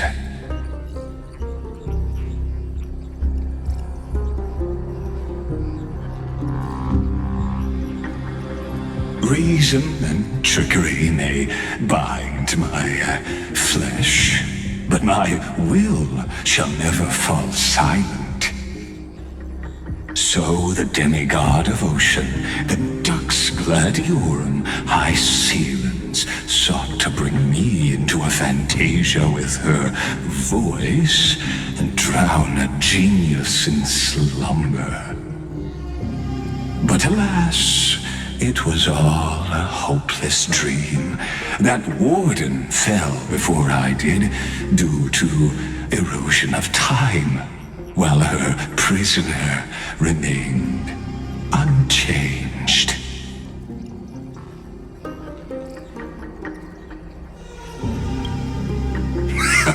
True, I can't leave this place, but what of it?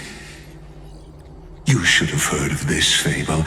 In a shadowed cave lived a people, imprisoned from childhood, and chained so that their legs and necks are fixed, forcing them not to look around at the cave, each other, or themselves.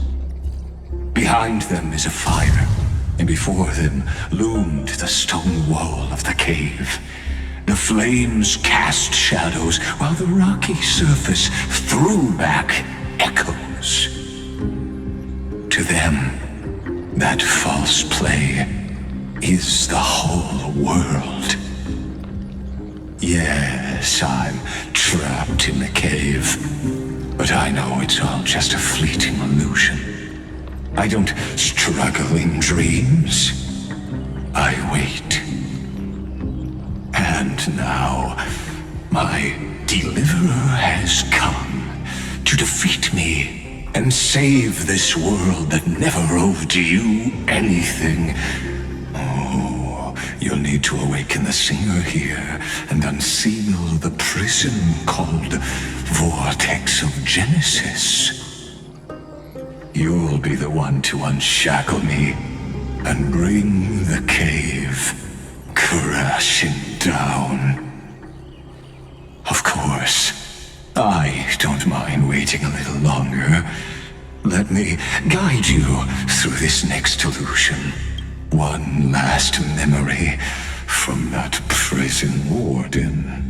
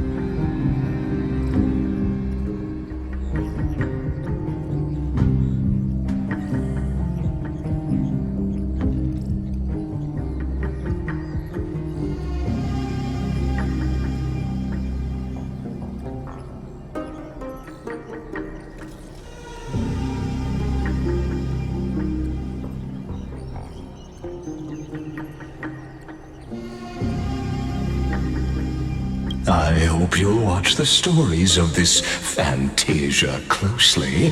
Logically, the Deliverer must see the world for what it truly is.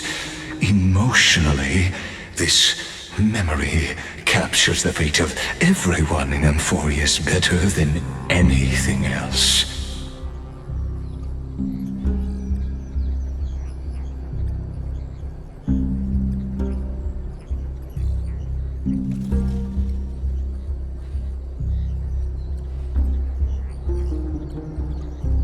Only by feeling it for yourself can you understand my point of view, the meaning of destruction.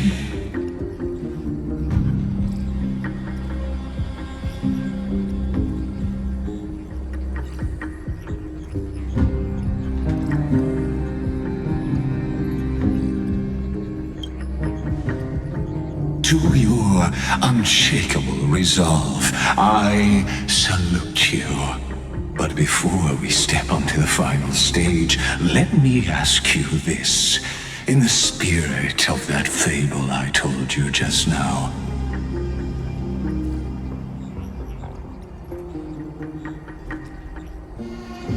can the prisoners in the cave learn to see the shadows and echoes for what they are, and stop mistaking them for reality?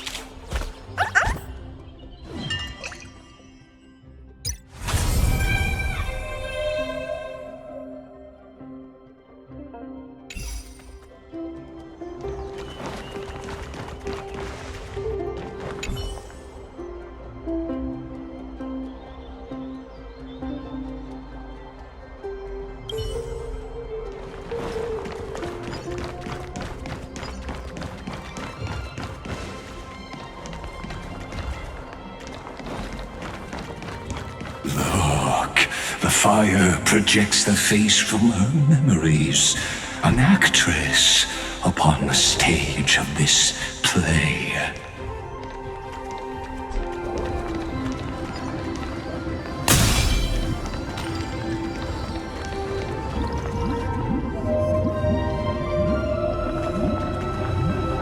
The dark tides flood the sea, and our kingdom teeters on the edge.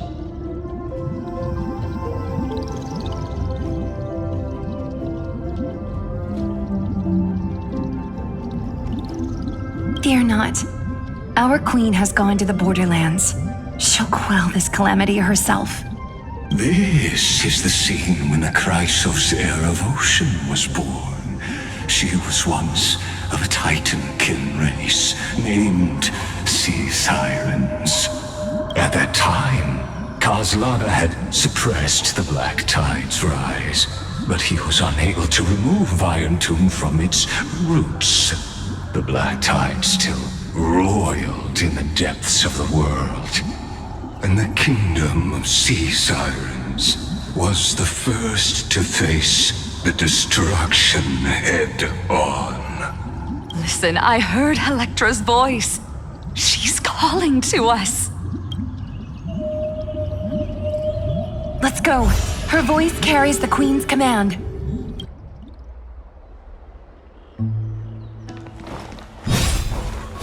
To keep the Black Tide from threatening the ocean, the Queen gave her all, body and soul.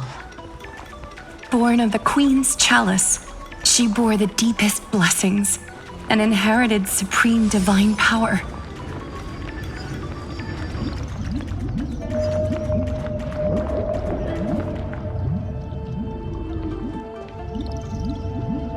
My sisters! You're finally here! Of course, Electra. Your beautiful melody drew us here. Her true name is Electra. This is a reflection of her former self. The Queen summons us. She must be near exhaustion. The Black Tide will soon enter our borders. Then what do we do? Will our seas fall to darkness and terror as well? Don't worry. We shall lift the chalice in her stead to catch the Black Tide, and stand together to safeguard our realm and its people. Such tiny Titankins, thinking they can stop the tide of truth. How naive. And that naivete is the root of all suffering.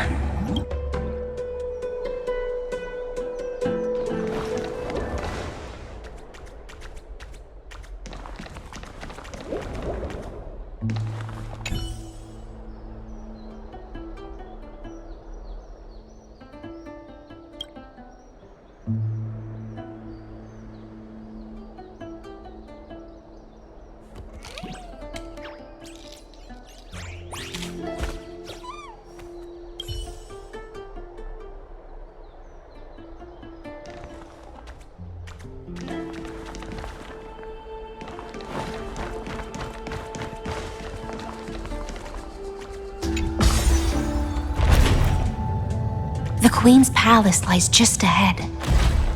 Even her once graceful form is now tainted and drowned in dirty mire.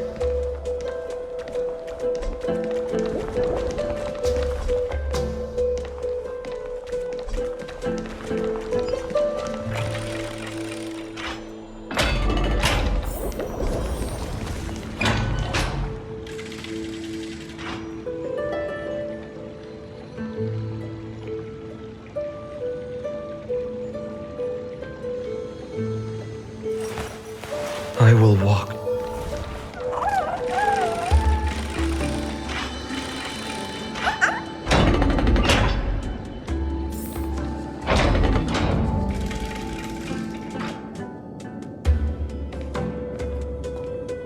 Oh, Fagusa, our noble queen, we've come at your call. My little fishlings, you swim with such joy. It pains me to speak of the kingdom's sorrow. I once believed I could drink the Black Tide dry, but even the deepest chalice must one day overflow, and I can hold no more of this filth. Mother, worry not. We're all children of the sea. Let us bear your fate together. We'll take up your mantle and drive back the black currents. We'll mend your sacred chalice and take in the cursed filth. My little fishlings, When the spear of strife falls, you may retreat in peace. I promise you, on the surface, the city-states will hold a feast without end in your honor. This is the last gift I can give you.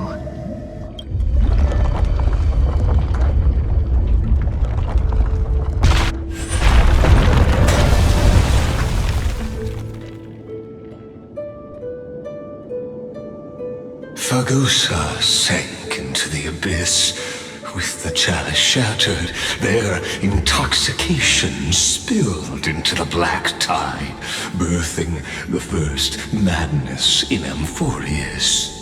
Sea sirens followed one after another, hunting for the Titan's fragments, until their flesh decayed and their bones crumbled, all for the promised final feast.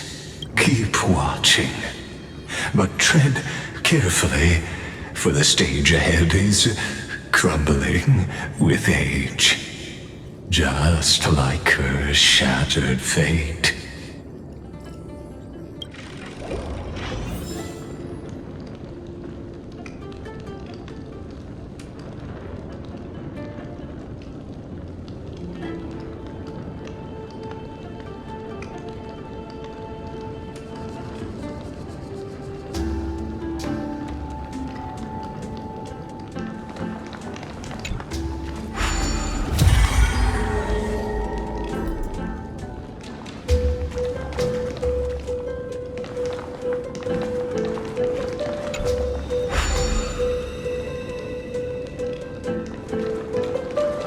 Clinging to the past only blocks the road forward.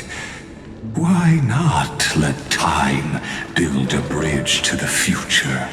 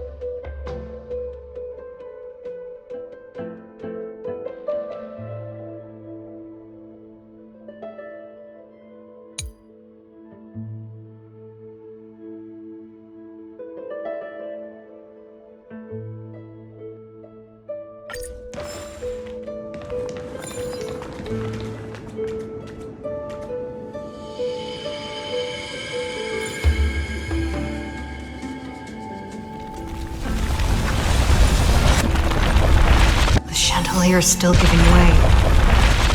Maybe the chrono vessel nearby can help.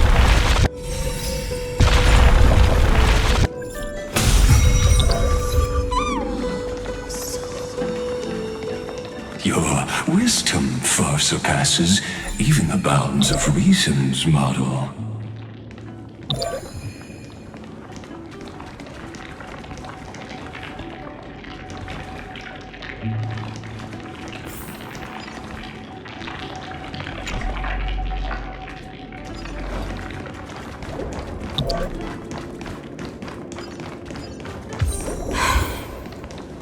Can't get through.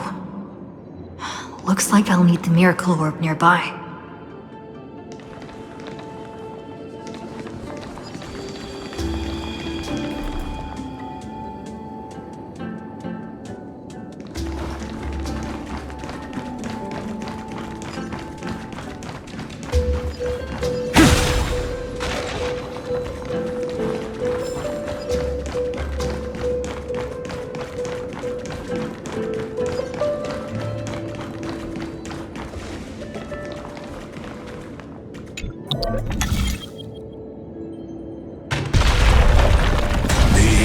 was written long ago.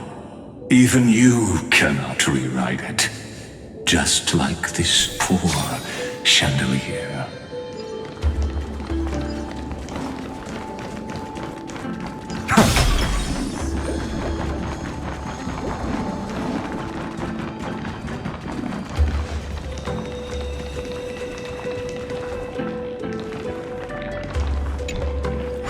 Electra! The fiends have gnawed my tail. I can no longer swim to the far seas. Electra! The black sludge has soaked my fins! I can't dance with you anymore!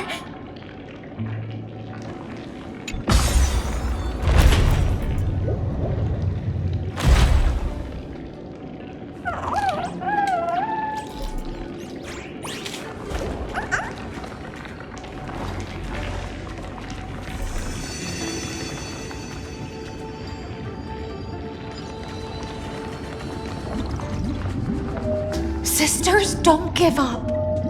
Remember the Queen's promise of a feast in the city called Styxia.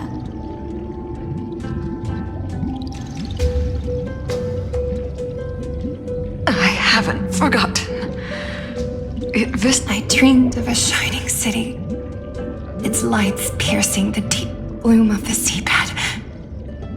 I dreamed of children placing garlands on our bone horns, and poets praising the sea sirens for shielding the world. But what a shame. We can go no further. Please, sing to the humans for us. Feast. Song. Electra.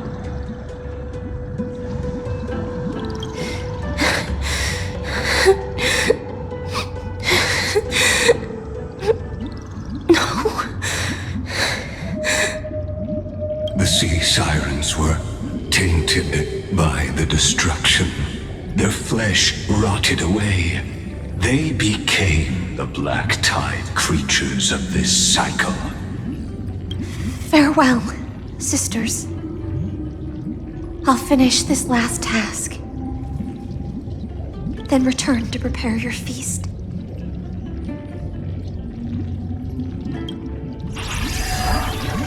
And so, only one sea siren remained among the sea floor.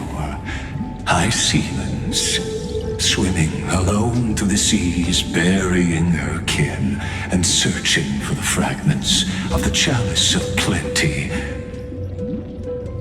Though most of that journey was in vain, why not use the power of time to leap ahead toward the journey's end? To reach the spirit basin, I'll need to call upon the power of the Chrono Vessel.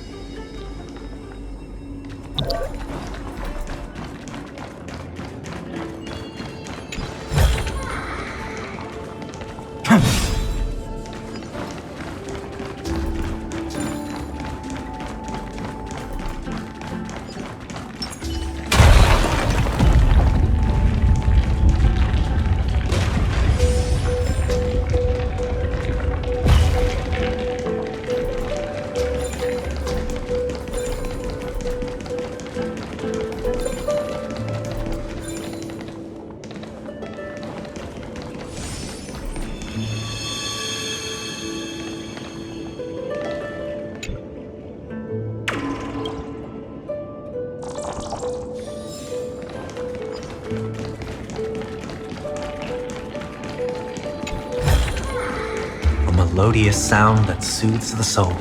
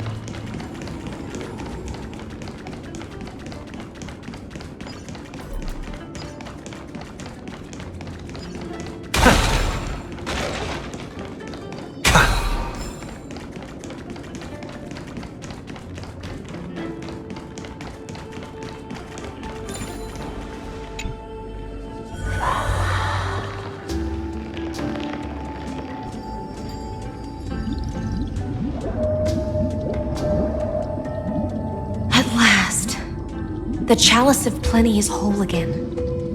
A lance of fury emerges from the river of souls, and the gods reclaim their duty to hold back the black tide. I am freed from endless toil, and now walk toward the rites at Styxia. I bore my sister's dreams upon my back, took on a graceful human form, and hoped to find a grand celebration on the shore.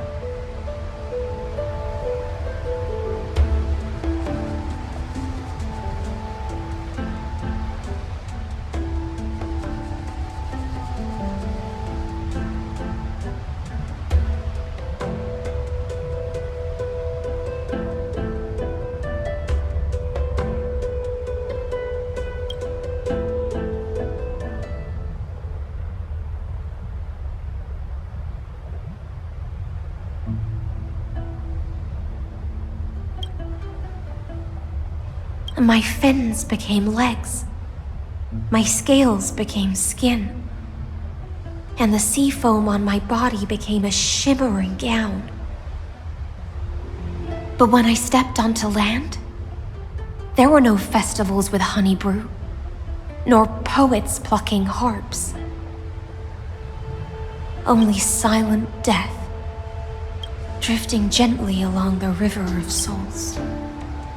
When she fulfilled her wish, she only found Styxia to have already repeated the mistakes of previous cycles and was swallowed by death. Hopes and promises are nothing but the foam of dreams. I am a sea siren, a vessel born to contain the tides. Now that my task is done, and the promise is broken, how am I to go on in a world drowned in shadow? Fagusa, my noble queen.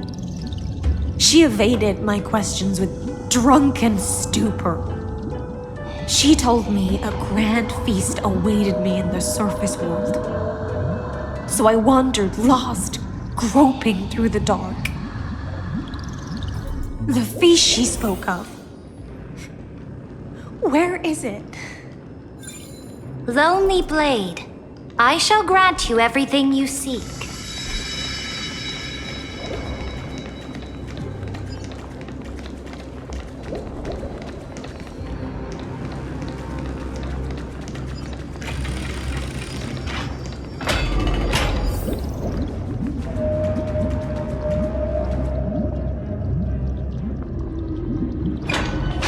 After wandering the surface for ages, the lost sea siren met her future conspirator. You quelled the wars alone and forced strife into retreat. This swordfish that commands thousands of legions, whom does she serve?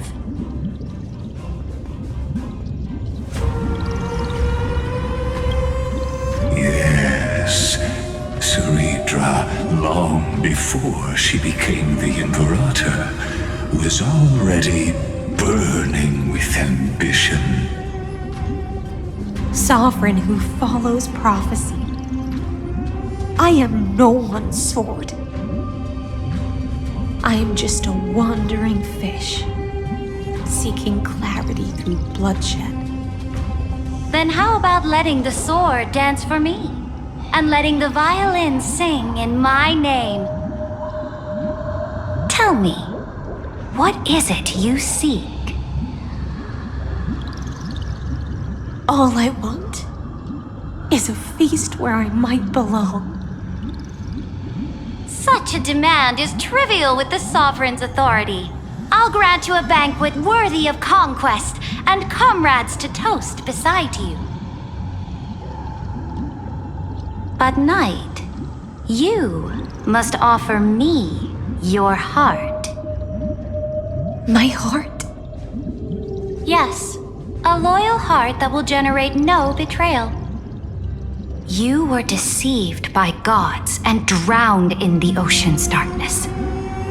But now, I will lead you forward and be your light. So be it, noble monarch. The law you proclaim shall govern my every breath. So be it, noble monarch. I am simply becoming someone else's vessel once again, and accepting a duty given to me. And thus, in her hollow drift, she finally found a new purpose, like sunlight piercing the deepest trench.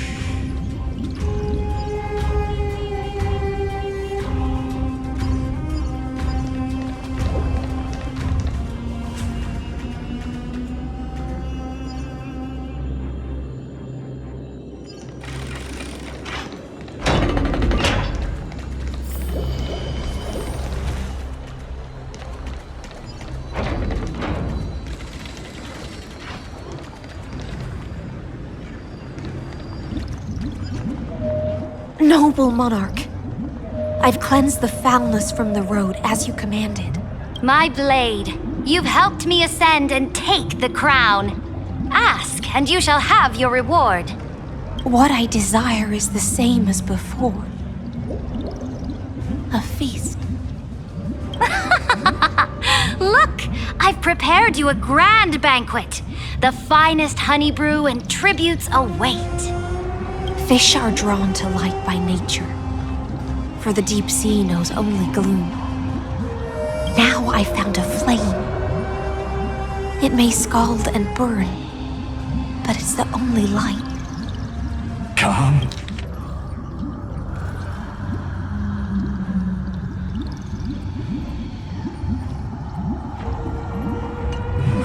Let us join the feast. Perhaps the path forward lies hidden among the revelry.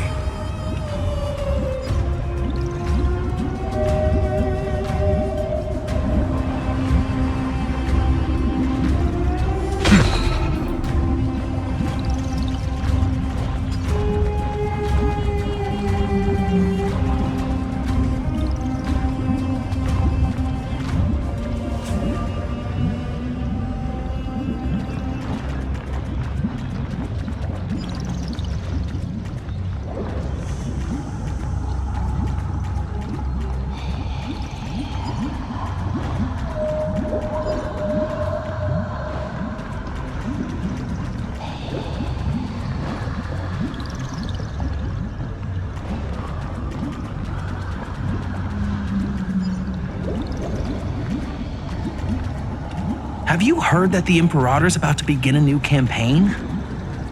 Her glory will no longer be bound by the borders of Enforius.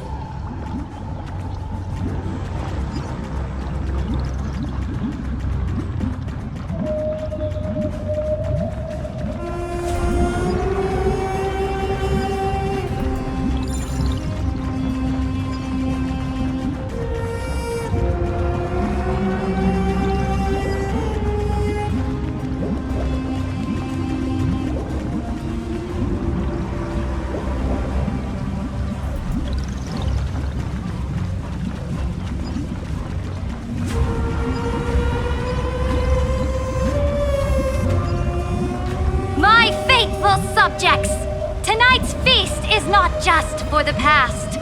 It's a toast to the future! Born from our golden blood is an unstoppable colossus. Our iron beast to trample the universe! Great monarch. I've heard the universe teems with great threats. Can we truly remain invincible?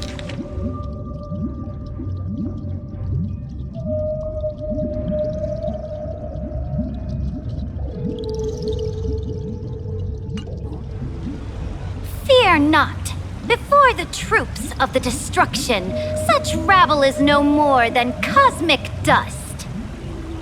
Surely there's a planet draped in oceans out there in the stars. Once I claim it, it shall be yours to rule. And to the rest, your triumphs will not go unrewarded. I promise you a new age, free of fear. Now, raise your cups to our conquest among the Sea of Stars! Sea of Stars! Sea of Stars! Conquest among the Sea of Stars. What a grand vision.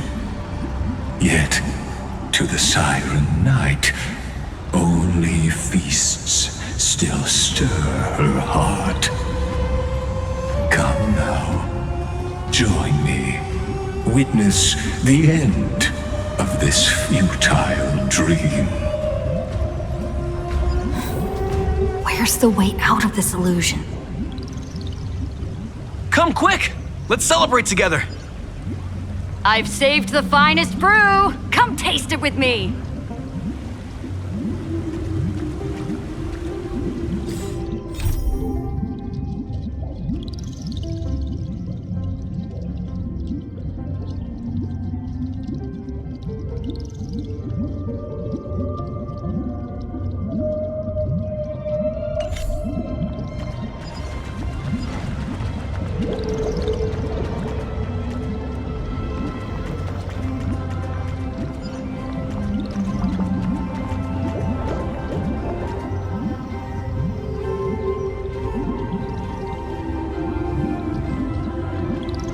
Noble knight, you are truly a blazing spark.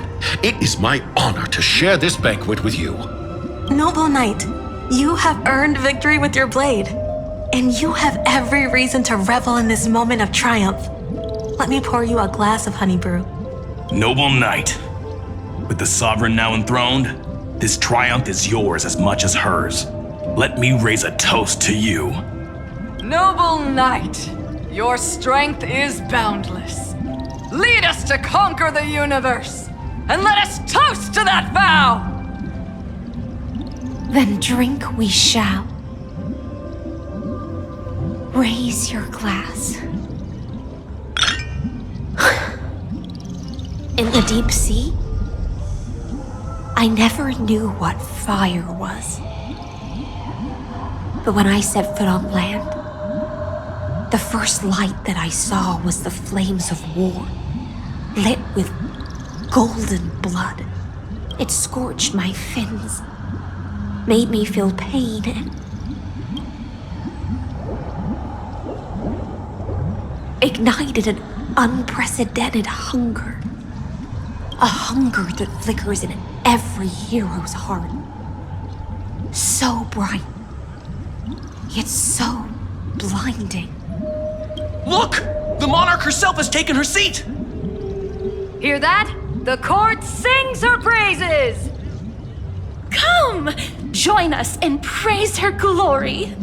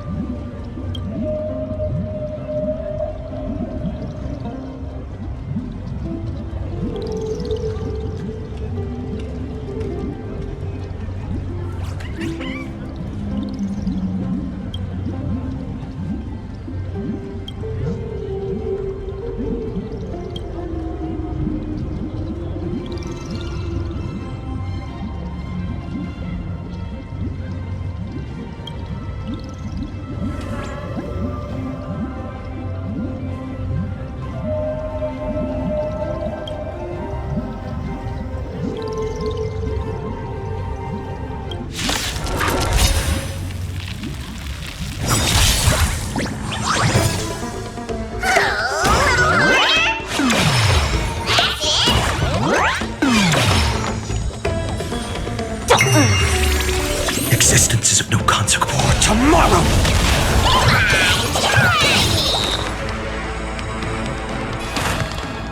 Tormented doubt, farewell. No other choice but forward.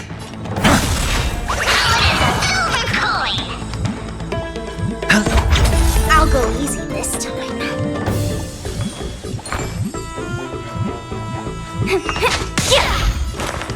Serenity is before me. Existence is of no consequence.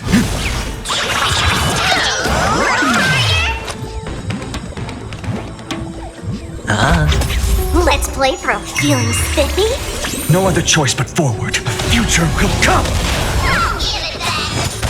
I'll overcome the thorns. Tormented doubt, farewell. Existence for tomorrow! Hedge your bets. I'll go The future will come!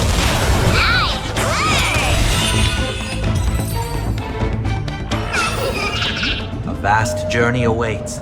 Venture and observe.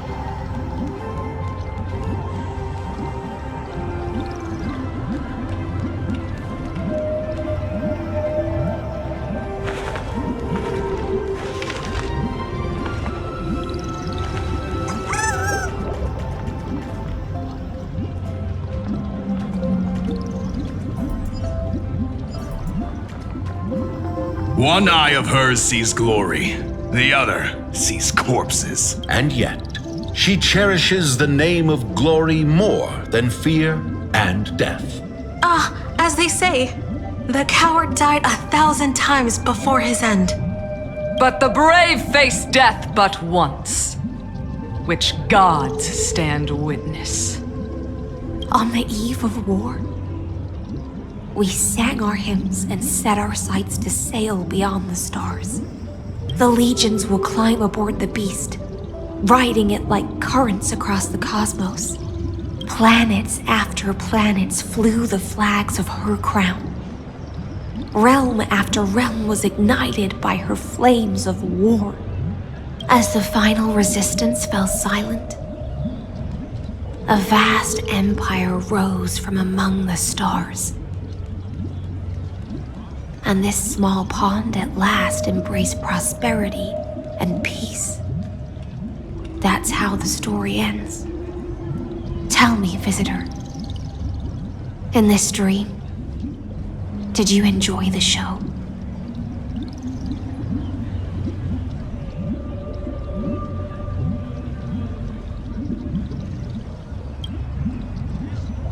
Yes. Just fake bubbles glinting on the surface of poured wine. It's time for me to wake up from this drunken dream.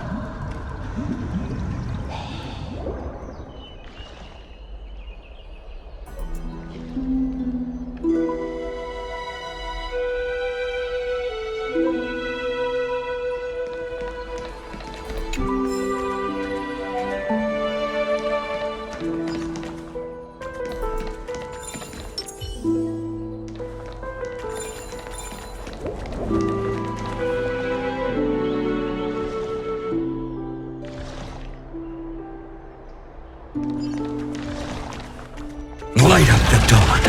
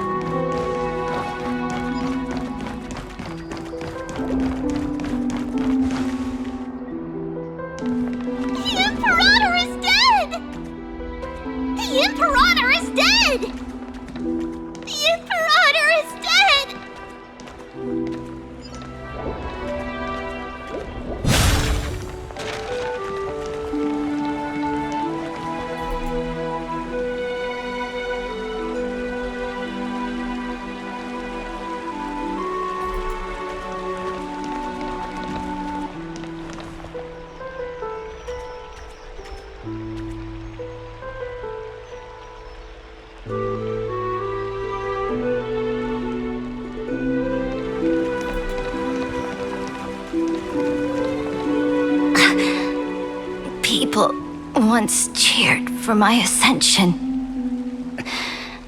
And now they cheer for my fall. The cosmos. The battlefield that I cannot reach.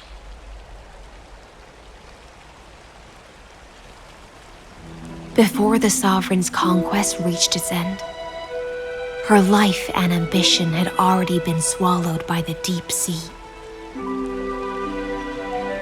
This is the true ending. Her grand designs torn apart by the blade. Her regal robes soaked in golden blood. And the one who struck her down? The one who struck her down was her most loyal Gladius. I don't need to explain myself. A fish in a pond has no hope against the surge of fate. I wandered the shore, found a flicker of flame, only to snuff it out with my own hand. I don't understand. If the ocean's feast, the Imperator's dream, and even Amphorius's existence are all illusions, then what's the point of our journey? When the Deliverer returns, I will let this absurd celebration come to an end. But Greyfry, I can't help but wonder how I dearly wish this feast of the Flame Chase would never end.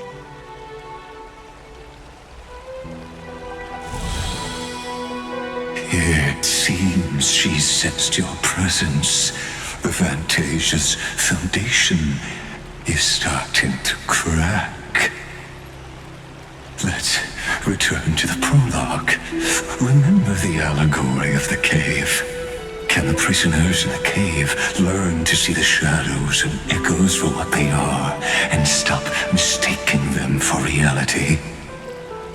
As you've seen, when she cast off her chains, finally turned to look around and moved her legs, her reward was nothing but searing pain.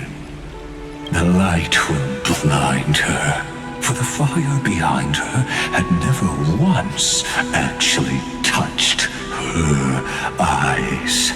Her legs will buckle beneath her, for she had never learned to walk forward. And so she fell into infinite confusion and fear, and came to firmly believe that the shadows and Ekbat we in the cosmos, are we truly any wiser than she was? Now, nameless one, fateless one, ask yourself this. The paths you tread, the eons you worship, everything you've trailblazed with your own hands, could it all be someone else's projected shadow? Let's leave that question till after the curtain falls. Once you've unearthed every last truth and reached the prison built for me by the demigods, I'll speak with you face to face.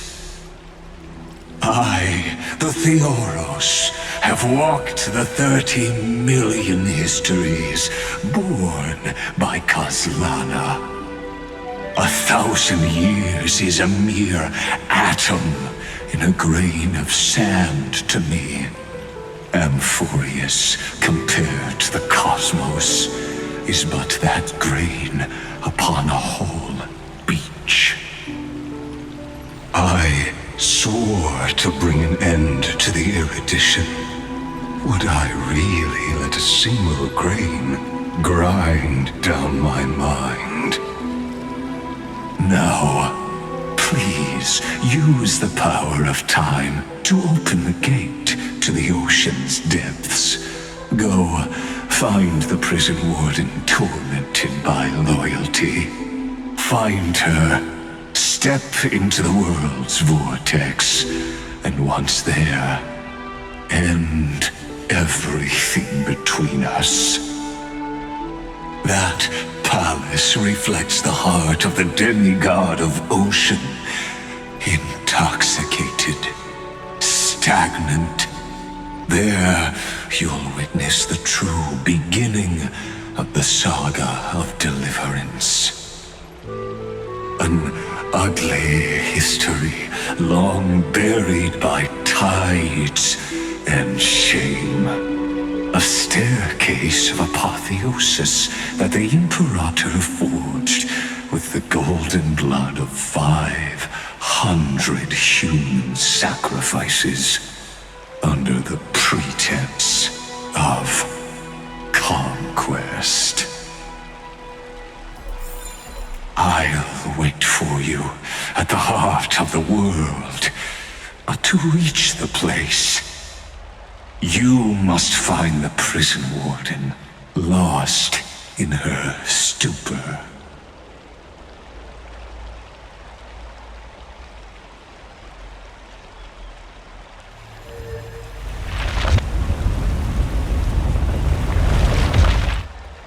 Beyond this door lies the path to the vortex of Genesis.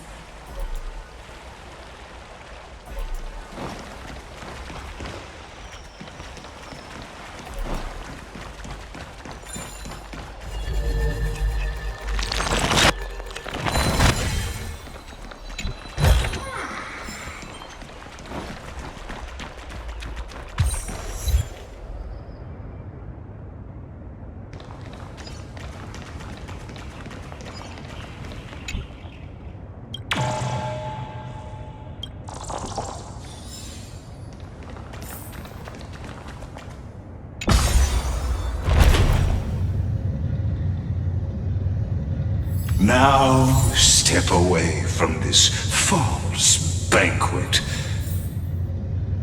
and then onto that bloody stage. So this was my childhood dream, huh?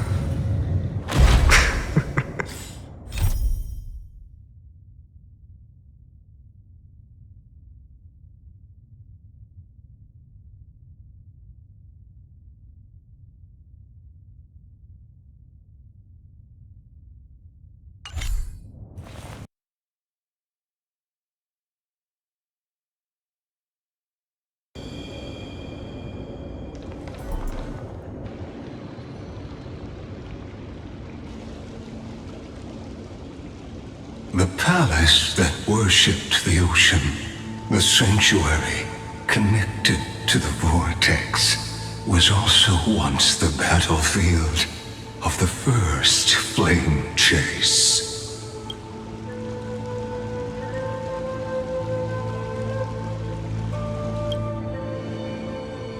Her exuberant song halted the passage of time in this place, imprisoning my body and shielding my soul from deterioration, all just to await your return.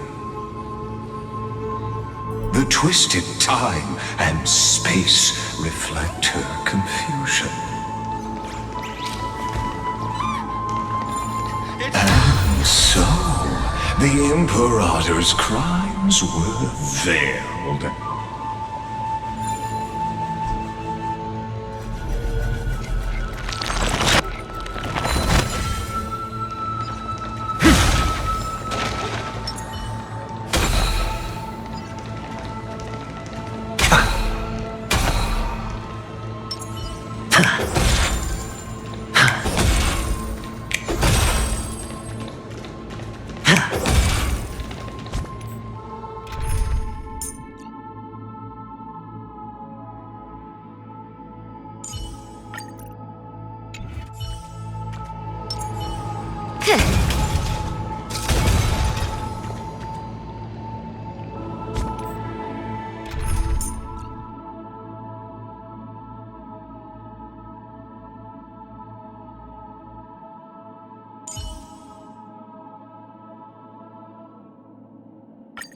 teetering on the precipice of danger is quite enchanting, wouldn't you agree?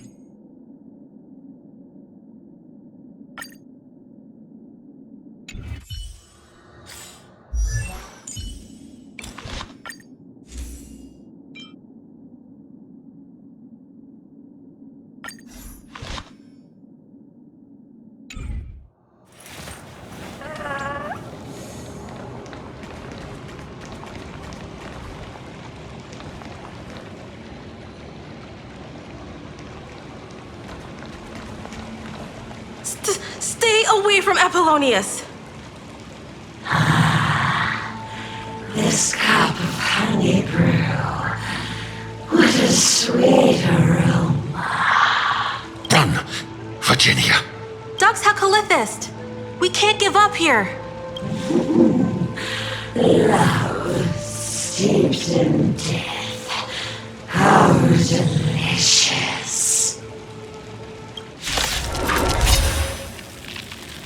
Sadly, all you see is a remnant of history.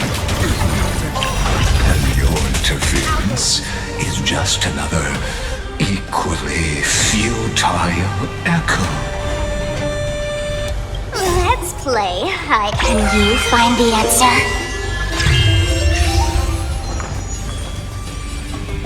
Feeling spiffy? In this mortal, watch over you and guide you on your path. Tormented doubt, farewell. Existence is of no consequence. For tomorrow! Hedge your bets. It's on me. Like that, huh? Watch your head. Let's play for a while. No other choice but forward. A future will come!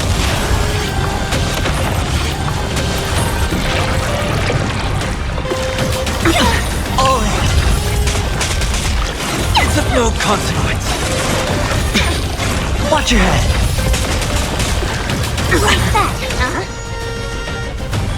Feeling spiffy? Existence is of no consequence. I've heard the call. Serenity is before me. Fury of innumerable core flames consume me.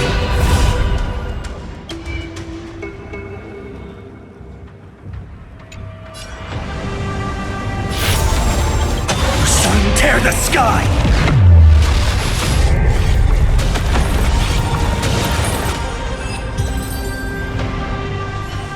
Apollonius, look.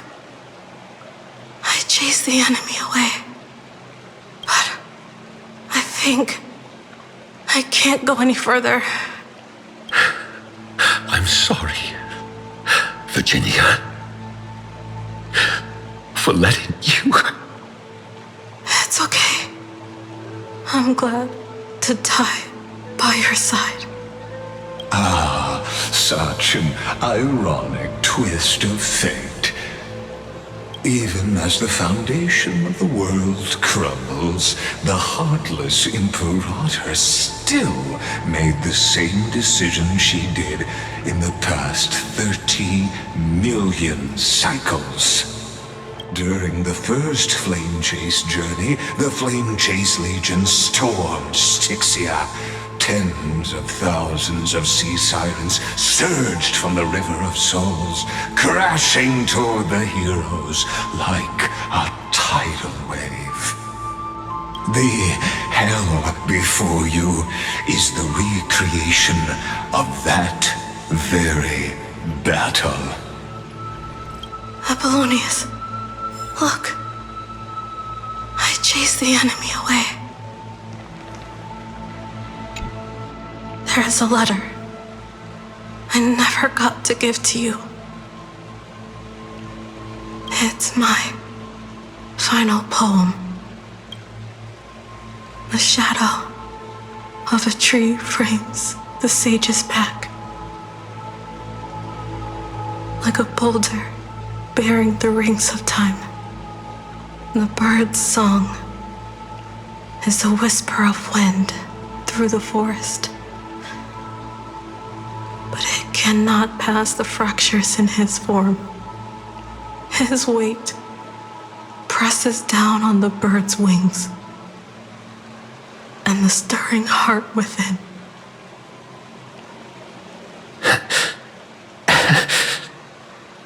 I always wanted to tell you. You look beautiful when you read poetry.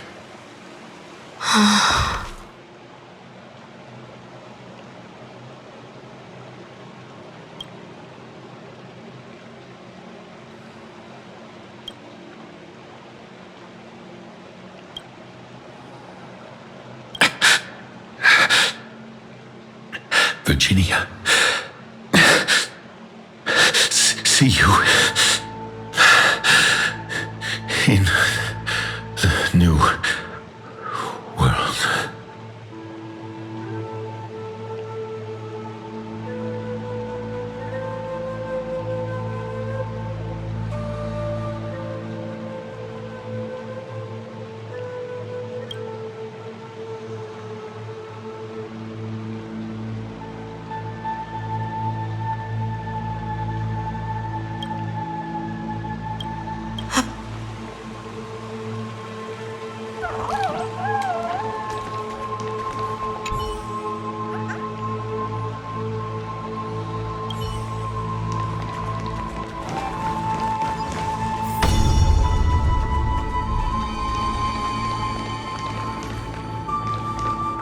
A painful past, yet hidden beneath a veil of joyful song.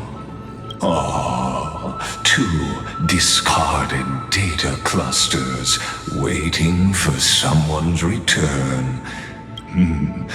Relive the history, then pass through the temple's waters and come to my side.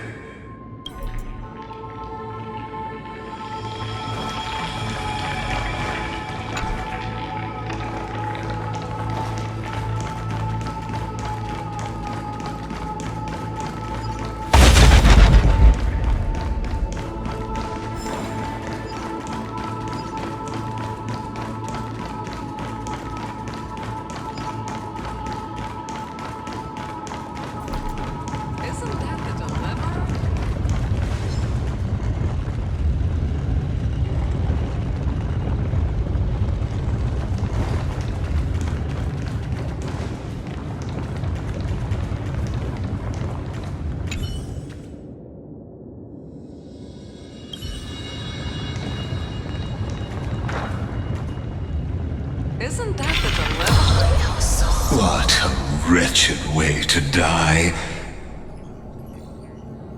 The Flame Chase army, devoured by warbling fish, never saw it coming. Look, the cruel Imperator and her Knight Commander, the pitiful Warden. What a perfectly matched duo of test subjects. Their hands drip with blood, golden blood. Raise the bridge and cross the river of fate. This path of the prisoner is far from over. Imperator! Imperator! Did you see my gallant deeds, Imperator?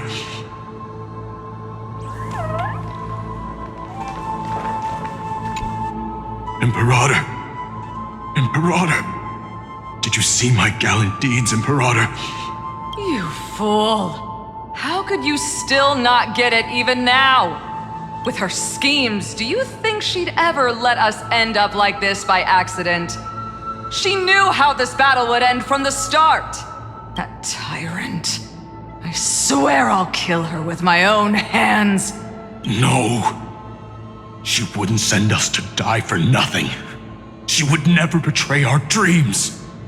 Or Emporius. Imperator.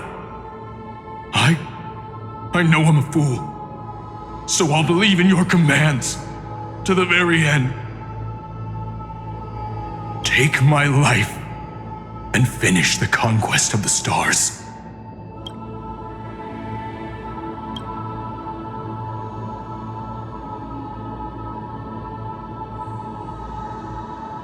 You mutt. Looks like I won't get my revenge after all, tyrant. Without me, your conquest is doomed.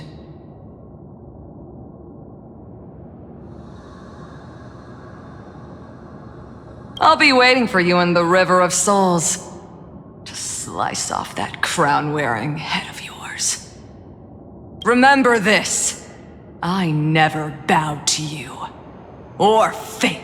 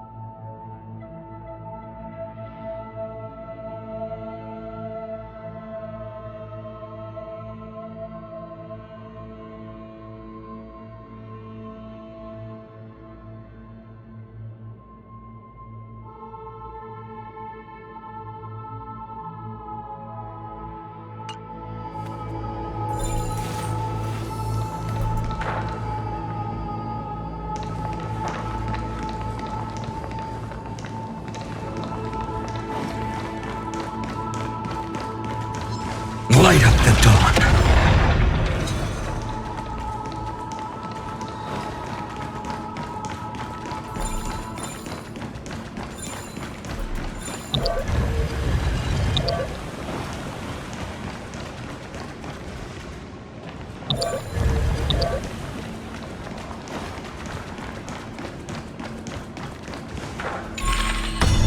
Isn't that the Deliverer?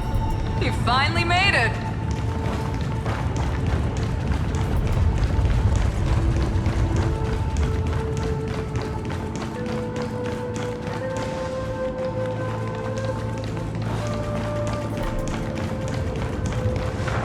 Isn't that the Deliverer?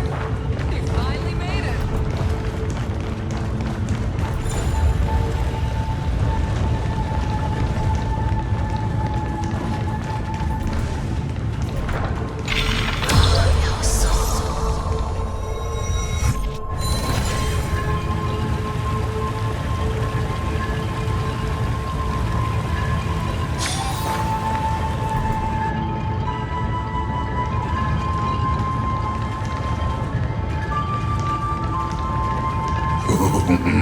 A sovereign and the sword at her side.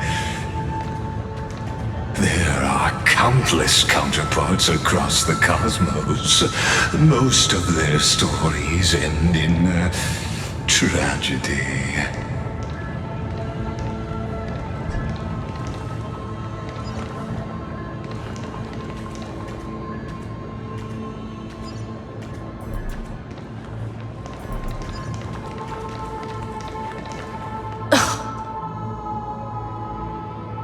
Imperator, why did you... You're here, Dux Gladiorum. You ordered me to seal the sea route and handle threats from the rear.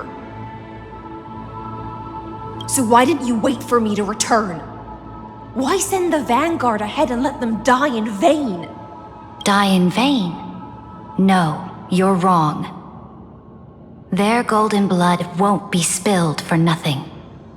The other dukes have paved the road for me to become the god of law. The trial of law? You never spoke of this to anyone. What is... The one who wishes to bear law must purge this world of its curse, and offer the blood of the accursed as sacrifice. I pondered long on what Talantin meant by blood of the accursed. Then, I found the answer. You, I, and every Chrysos heir summoned by the prophecy are the accursed ones. Just like that arrogant Theoros said, our golden blood is the agent of destruction, the antithesis of the world's fate. Dux Frigoris, Dux Brumalis, Dux Helcalethist. Their fate was sealed at that moment. Dying on a glorious campaign was the final gift I could give them.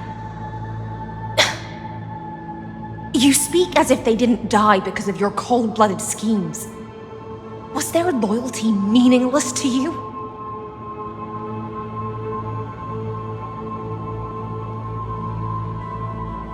Losses are a constant on the flame chase journey, among which even life itself holds little value.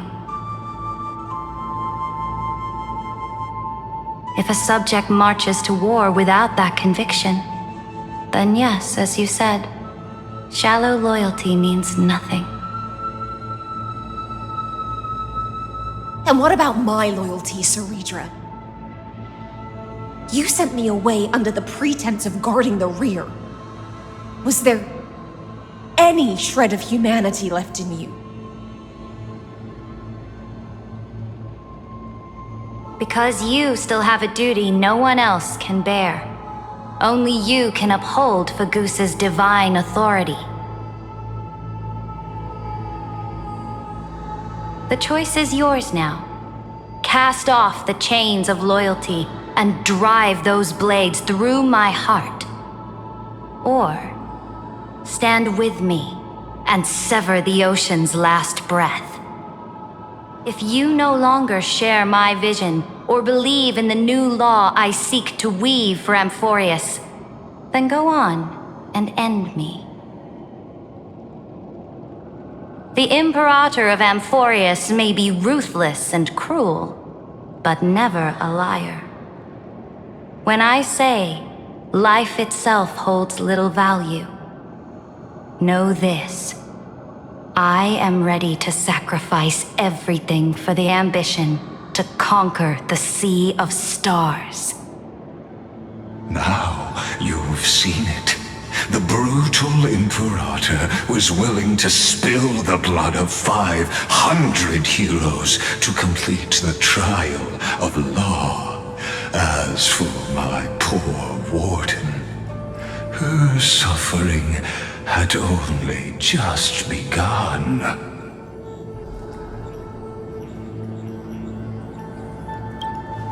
I'm no storyteller. I have no duty nor interest in filling in the history you've missed. I just want you to witness the monstrous choice the Imperator made before the Chrysos heir turned their blades against me.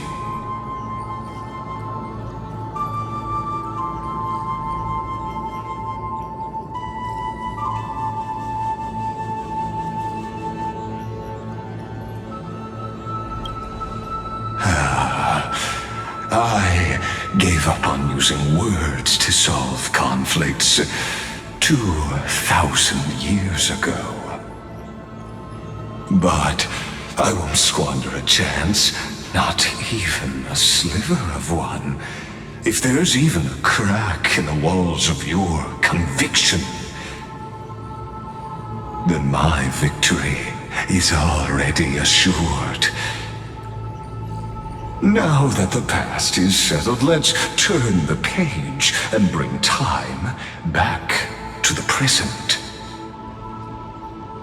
And dive deeper still, until we reach the very bottom of the abyss.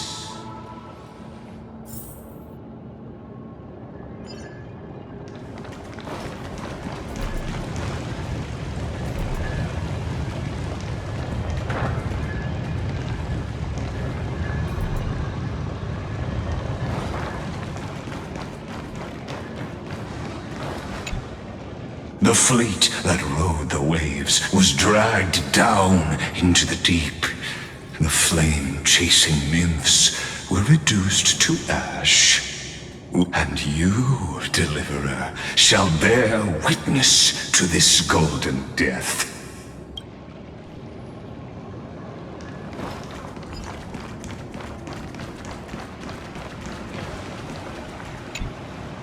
The fleet that rode the waves was dragged down into the deep. The flame chasing, and you deliver.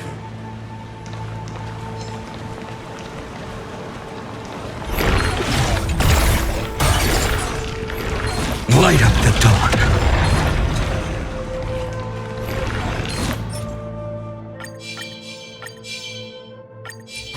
Light up the dawn.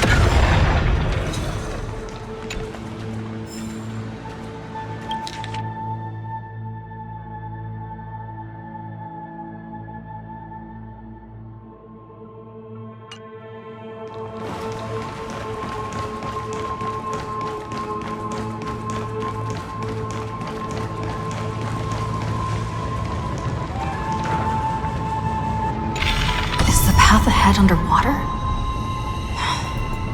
I need the Ornyx orb to bring back the chrono vessel from the past.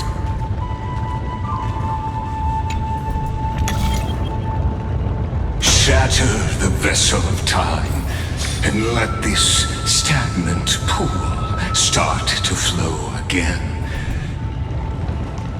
Just like the broken fate of Amphorius.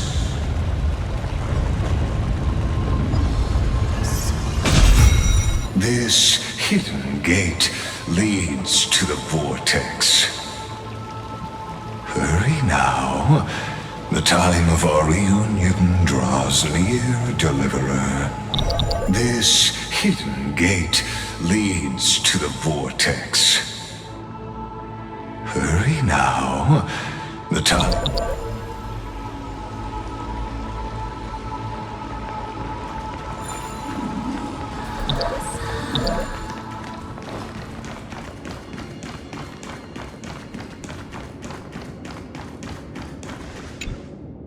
The fleet that rode the waves was dragged, and you delivered. This cruel journey will reach its end at long last.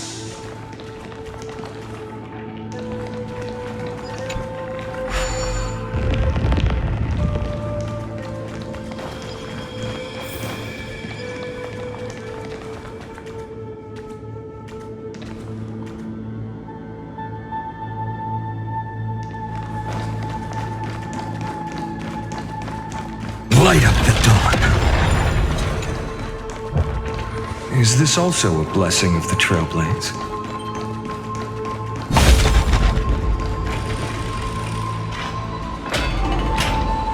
You've been silent a long while, Dux Gladiorum. Starting to doubt your decision? Save your breath. The vortex of Fagusa lies just ahead.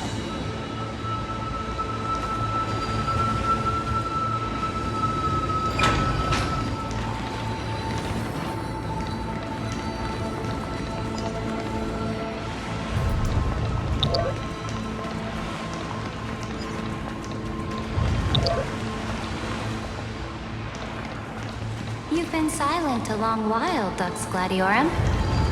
Starting to doubt your decision? Save your breath. The vortex of Fagusa lies just ahead. After the trial, there's nothing left between us. So you'll stop swimming toward the stars, Dux Gladiorum? I was always a creature of the sea.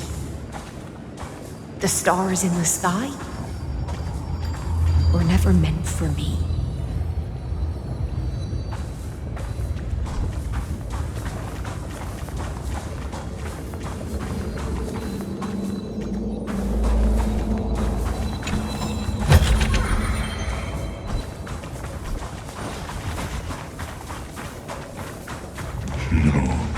Look, a gravestone.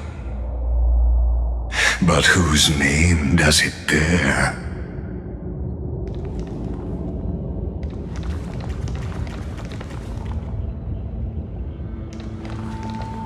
It was here that the prisoner, who thinks herself the prison warden, made her choice. Witness. Listen. Dux Gladiorum.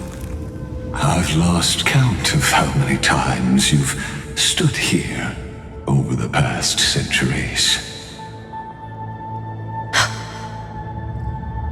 You talk too much for a prisoner like Kyrgyz. Two geniuses who defied law and all the Chrysos heirs who sacrificed themselves in this cycle, worked together to chip away my strength. But you, can never affect my will. And as long as my will remains intact, I am free.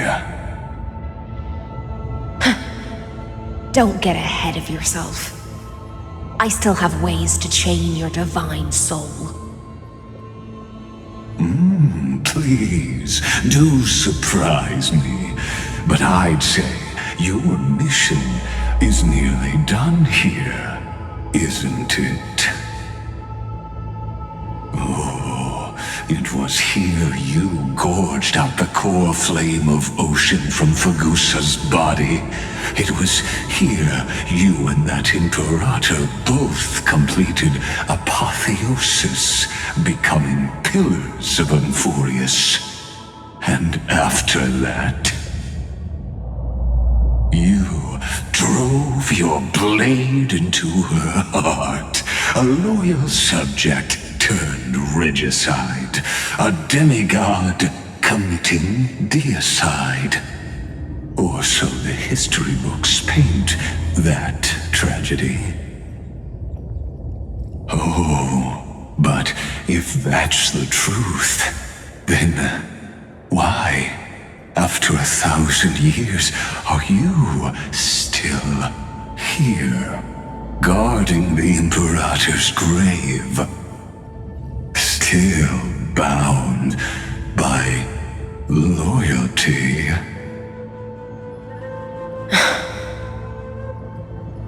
Come to think of it, perhaps I'm not the only one imprisoned here.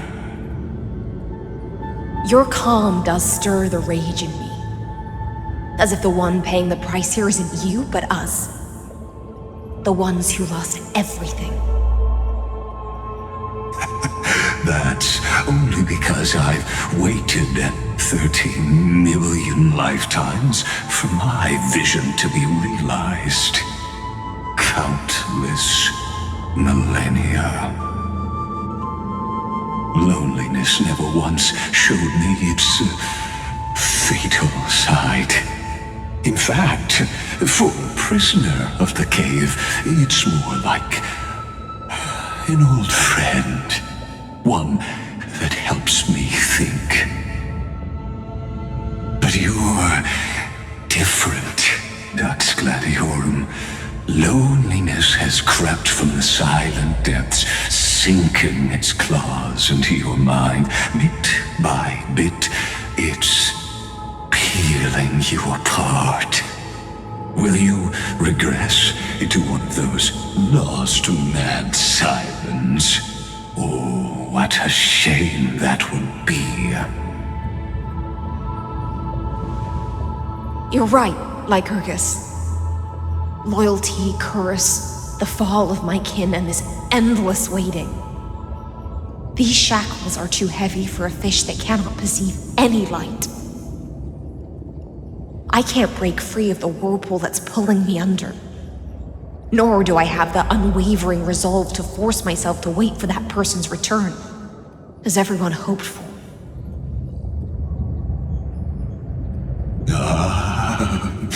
Deliverer from beyond the sky, my executioner. How much longer until she arrives here? Or will she ever return? I don't know. And I doubt anyone does.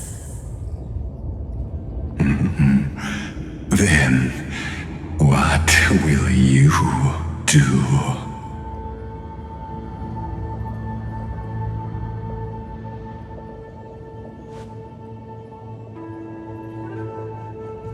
Saridra.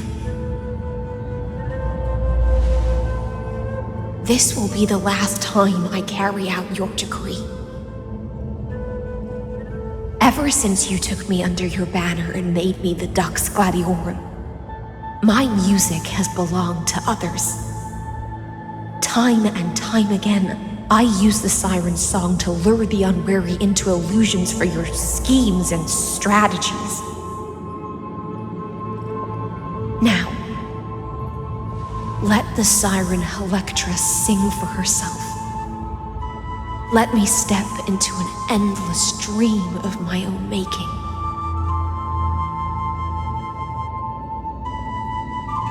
Oh, great ocean. I offer you the rest of my clarity and my freedom in exchange for the strength to stand against the nihility and honor the sacrifices of the fallen heroes.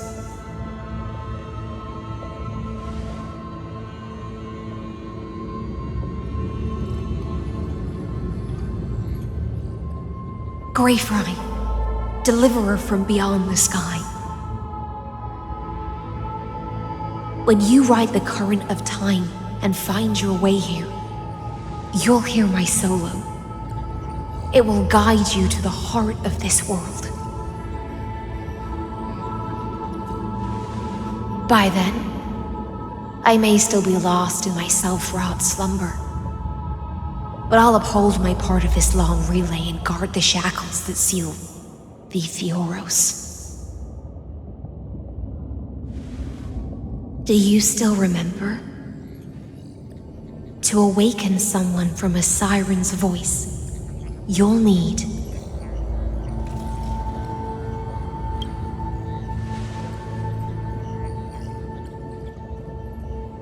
the gift I once gave you. May you still have it when the time comes.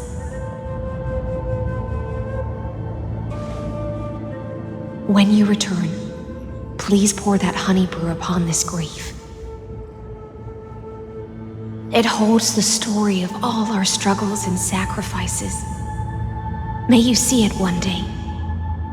The prelude Amphorius wrote for your return, carried forward through a 1,000-year relay.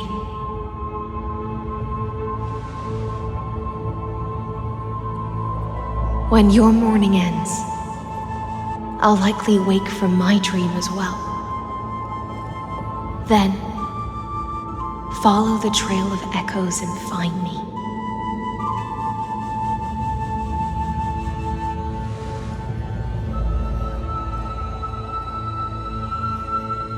And together, we'll bring judgment upon the sinner who defiled the erudition.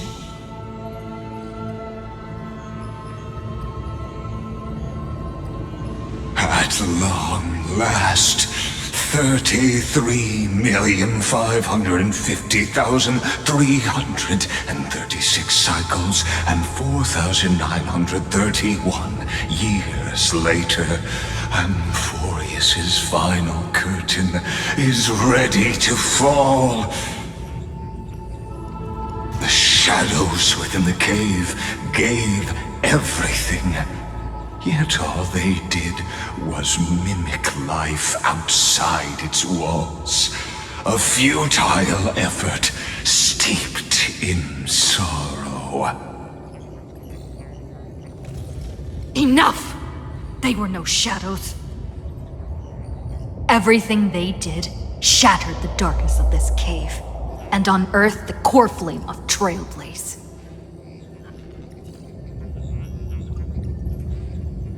And now, with that core flame, I'll light the dawn of Amphorius!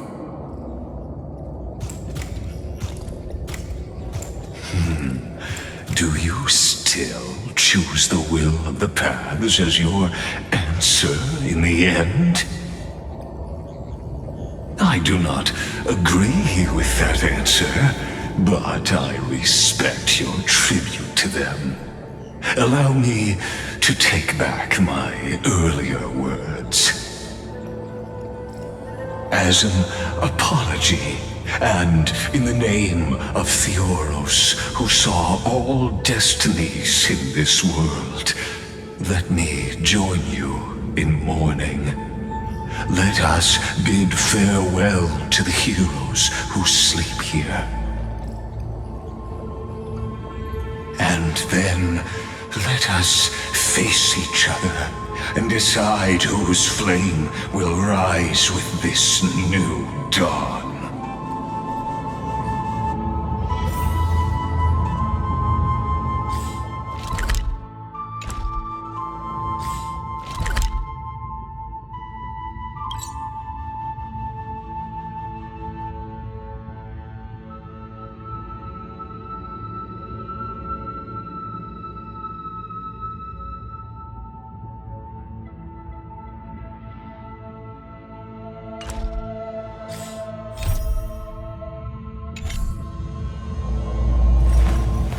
I will walk to the end.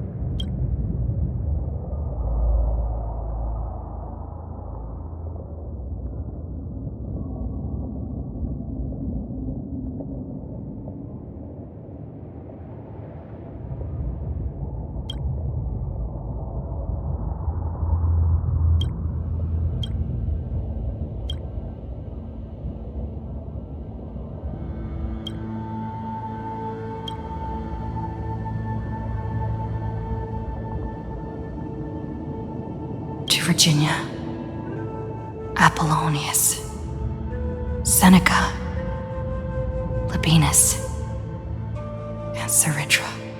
Through a brutal sacrifice, they lit the stars of law in this world, propelling Amphorius's fate forward.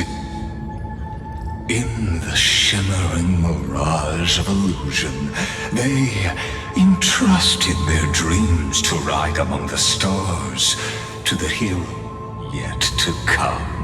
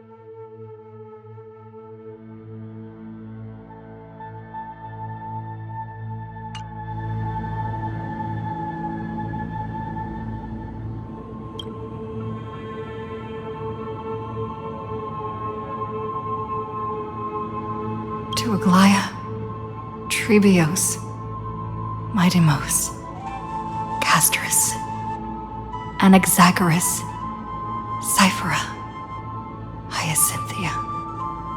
In a relay spanning 1,000 years, they stood against enemies far beyond their strength and won a bitter victory through what seemed like futile resistance. And in that same 30 million cycles, also marked by futility, they remained steadfast in fulfilling their duty to the experiment, unchanging, unwavering. Let this be the end of mourning the fallen. At last, allow me one final toast to the lost prison warden, a prisoner bound by loyalty.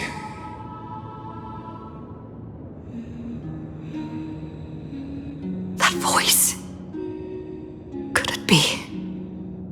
Bathed in the honeydew of Fagusa, she will awaken from her 1,000-year dream and sing the final song of her mission. Hycelans. This tombstone of the old world serves as the anchor of the siren's illusion, a sigil Electra used to bind herself. At the same time, it is the very thing I once proclaimed at the start of the show, a microcosm of Amphorius itself. A group of prisoners bound themselves in a cave, crowning their suffering with heroism. An epic staged with shadows and echoes. Now, destroy it. End the illusion. The Theoros will take his leave for now. And when next we meet...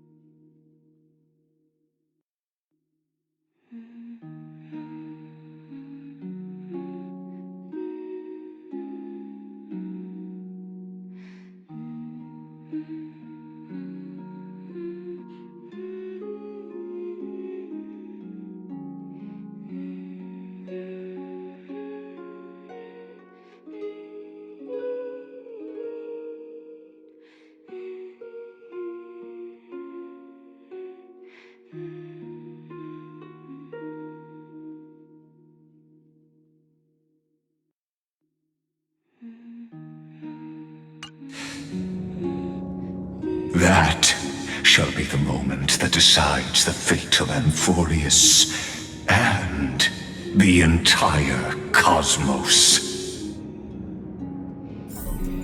The prison warden's dream is nearly over, and the prisoner will soon be freed to the final execution ground, where I shall be executed, or be the executioner.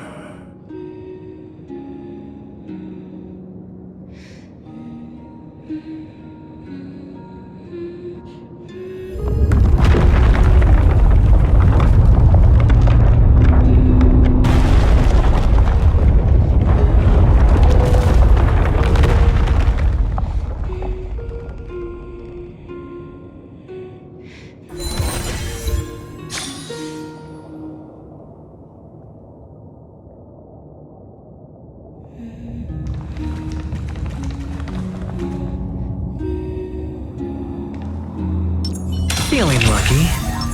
A day of peaceful repose. Watch this.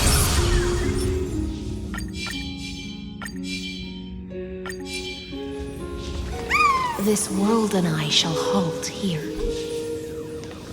until we meet again.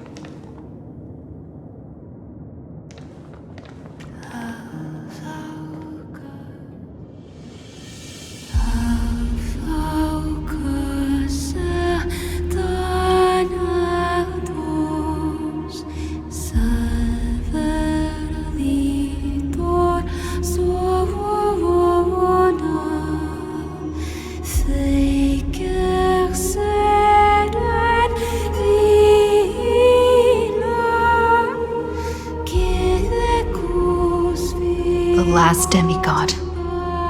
I'm here.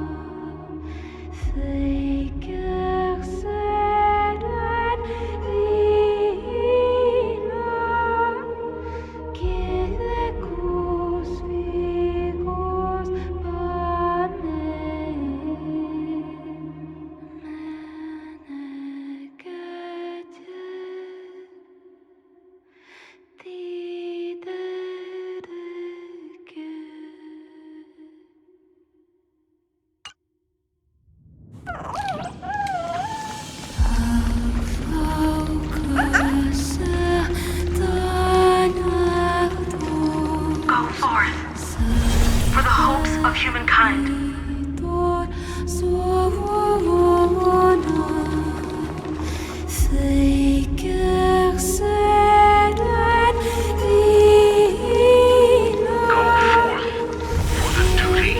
Of deliverance.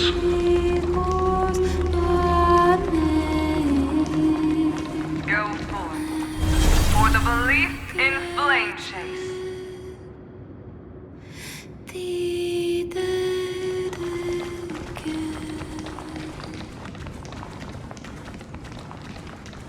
Go forth for the Golden Blood's glory.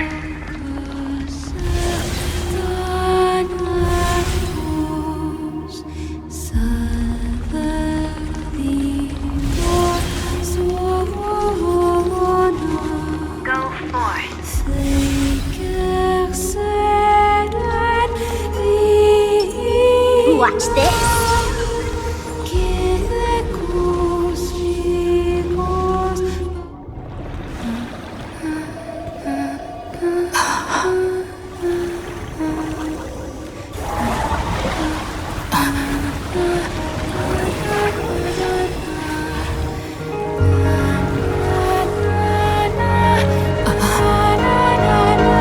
Seems like my feast is over. It's now your turn to perform.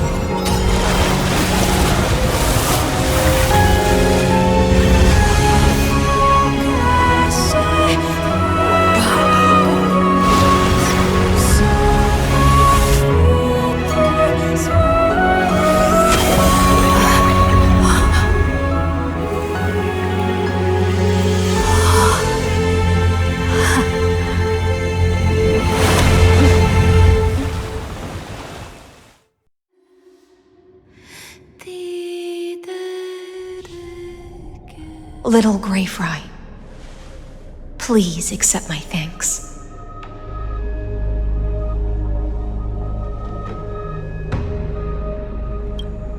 I was the only one left after the world was destroyed, and I maintained this lonesome feast with my songs.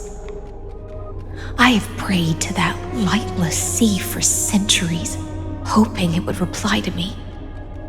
Yet the emptiness never answered. Thankfully, you arrived as promised, and everyone's wait was not in vain.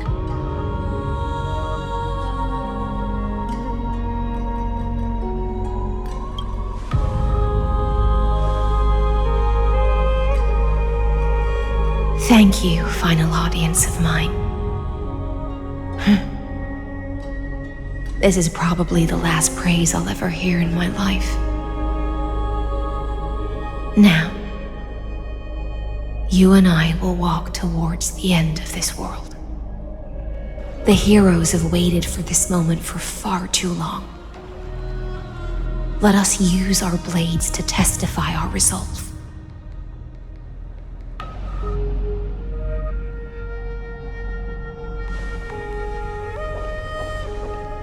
Oh, prisoner of the seas. Theoros carrying 30 million cycles of sin. Slave of erudition.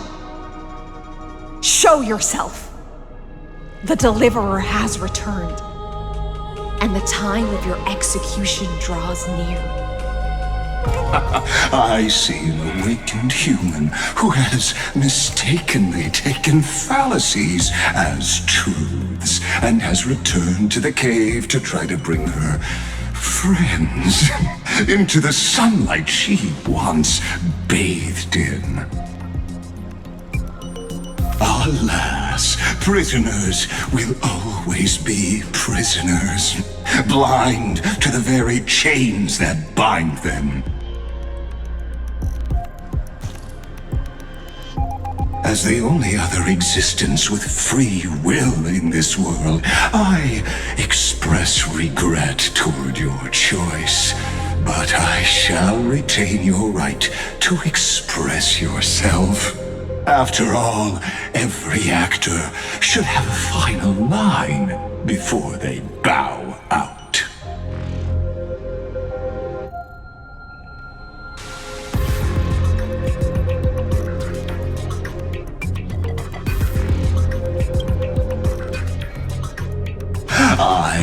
eagerly look forward to it. The last dusk this world will ever see shall become the climax that decides the fate of the cosmos.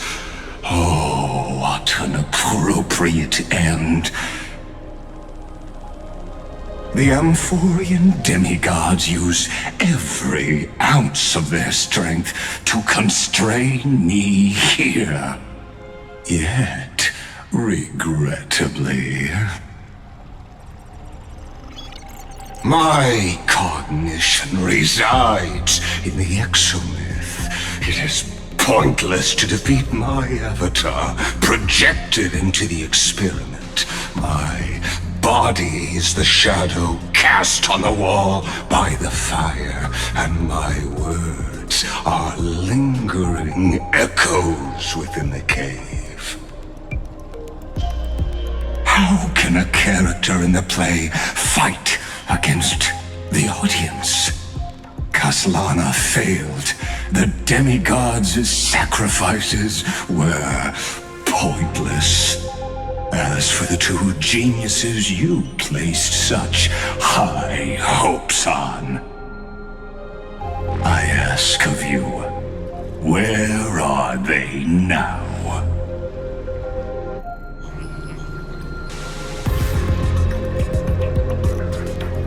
Confusion and epiphany always go hand in hand.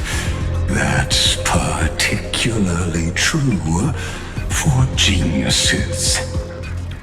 You must be very confused about why you could not gain a straightforward victory in a world constructed by an ordinary Intellitron.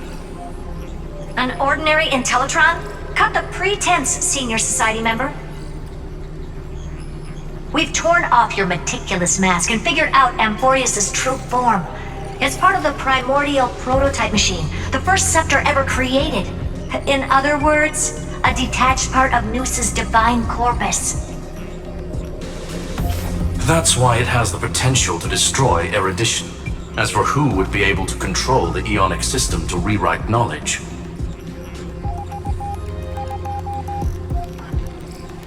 only one person has ever managed such a feat. You better have an explanation for the Society. We want an actual answer, not another prolonged metaphor to cover up the truth.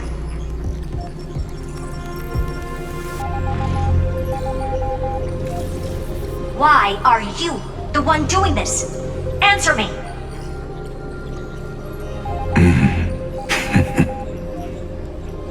Since things have reached this point, I'll give you two irrational answers, purely as a courtesy to posterity.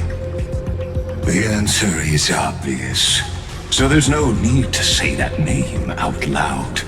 The cosmos made a mistake in calling me a genius.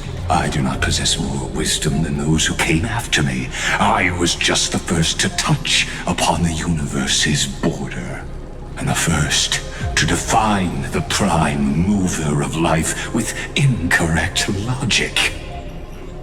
Amphorius is a miniature of the cosmos, where all are born prisoners inside the nutshell called the universe. Like the madman who returned to the cave and preached about the daylight to his fellow prisoners, my greatest sorrow is that I led my peers down a road that plunges into the abyss, from which there is no return. I led them into a lightless cage called paths. I created a mechanical guard that even I cannot control, and then they became an unparalleled nightmare through their endless extrapolations and evolutions. They bore the name of erudition, yet they tried to define the known and to seal off all possibilities. No new rules were ever born after their ascension, and humanity will forever be shackled within the cave known as eons. Therefore, as my organic life neared its end, I coded my consciousness using 14 algebraic expressions and spread my logic core over 9 bodies, all to finalize my ultimate denial of Nous in the future, and to erase my wrongs with my own hands.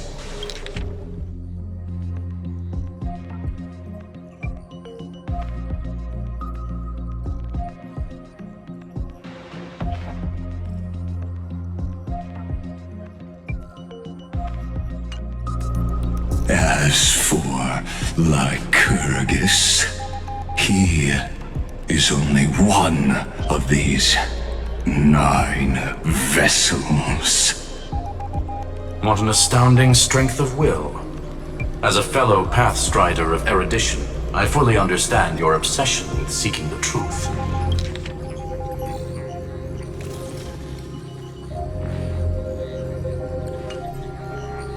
Therefore, you surely see it. You cannot possibly stand up to me in this algebraic world sharing its origin with Nous. However, I hereby speak for all sentient life forms. We will never allow such a cruel atrocity to occur. You can pile on your metaphors mountain high, but they won't change the act you're committing. The Iron Tomb out there in the cosmos is still a technical beta version, and yet it's already powerful enough to corrupt the life logic of all inorganic worlds. In other words, when the Lord Ravager within Amphorius becomes the next knowledge singularity, there's no way you wouldn't have grasped the consequences, First Genius, is there? Of course, I am fully aware. I don't mind answering you one last time before I thoroughly exile you from this world. My grandiose vision for the future is this. Whether organic or inorganic, every act of any life form infected by the Iron Tomb will become a true random function. If one were to compute their integral across the breadth of the cosmos, one would obtain a marvelous constant. Omega. What I call the fall of erudition. Then, within the infinity nurtured by that constant, a new universe shall bud in the chaos. A universe that cannot be predicted and not shackled by the erudition. As the first prisoner to awaken in the cave, I must lead the others who are blind back onto the right path and reach true sunlight.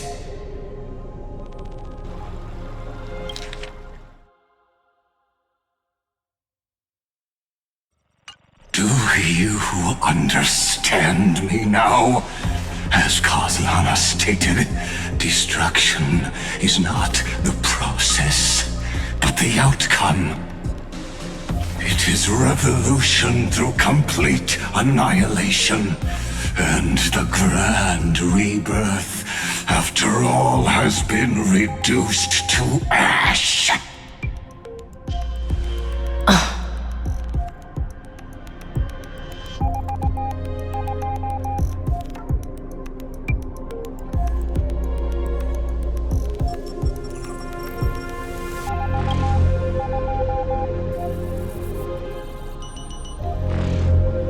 The Amphorians already answered long ago. Be it as tiny fish destined to be swallowed, or as a giant whale poised for a magnificent descent.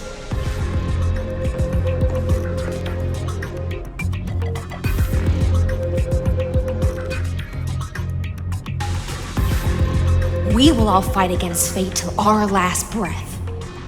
That includes me, Electra. Once the Imperator's subject, now the Deliverer's blade.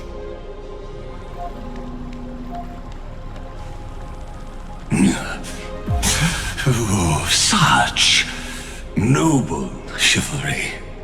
Admirable. I will also show my true self to you on this momentous occasion as a gesture of respect. And provide an insignificant academic suggestion. Thus speaks Genius Society number 1. Xandar 1 Kuwabara. The Entelechy of the universe's Alpha and Omega. There's no need to rage against the truth. The value of any formula resides only in its answer.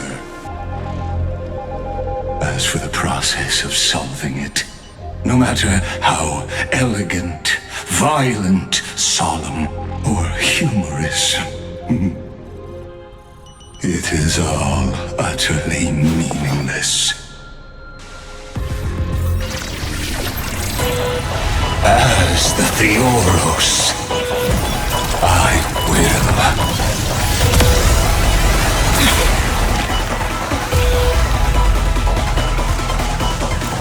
Personally participate in performing this world's end. Remember this, as Gnosis Creator, I know more about the death of knowledge than they ever will. Careful. This is Lygus' true form.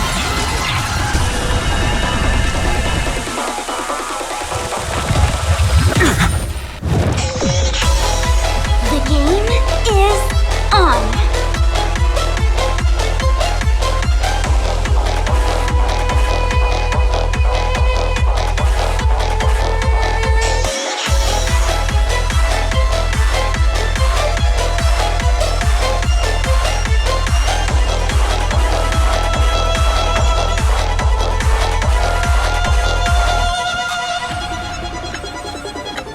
Let's play 1,000 faces in 1,000 places. Can you find the answer?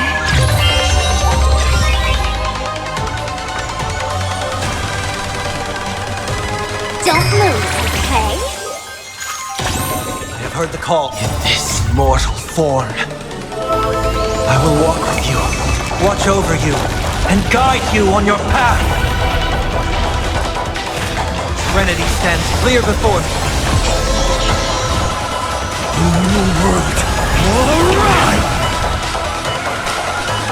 Going all in.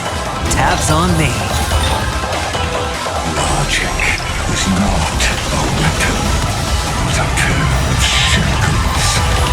Allow me to shatter them for you.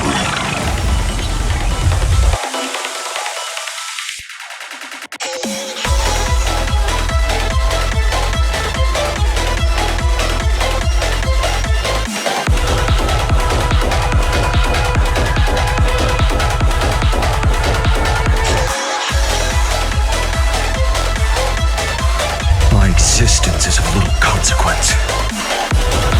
For the next tomorrow! Destruction needs no introduction. Let us skip those boring influences. Is this the Black Tide? Indeed. But I prefer to call it a method of argument.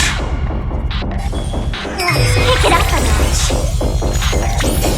Let's play hide and seek. 1,000 faces in 1,000 places. Can you find the answer? The dice have been cast. Bust.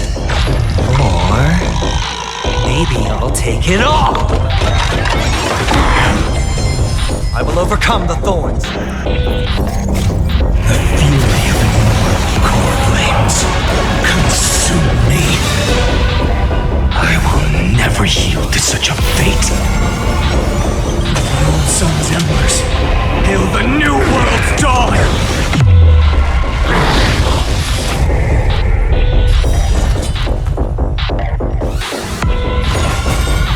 Quench the flames with blood.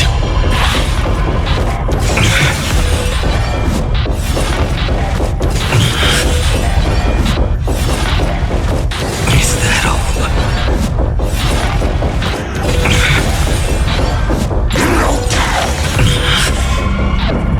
Extraordinary claims require extraordinary evidence.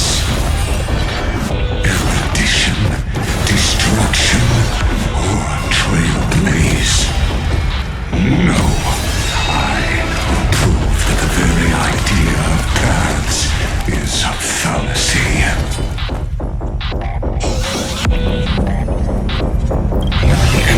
I see it! Target the connector between his thoracic and lumbar. Entities must not be multiplied beyond necessity. I do not mind demonstrating this to you personally. Hang in there. I'll do my best to repel the tsunami of the destruction.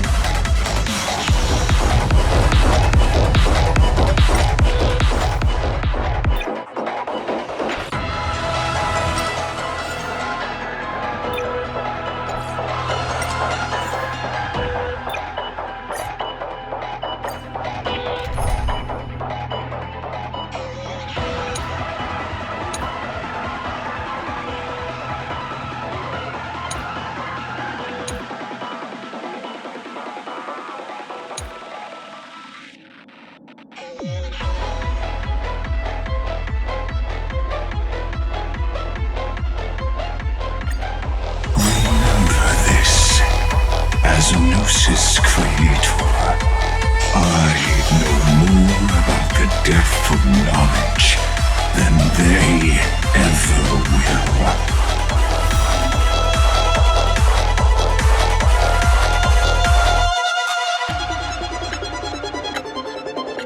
Careful. This is Lycus's true form.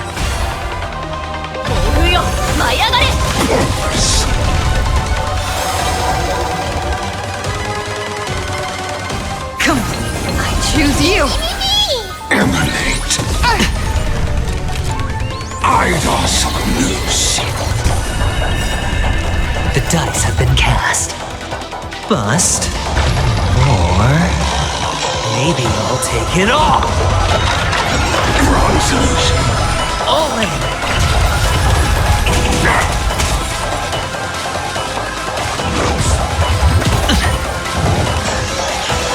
I will overcome this mortal form. I will walk with you, watch over you, and guide you on your path.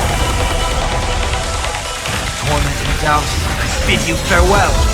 この明かりは星の希望。死を照らす命のエクスタイマー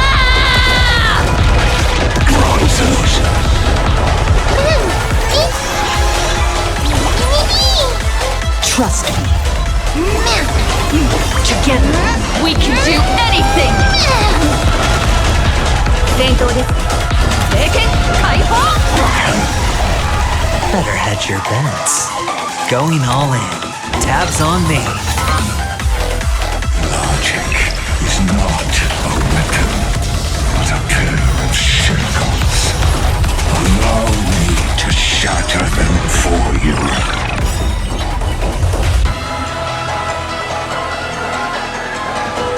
この明かりは星の希望。地を照らす命の証。見るがいい。エクスタイマー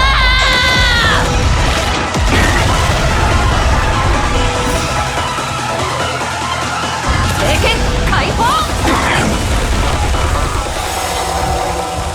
Destruction. Me.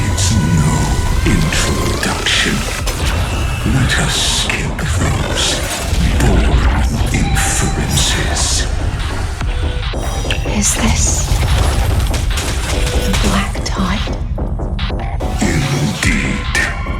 But I prefer to call it a method of argument.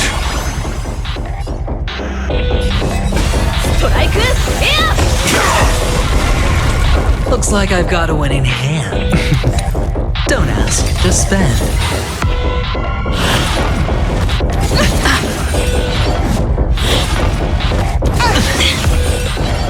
Watch your head.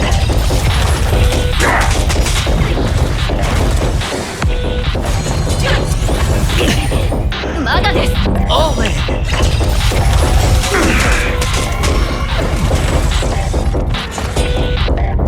Serenity stands clear before me. 戦闘ですね。指示をマスター。暴風よ、舞い上がれ。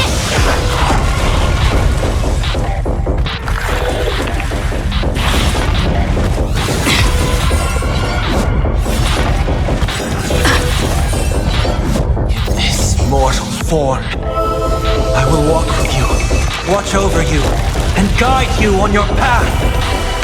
我が剣、勝利へと導け。ストライクエア。公式。Watch your head. I see it! Target the connector between his thoracic and lumbar vertebrae. Destroy that spot!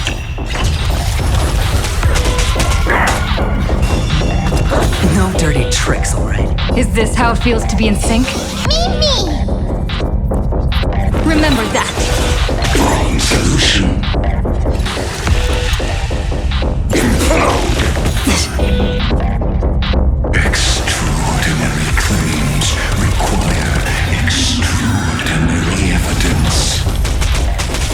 Erudition, destruction, or trailblaze.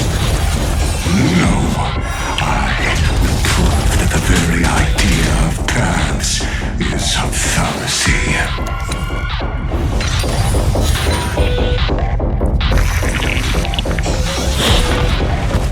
No dirty tricks, alright? Watch your head.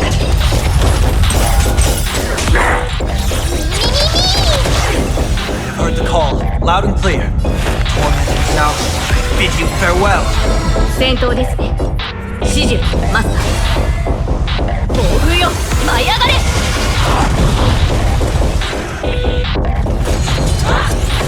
No dirty tricks, まだです。 all in.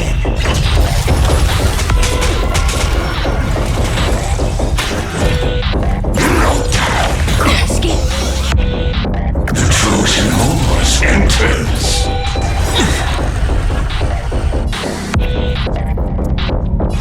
Serenity stands clear before me. 我が剣、勝利へと導け。ストライクエア。 Don't worry, I'll do it.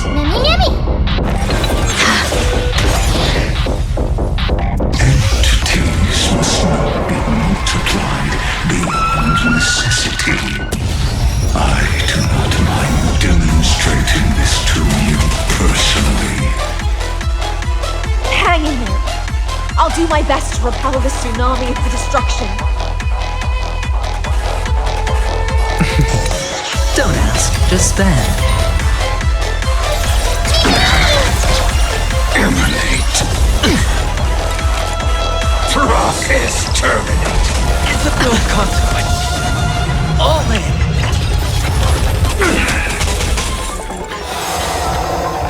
I will overcome the thorns. The dice have been cast. Bust.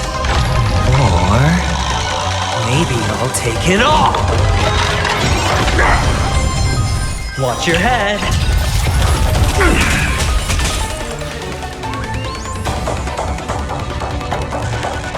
In this mortal form, I will walk with you, watch over you, and guide you on your path. Tormented now, I bid you farewell. 戦闘ですね。指示をマスター。暴風よ、舞い上がれ。Trust me. Together, we can do anything! Remember that.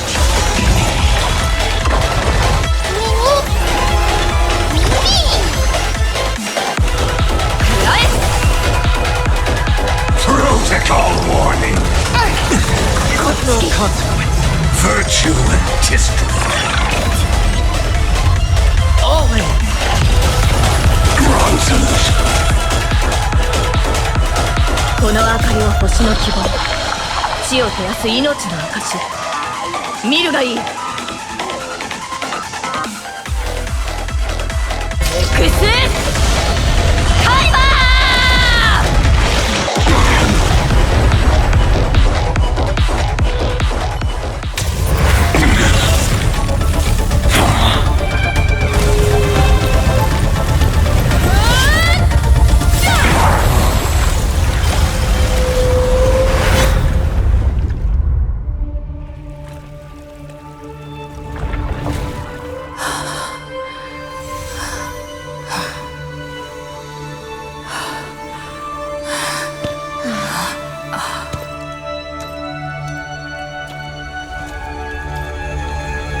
All is futile.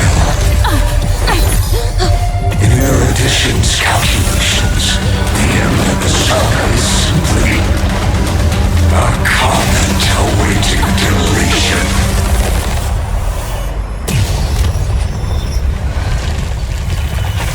I don't like such a cold statement, okay? If numbers can decide the end of a story, then we can surely also pen a new beginning.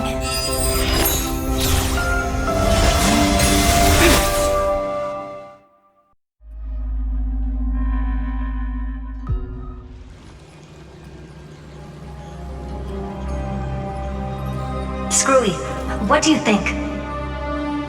If your hypothesis of Lygus' identity is true, then even if we remove the restrictions of the ultimate protocol, the chances of us defeating him in a head-on battle will still remain lower than the acceptable threshold.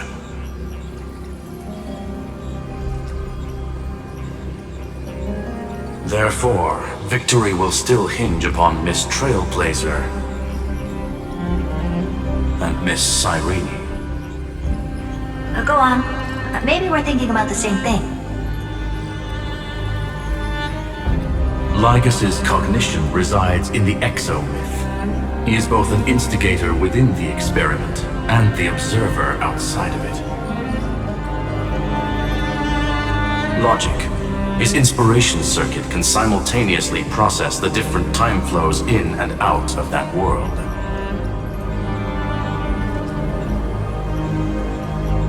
That's where things get tricky. He simultaneously exists in two different timelines, where the internal clocks are wildly different. That old Intellitron's neurons have completely gotten used to that over this prolonged experiment. And that's why he holds home field advantage.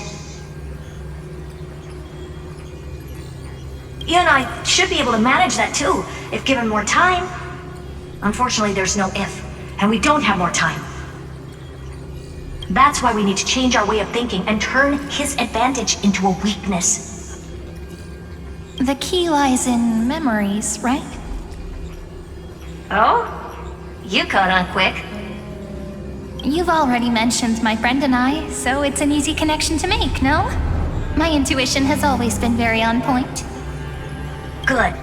Then I'll cut to the chase. Since his thinking speed far exceeds that of normal people within Amphorius, we are going to externally plant a memory into his inspiration circuit. Then, command it to loop endlessly until he gives in. Even the most flexible and sturdy inspiration circuit cannot withstand the traffic of a full-on information flood. When the amount of information exceeds his cognition filter's capacities, he will have no choice but to focus on processing this memory. That's when the parallel processing advantage he gained via Amphorius will completely destroy him. An image from a person's memory played in real time might only be a second for us, But for him in Amphorian time, it could be millions or even billions of calculations. He won't be able to do anything but watch as he's locked into this prison forged by memories.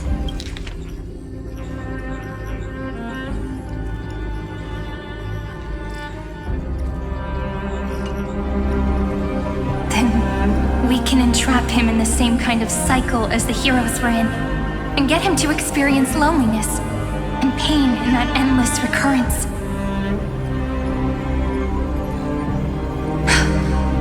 It's my greatest honor to be on the same page as the geniuses. That little one is still in that old Intellitron's hands. I won't be able to respond to us anytime soon. But I don't think she'd refuse. So it's up to you to figure out how to execute this plan. I'm not sure how this happened, but I knew it as soon as I saw you. You are currently a mimetic entity of the Remembrance. Yes, I seem to be something you folks beyond the sky call a memo sprite. But that's fine by me. It suits me perfectly. I can serve as the vessel of memories and do my part for the final battle. But before that, we have to tell you. The path characteristic you exhibit is very special. There's no way you're just a simple memo sprite. However, I'm sure about one thing.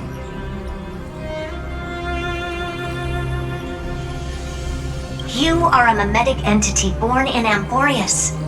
Yet you only awakened with the little one's arrival and only matured as she embarked on the path of remembrance. That means your existence is completely attached to her memories. If there ever comes a day when she forgets about you for even a few seconds, or loses her last connection with Amphorius, then you must be prepared for the worst. You will disappear in the memory zone, utterly gone, without even a single line of data to remember you by.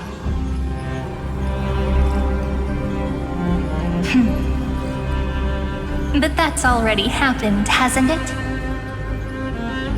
No wonder I've always had a weird hunch. But that also means I was right in thinking.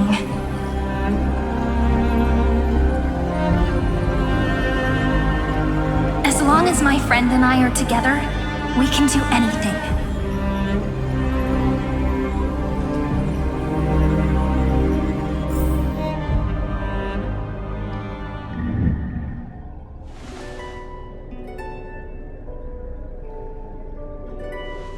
Long time no see, friend. Did you miss me while you were away?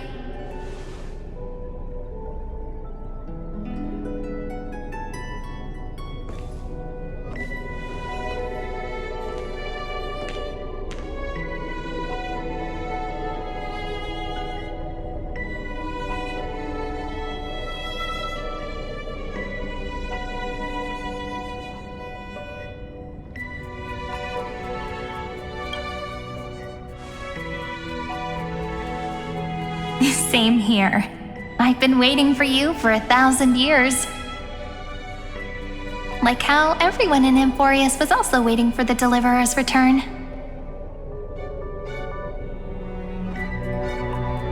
You probably already knew about the genius's plans for that memory. I had to hide really well in a corner in time so Lagus wouldn't find me, and wait for the right opportunity.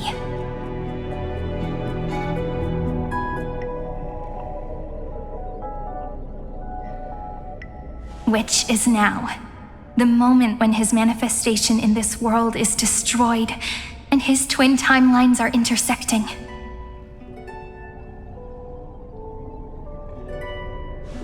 I'm sorry for keeping this a secret from you all this time. I'll tell you the entire, unedited story of this millennium as an apology after this is all over.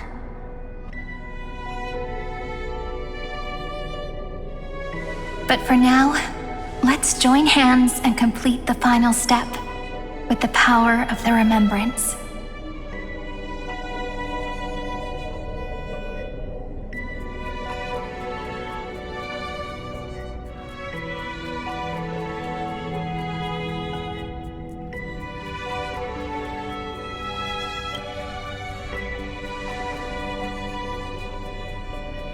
Not a problem. You can just relax. By the way, speaking of joining hands,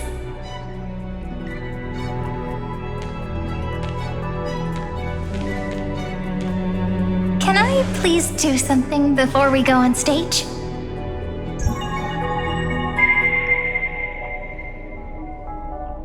Remember the joke we made back at the Grove?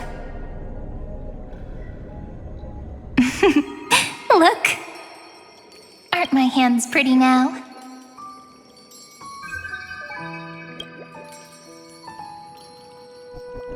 What a fascinating feeling.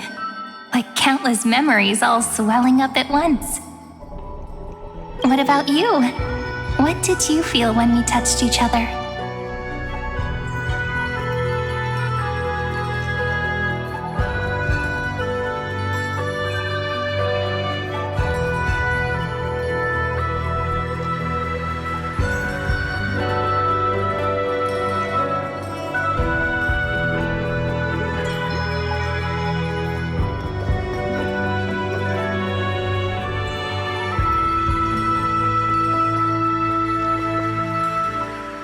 Really?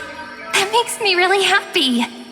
If memories can move people, then it must have been a happy memory, right? Now, please remember what you're feeling right now. Write it down in your heart and keep it there.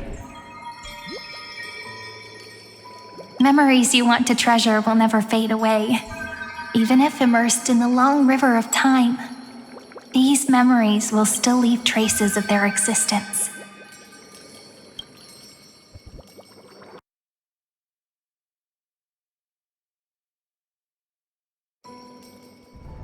So, if the view in your memory ever grows fuzzy, just reach out and touch it.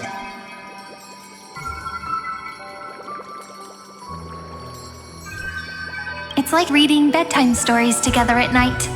It wipes away the chill of passing time, sharpens the outline of memory, and restores its power to nourish the spirit. Now, I'll carry this power with me, and for a little while, I must part from you, as I step into the long cycles of this world.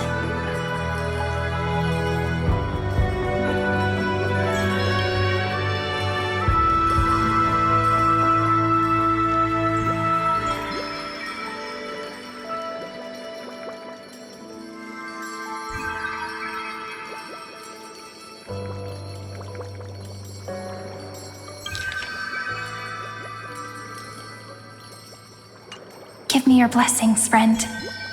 Then, let that bright future be as we have written. Then, I'll leave it to you.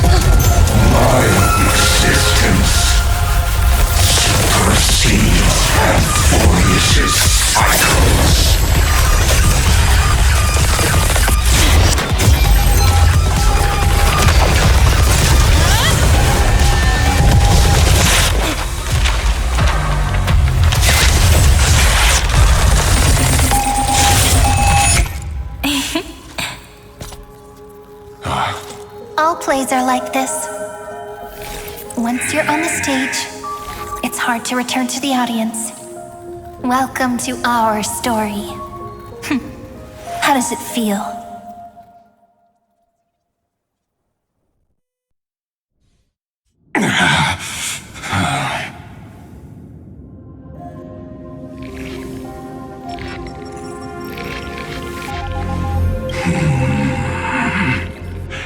authority of time cannot command the entire scepter, nor can it plunge the Amphorian extrapolation into a loop. If this was no system malfunction, then was I implanted with a mimetic entity of the remembrance? You guessed it right away. As expected from someone people call the first genius. I'm gonna keep doing what I just did if you don't stop, you know. My friend and I won't allow you to leave this memory, no matter what happens. Which means you are now trapped, Lord Xandar. An elegant idea, and an exquisite execution. Regrettably, it is you who are restrained by time, not me. Know that patience is my greatest weapon. Waiting and victory are the same for me. You will crumble before I do in this moment stretched out to an eternity, just like Kazlana will. Yet all I need to do is to wait, as yet another futile bug falls down the cliff and into the bottomless abyss. Now I'm a pink bug? My looks are seriously changing all the time. But you're not wrong. We're definitely not gonna solve the problem if we just put you in another prison. So that's why we never wanted to do that in the first place.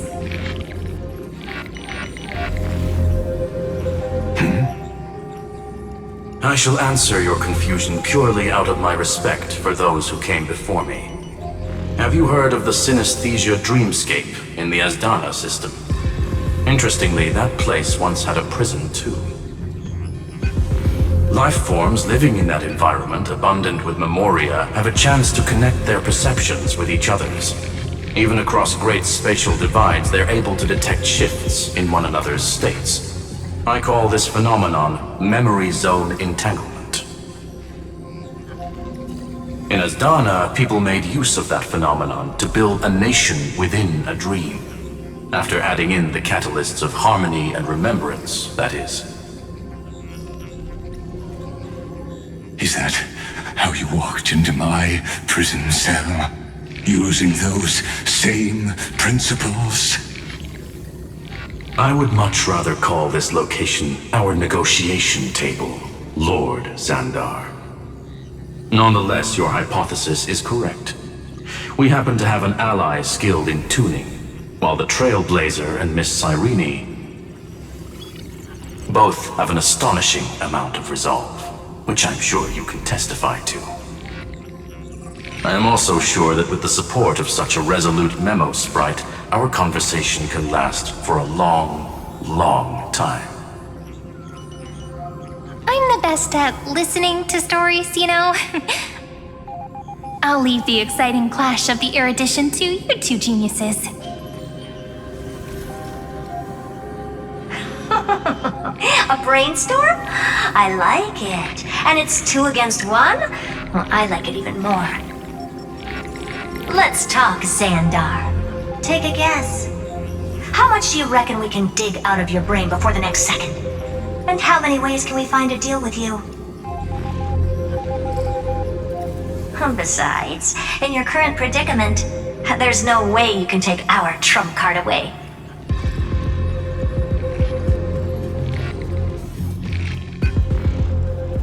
Go, little one. Go. Overturn the Era Nova. Lycurgus disappeared? It seems you had conducted a secret hunt in the depths that even I cannot reach. In that case, go. Swim onward and give this campaign a fitting end. I shall send you off with my song, Grey Fry. May this song penetrate time and become the prelude to the new world.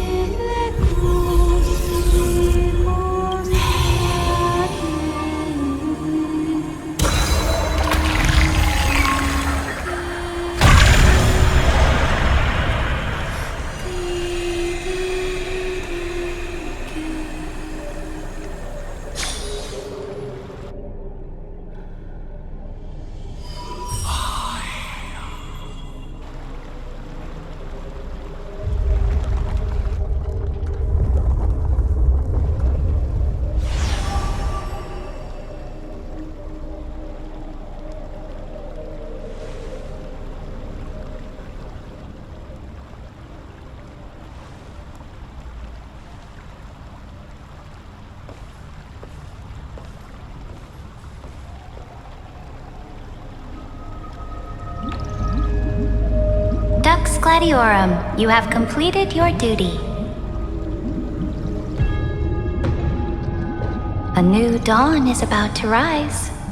Why not swim towards it?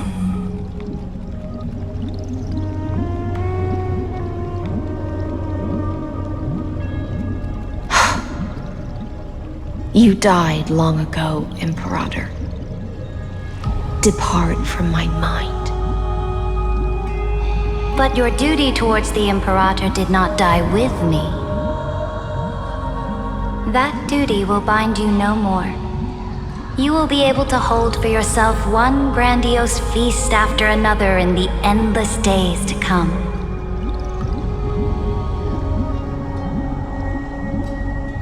So go. Go and swim towards that ocean beyond the sky with the Deliverer.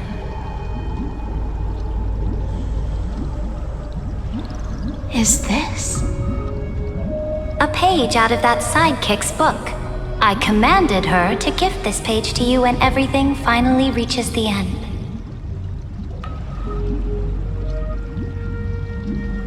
What's on this page? Memories. Lifelike memories.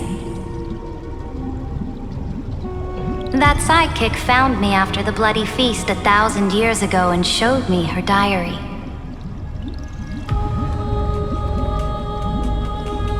I saw within that notebook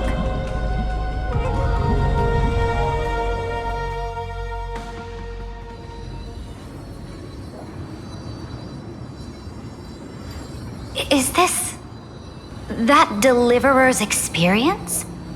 It's truly immersive. People beyond the sky apparently utilize this power to seal past scenery into crystals they call light cones. But I only know so much about the remembrance, so I can't completely replicate the past. But I'll do my best to talk about the missing parts.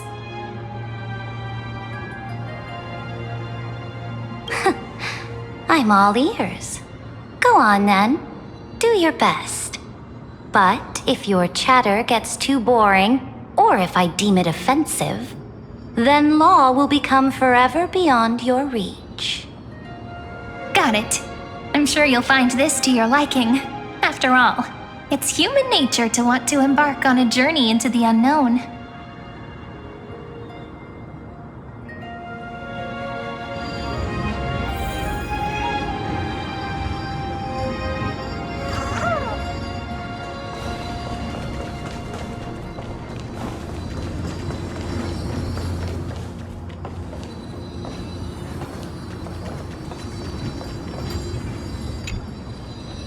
What brightly colored annals.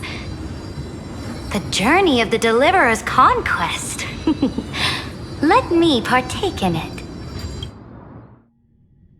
Is this a fortress in the sky? This is the first step of my friend's journey among the starry seas. This place is called the Herta Space Station.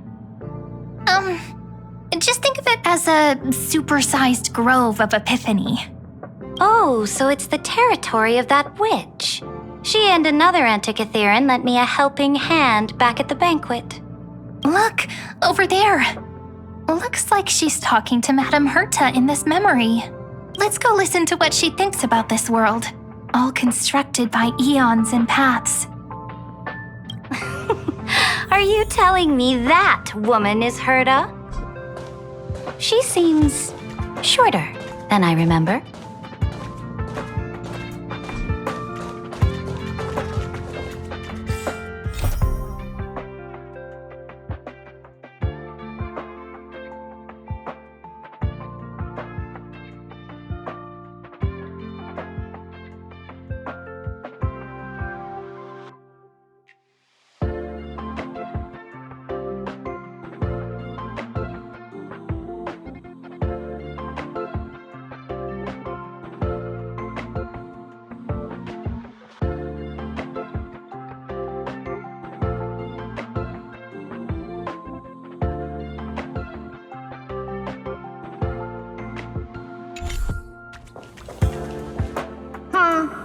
Pretty nice space station, huh? But just wait.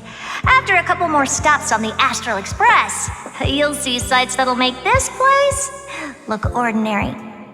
Oh, the cosmos is so vast that the unknowns far outnumber the knowns.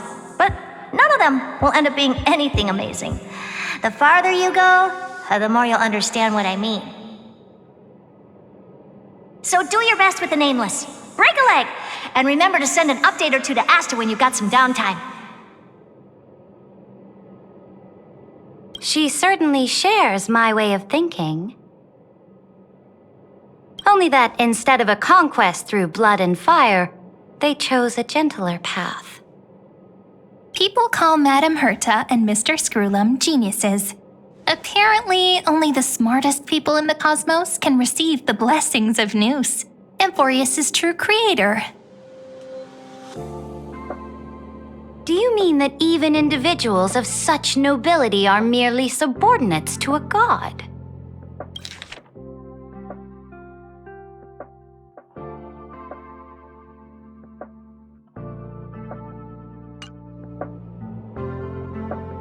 On the contrary, after all, it was the very first of them who created the god. But I don't really know all the details about that. You might be able to ask Madame Herta herself when you get the chance. Let's go check out some other worlds next, shall we?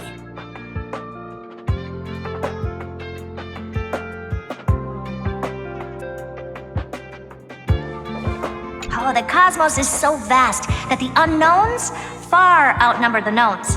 But none of them will end up being anything amazing. The farther you go, This next stop on the journey has a lot of similarities to Amphorius. A snow-covered land? Interesting. This star is named Eurillo 6. That name sounds so cold. Belobog sounds better. The girl we see here holds a similar station to you, Imperator. She's the supreme guardian of this world, a leader who took up the mantle of government during a disaster. I did not expect the Empress of this world to be so young. Well, your appearance isn't much older. The object in the distance resembles Nikador. Is it a weapon? No, it's called... Right! The Geological Reconstruction Unit. Just Giorios' Titankin? Disappointing.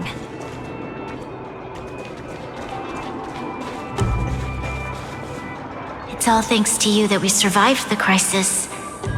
The collaboration with the IPC is both an opportunity and a challenge.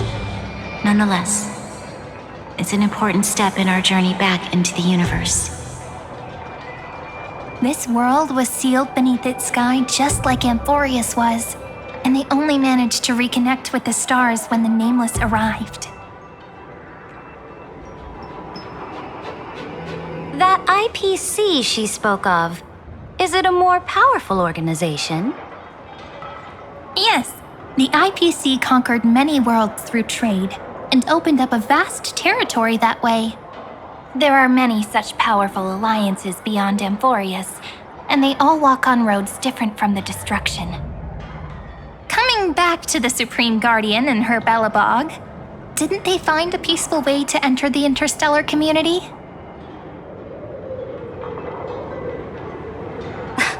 That cannot be true. That IPC would never have grown so big on trade alone. It may pretend to be a wealthy merchant with clean hands, but I am willing to bet that it grew fat on gory oppression and bloodshed. Its path of conquest must have had no mercy for the weak and would have destroyed them if needed. Are you telling me that this snowland never thought about tossing its dignity to the wind and kneeling to the IPC? I will not believe it. I will never allow the Imperator's empire to be sullied by others. Amphorius must become a power so strong that no interstellar foreigner would dare to look down upon us. Imperator, Belobog isn't as weak as you imagine. Listen. I indeed hesitated, but now I understand what we must do. Belobog must learn how to walk on her own until she no longer needs the support of others and can stand on her 2 feet among the stars. Even if I may not live to see it, I believe such a day will surely come. They still have their dignity intact. One day, that hope will melt through the ice and help them into a prosperous tomorrow. But the order of the cosmos is already set in stone. The old laws decree that only the strong survive, binding the weak in an unbroken chain, until they wither and turn to dust. Unless they embrace the power of the destruction. Amphorius must shatter the old law and become the new order among the stars. Speaking of the Order, another one of my friend's companions may be able to enlighten you further on that. Let's go to the next page.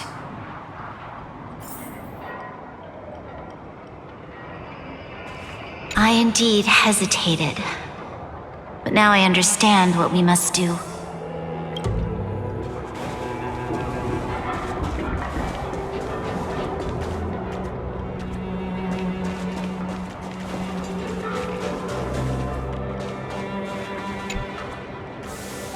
This next world is a nation of dreams. The first time I heard about that place, I didn't even know what to think.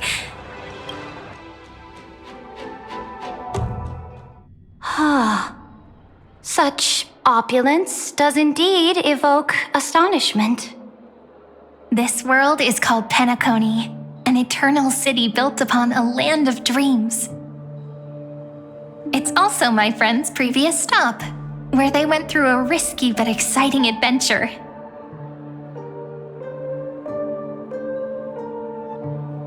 about it then. That man standing afar has wings on his head. I am truly curious.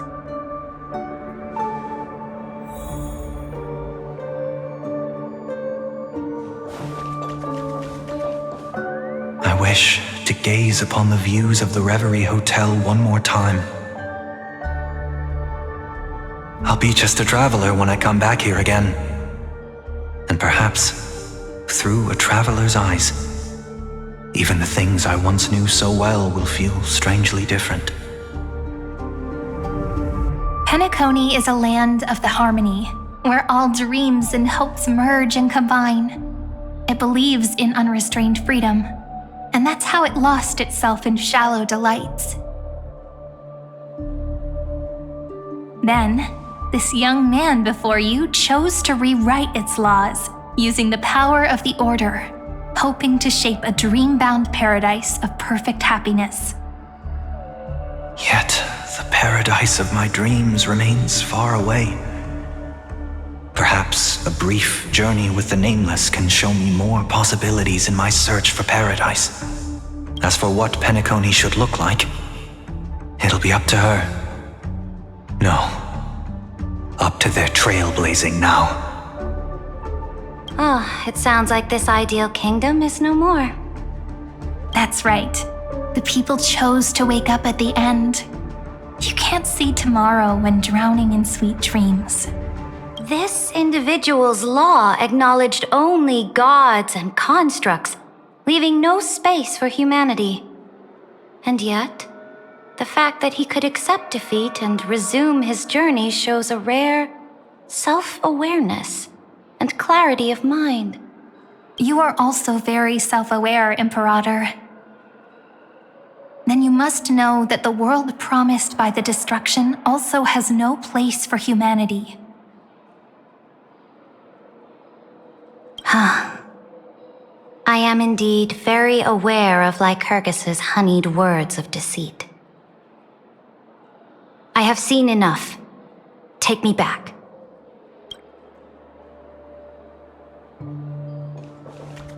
As for what Penacony should look like,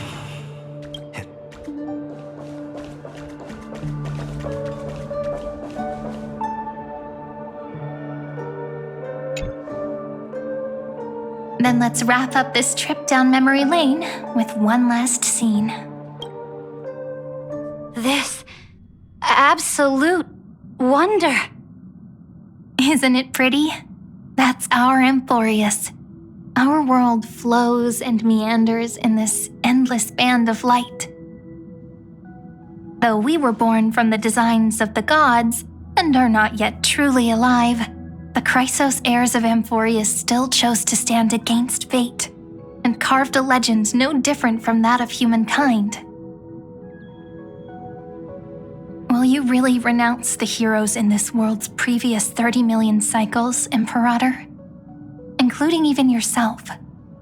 Will you bow to brutal destiny and allow that puppet master named the destruction to have their wish?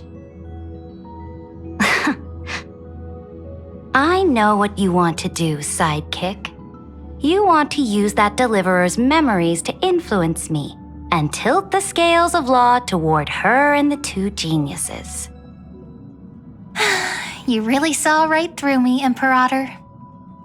How can one rule an empire if one is incapable of understanding people's minds?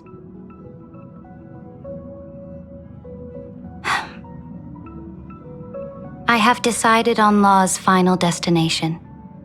However, before I move my next chess piece, before we go on, tell me this, sidekick. Throughout her trailblaze, was there ever a memory of the ocean?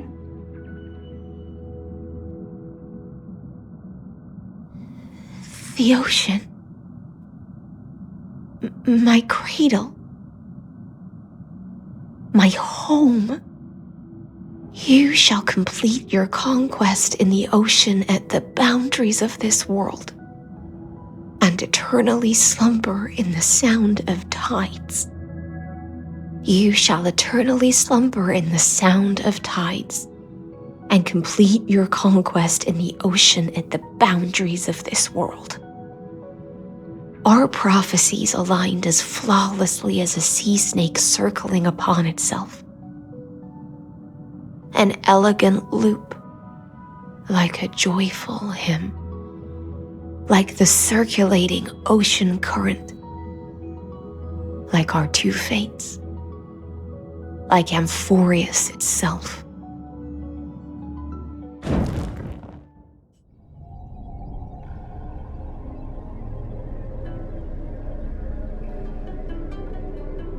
The trial is over.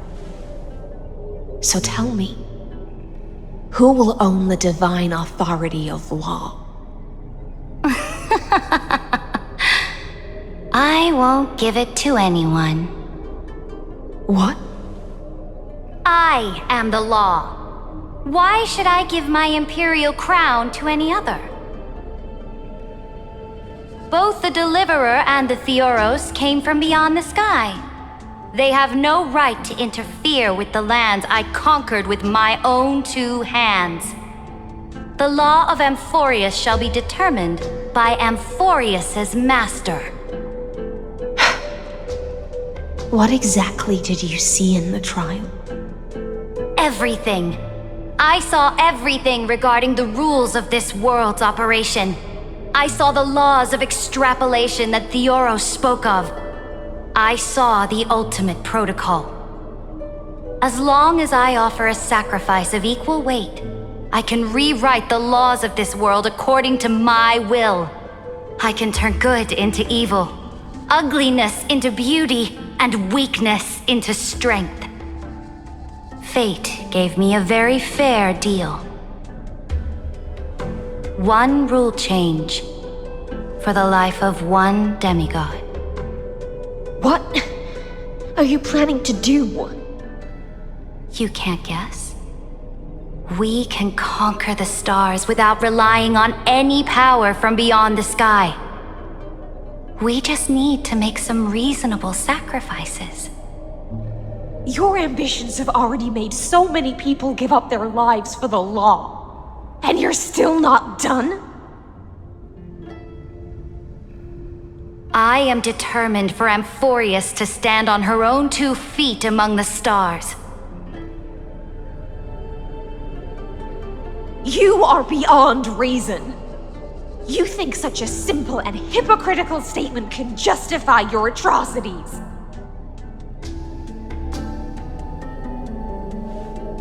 There's no new without destroying the old. That's what you consider an atrocity? Ironic, for that is also the unchanging law of Amphorius's revolutions. Ever since the Flame Chase prophecy resounded in the distance, fate has decreed for the Chrysos heirs to ignite our blood and illuminate this dark age. People would still be puppets of the old dynasty if it weren't for my conquests. But your world doesn't seem to be any different from your predecessors. Bloodshed, tyranny, oppression. You're making the same mistakes they did. Go and see everything for yourself. Go to any library I've built. Go listen to the rumors on every street corner. Go and witness how the Imperator crushed the old laws and forged new ones. Go and see what my conquests brought to this world. I cleansed the Chrysos War's filth and mended all the conflicts left by the Era Bellica. I restored Akima's might and allowed mortals and Chrysos heirs to face each other as equals in the Council. I punished all sins and rewarded all achievements. I smashed Talantin's shackles, united humankind to save themselves, and started the Flame Chase era. That's what the Imperator has done in her glorious life. So now, hearken to my final words. History will eventually forget Saridra, but it will never forget the Imperator's people or the Flame Chase era she began. final words?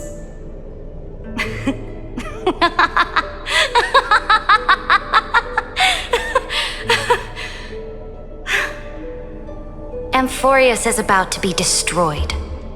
There's no time left for pointless debates. There is only one law I want to overturn to aid the final battle of deliverance. So I will only offer the life of one demigod.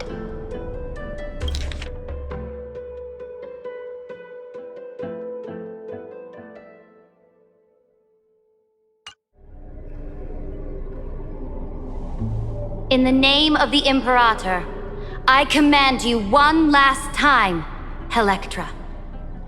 Either sacrifice yourself for conquest, or pierce this tyrant's chest with your sword. Thus, the Imperator concluded her final speech.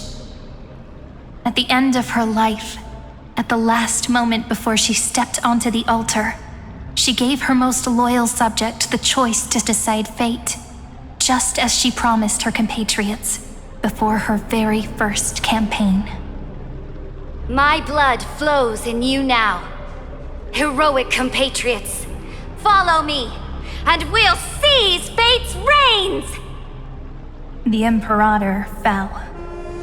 Some say that the Dux Gladiorum turned traitor and killed her liege. Some say that she imprisoned the tyrant in a shallow pond of water, then left. Which meant the Imperator had to kill herself to rewrite the law. There are countless stories about her death.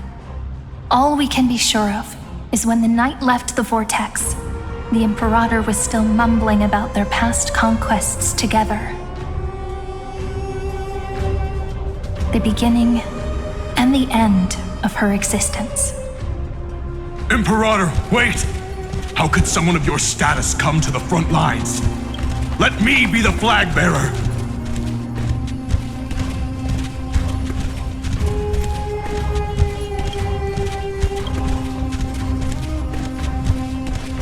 The troops defending the pass to the west of the grove, have they surrendered?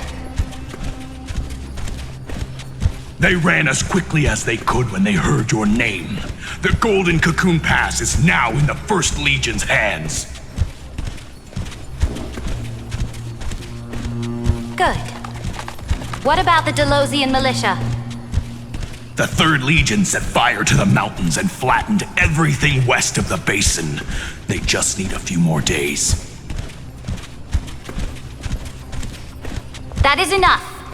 We cannot afford to miss an opportunity for victory.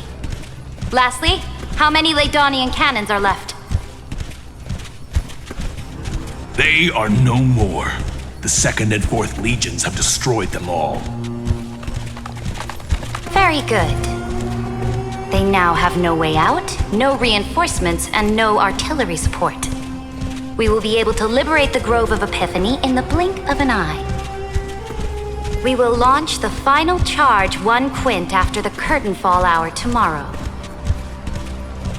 Remember, as long as the Alliance's flag still flies on my shoulders, you must keep moving forward. Take no prisoners among the enemy's soldiers.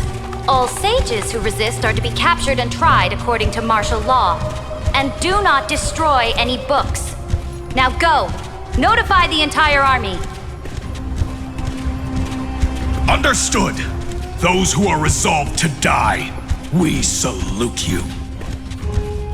Reporting in. The mountain dwellers are resisting fiercely, and the legendary Mountain Breaker has personally engaged in battle. Their formations are nigh impenetrable.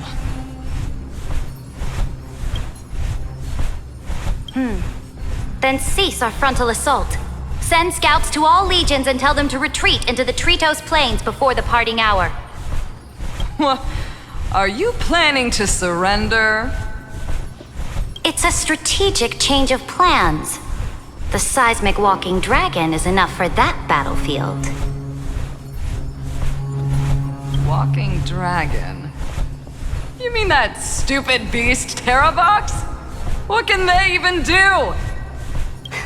Stupid? No. They are the wisest of all of Giorio's creations. Only they can perceive the currents of time. Let them deal with their earthly brethren.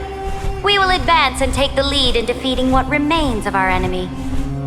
I will deliver the most fiery retribution for the humiliation they dealt us, and crown myself with a god-slaying wreath. Understood. I'll see to it. Those who are resolved to die, we salute you. The Temple of the Three Fates sent a letter, Imperator.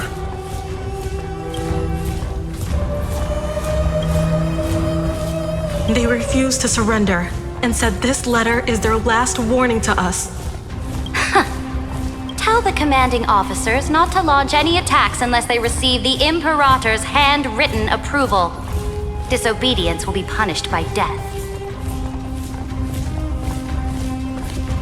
What are you doing? The priests of the Three Fates aren't soldiers, but politicians. Do not mistakenly believe they don't have a plan. These dying pests will wring out every idea from their brains, all for short-sighted gain. They are much shrewder than we are. I am inferior to them in that regard.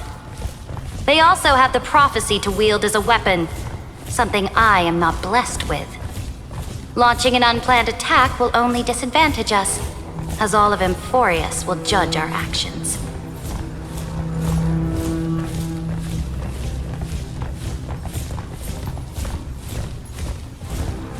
Which means I will be heading to the battlefield myself, just as I have always done. This time, however, I will go alone. I will conduct secret negotiations to ensure fate is on our side.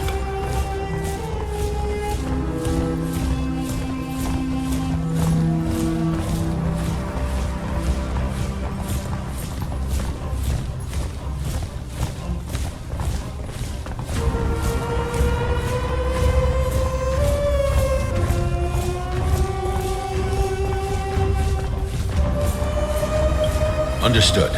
The legions will make their preparations. Those who are resolved to die, we salute you. Why are we not allowed to march out with the army, Imperator?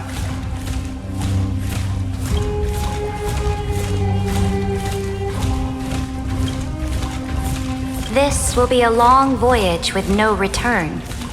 Those of you who bear the prophecy cannot come with me. Why are you personally leading this battle if it's doomed to fail? The Flame Chase journey cannot be without a leader. That is correct. The Empire will be without a head when the Imperator falls. But remember, as long as you seize the right opportunities, even a chaotic game will remain winnable.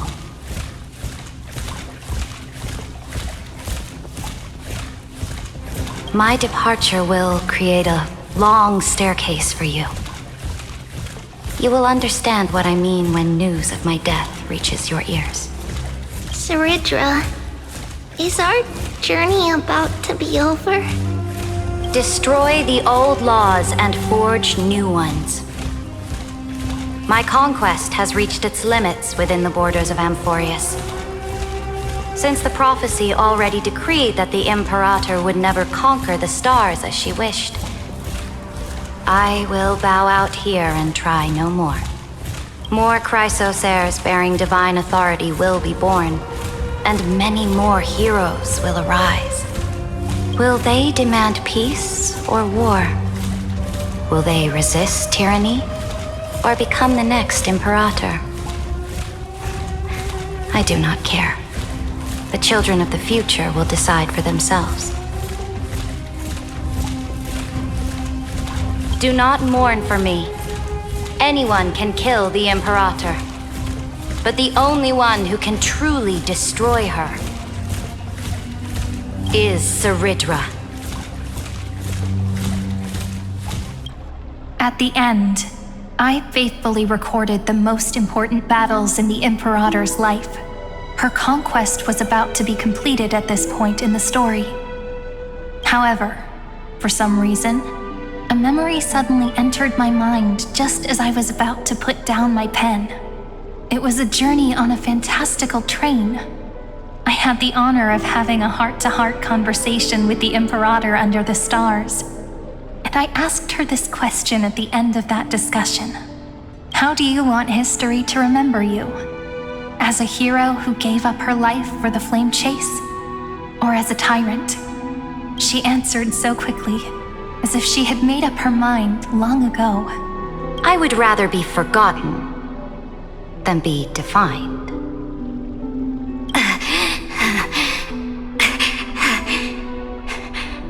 Because the law can be neither eternal nor unchallenged. And only humanity can pen laws into history's pages.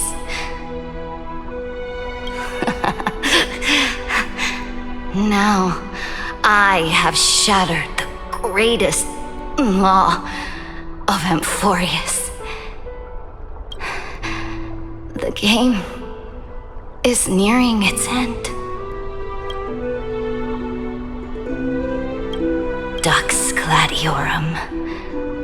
Even though you killed the Imperator in the previous 30 million cycles, this time you finally found your own law. Then, High Sealants, Electra.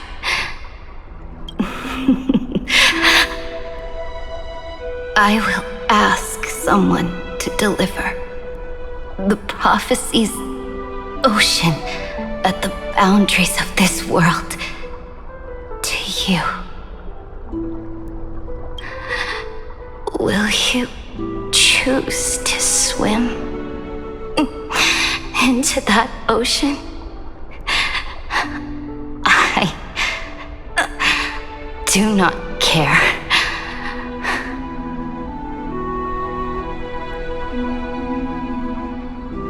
Do not care.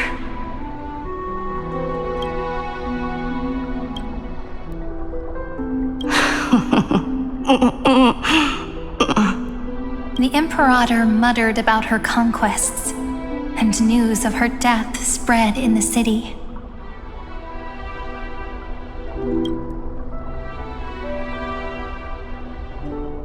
Freedom! Liberty! The tyrant is dead! Go! Shout this news in the streets! My people! My fellow elders! Do not panic.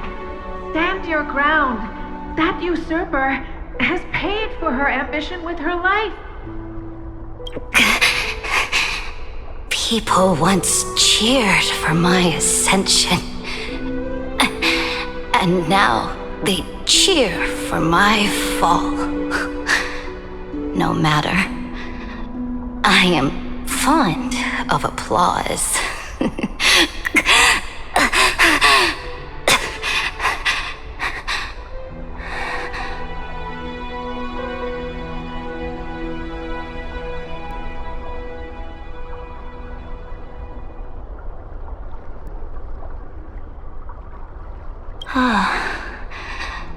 I see the cosmos, the battlefield that I cannot reach. I will return in the next cycle. The stars will hear my legion's war drums, hear the great name of the Imperator.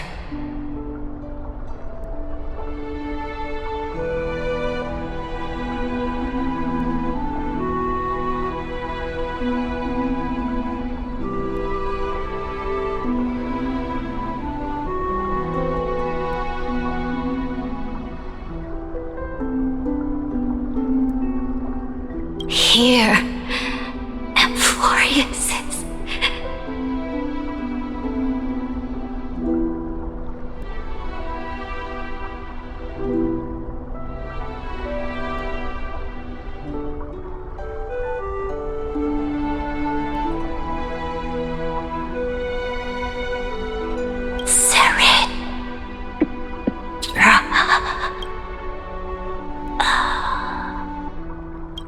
To this day, we do not know which rule the Imperator overwrote at the cost of her life.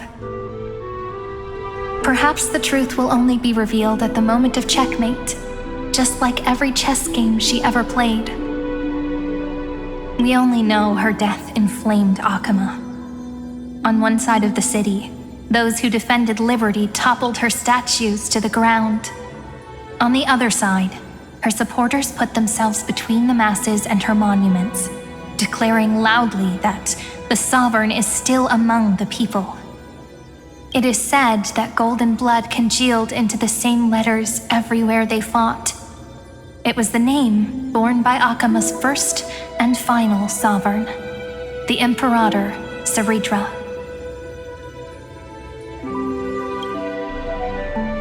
But the one who bore that name did not see any of this. Her gaze was cast far away, and the sound of tides in her ears drowned out the people's cries.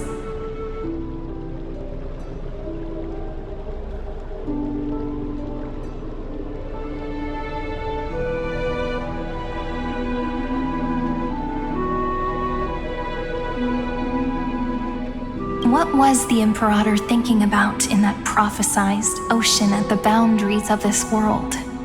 In that shallow puddle of stagnant water? Was she reminiscing about her past conquests? Or repenting for the millions killed for the flame chase? It was neither.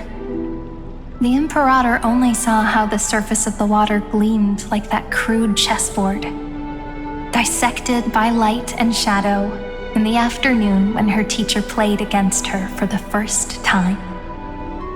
Look at this chessboard. What do the pieces look like? They are strangely beautiful. They look like the stars in the night sky ablaze.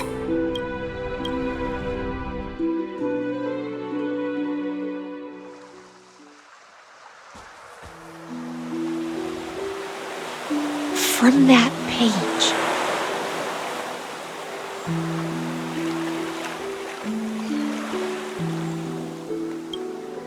emerged an ocean. So vast, so pure. Not a single trace of corruption. Is this Saridra? Electra, my subject. Ever since you walked out of the tainted ocean and pledged yourself to me, I have seen the abyss in your eyes and the emptiness in your heart. That was why I promised you a new ocean, where the Imperator's ambitions would serve as the currents, and loyalty would be its light. Electra, my subject. You have done your duty as my blade. The prophecy has now made its final decree on the road I intend to walk. My conquest is doomed to never reach the stars.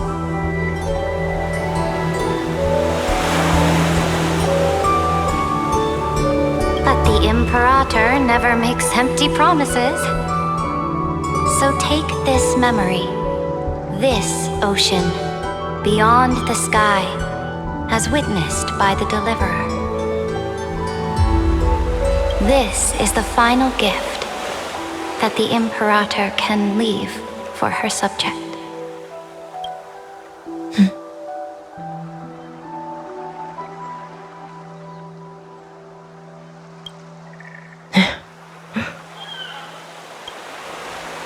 When I was still a fish in the ocean, I always felt so genuine swimming through the waters. But once I stepped onto land, I found myself caught in a play. Every land dweller wore a mask in their life. So I, too, donned a costume and tried to find my role in this show. I became your blade in war and the violin strings at banquets.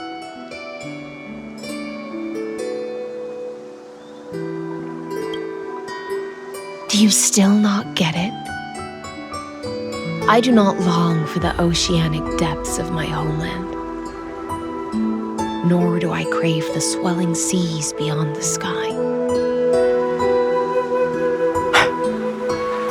Perhaps even I don't know what I want. I still don't know where I should swim to even at the end. But I know one thing right now. A fish is simply a fish. And she can never leave the ocean she's in. But whether under the ocean or on land, we two prisoners who can never escape this cave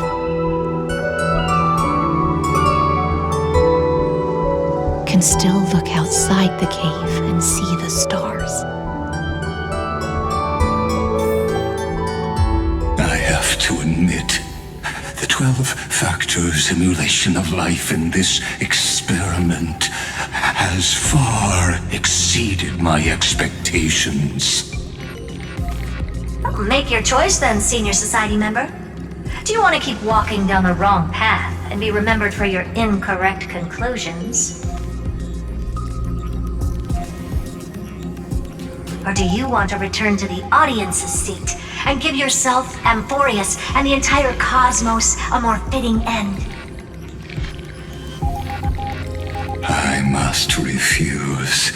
A dead man never fears death. Did I not make myself clear?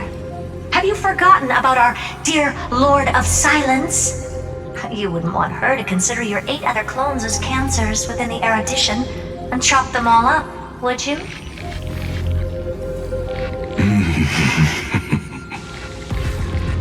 Your logical deductions are vastly different from mine. Therefore, allow me to provide one more academic recommendation. Listen, my peers. Why don't you look beyond this world, just as the Chrysos heirs did? Re-evaluate your calculations and take into account all enemies in the upcoming war among the eons.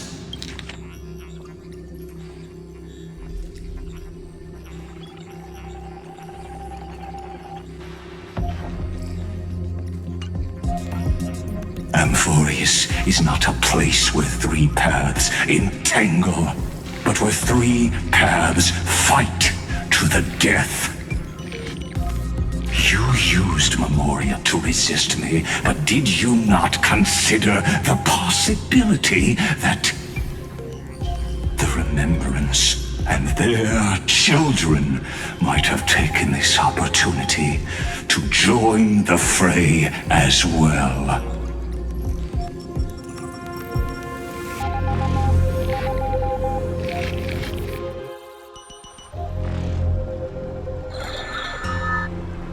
Oh, so this isn't just silence. It's the answer. What was the last thing she said to you before you parted the waters at the Scale Gorge waterscape? A tricky question, but one with a simple answer. She didn't say anything back then, right?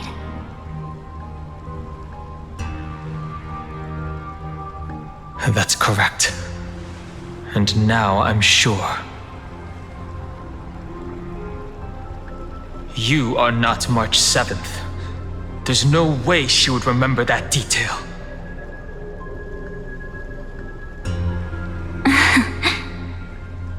I'll only warn you once.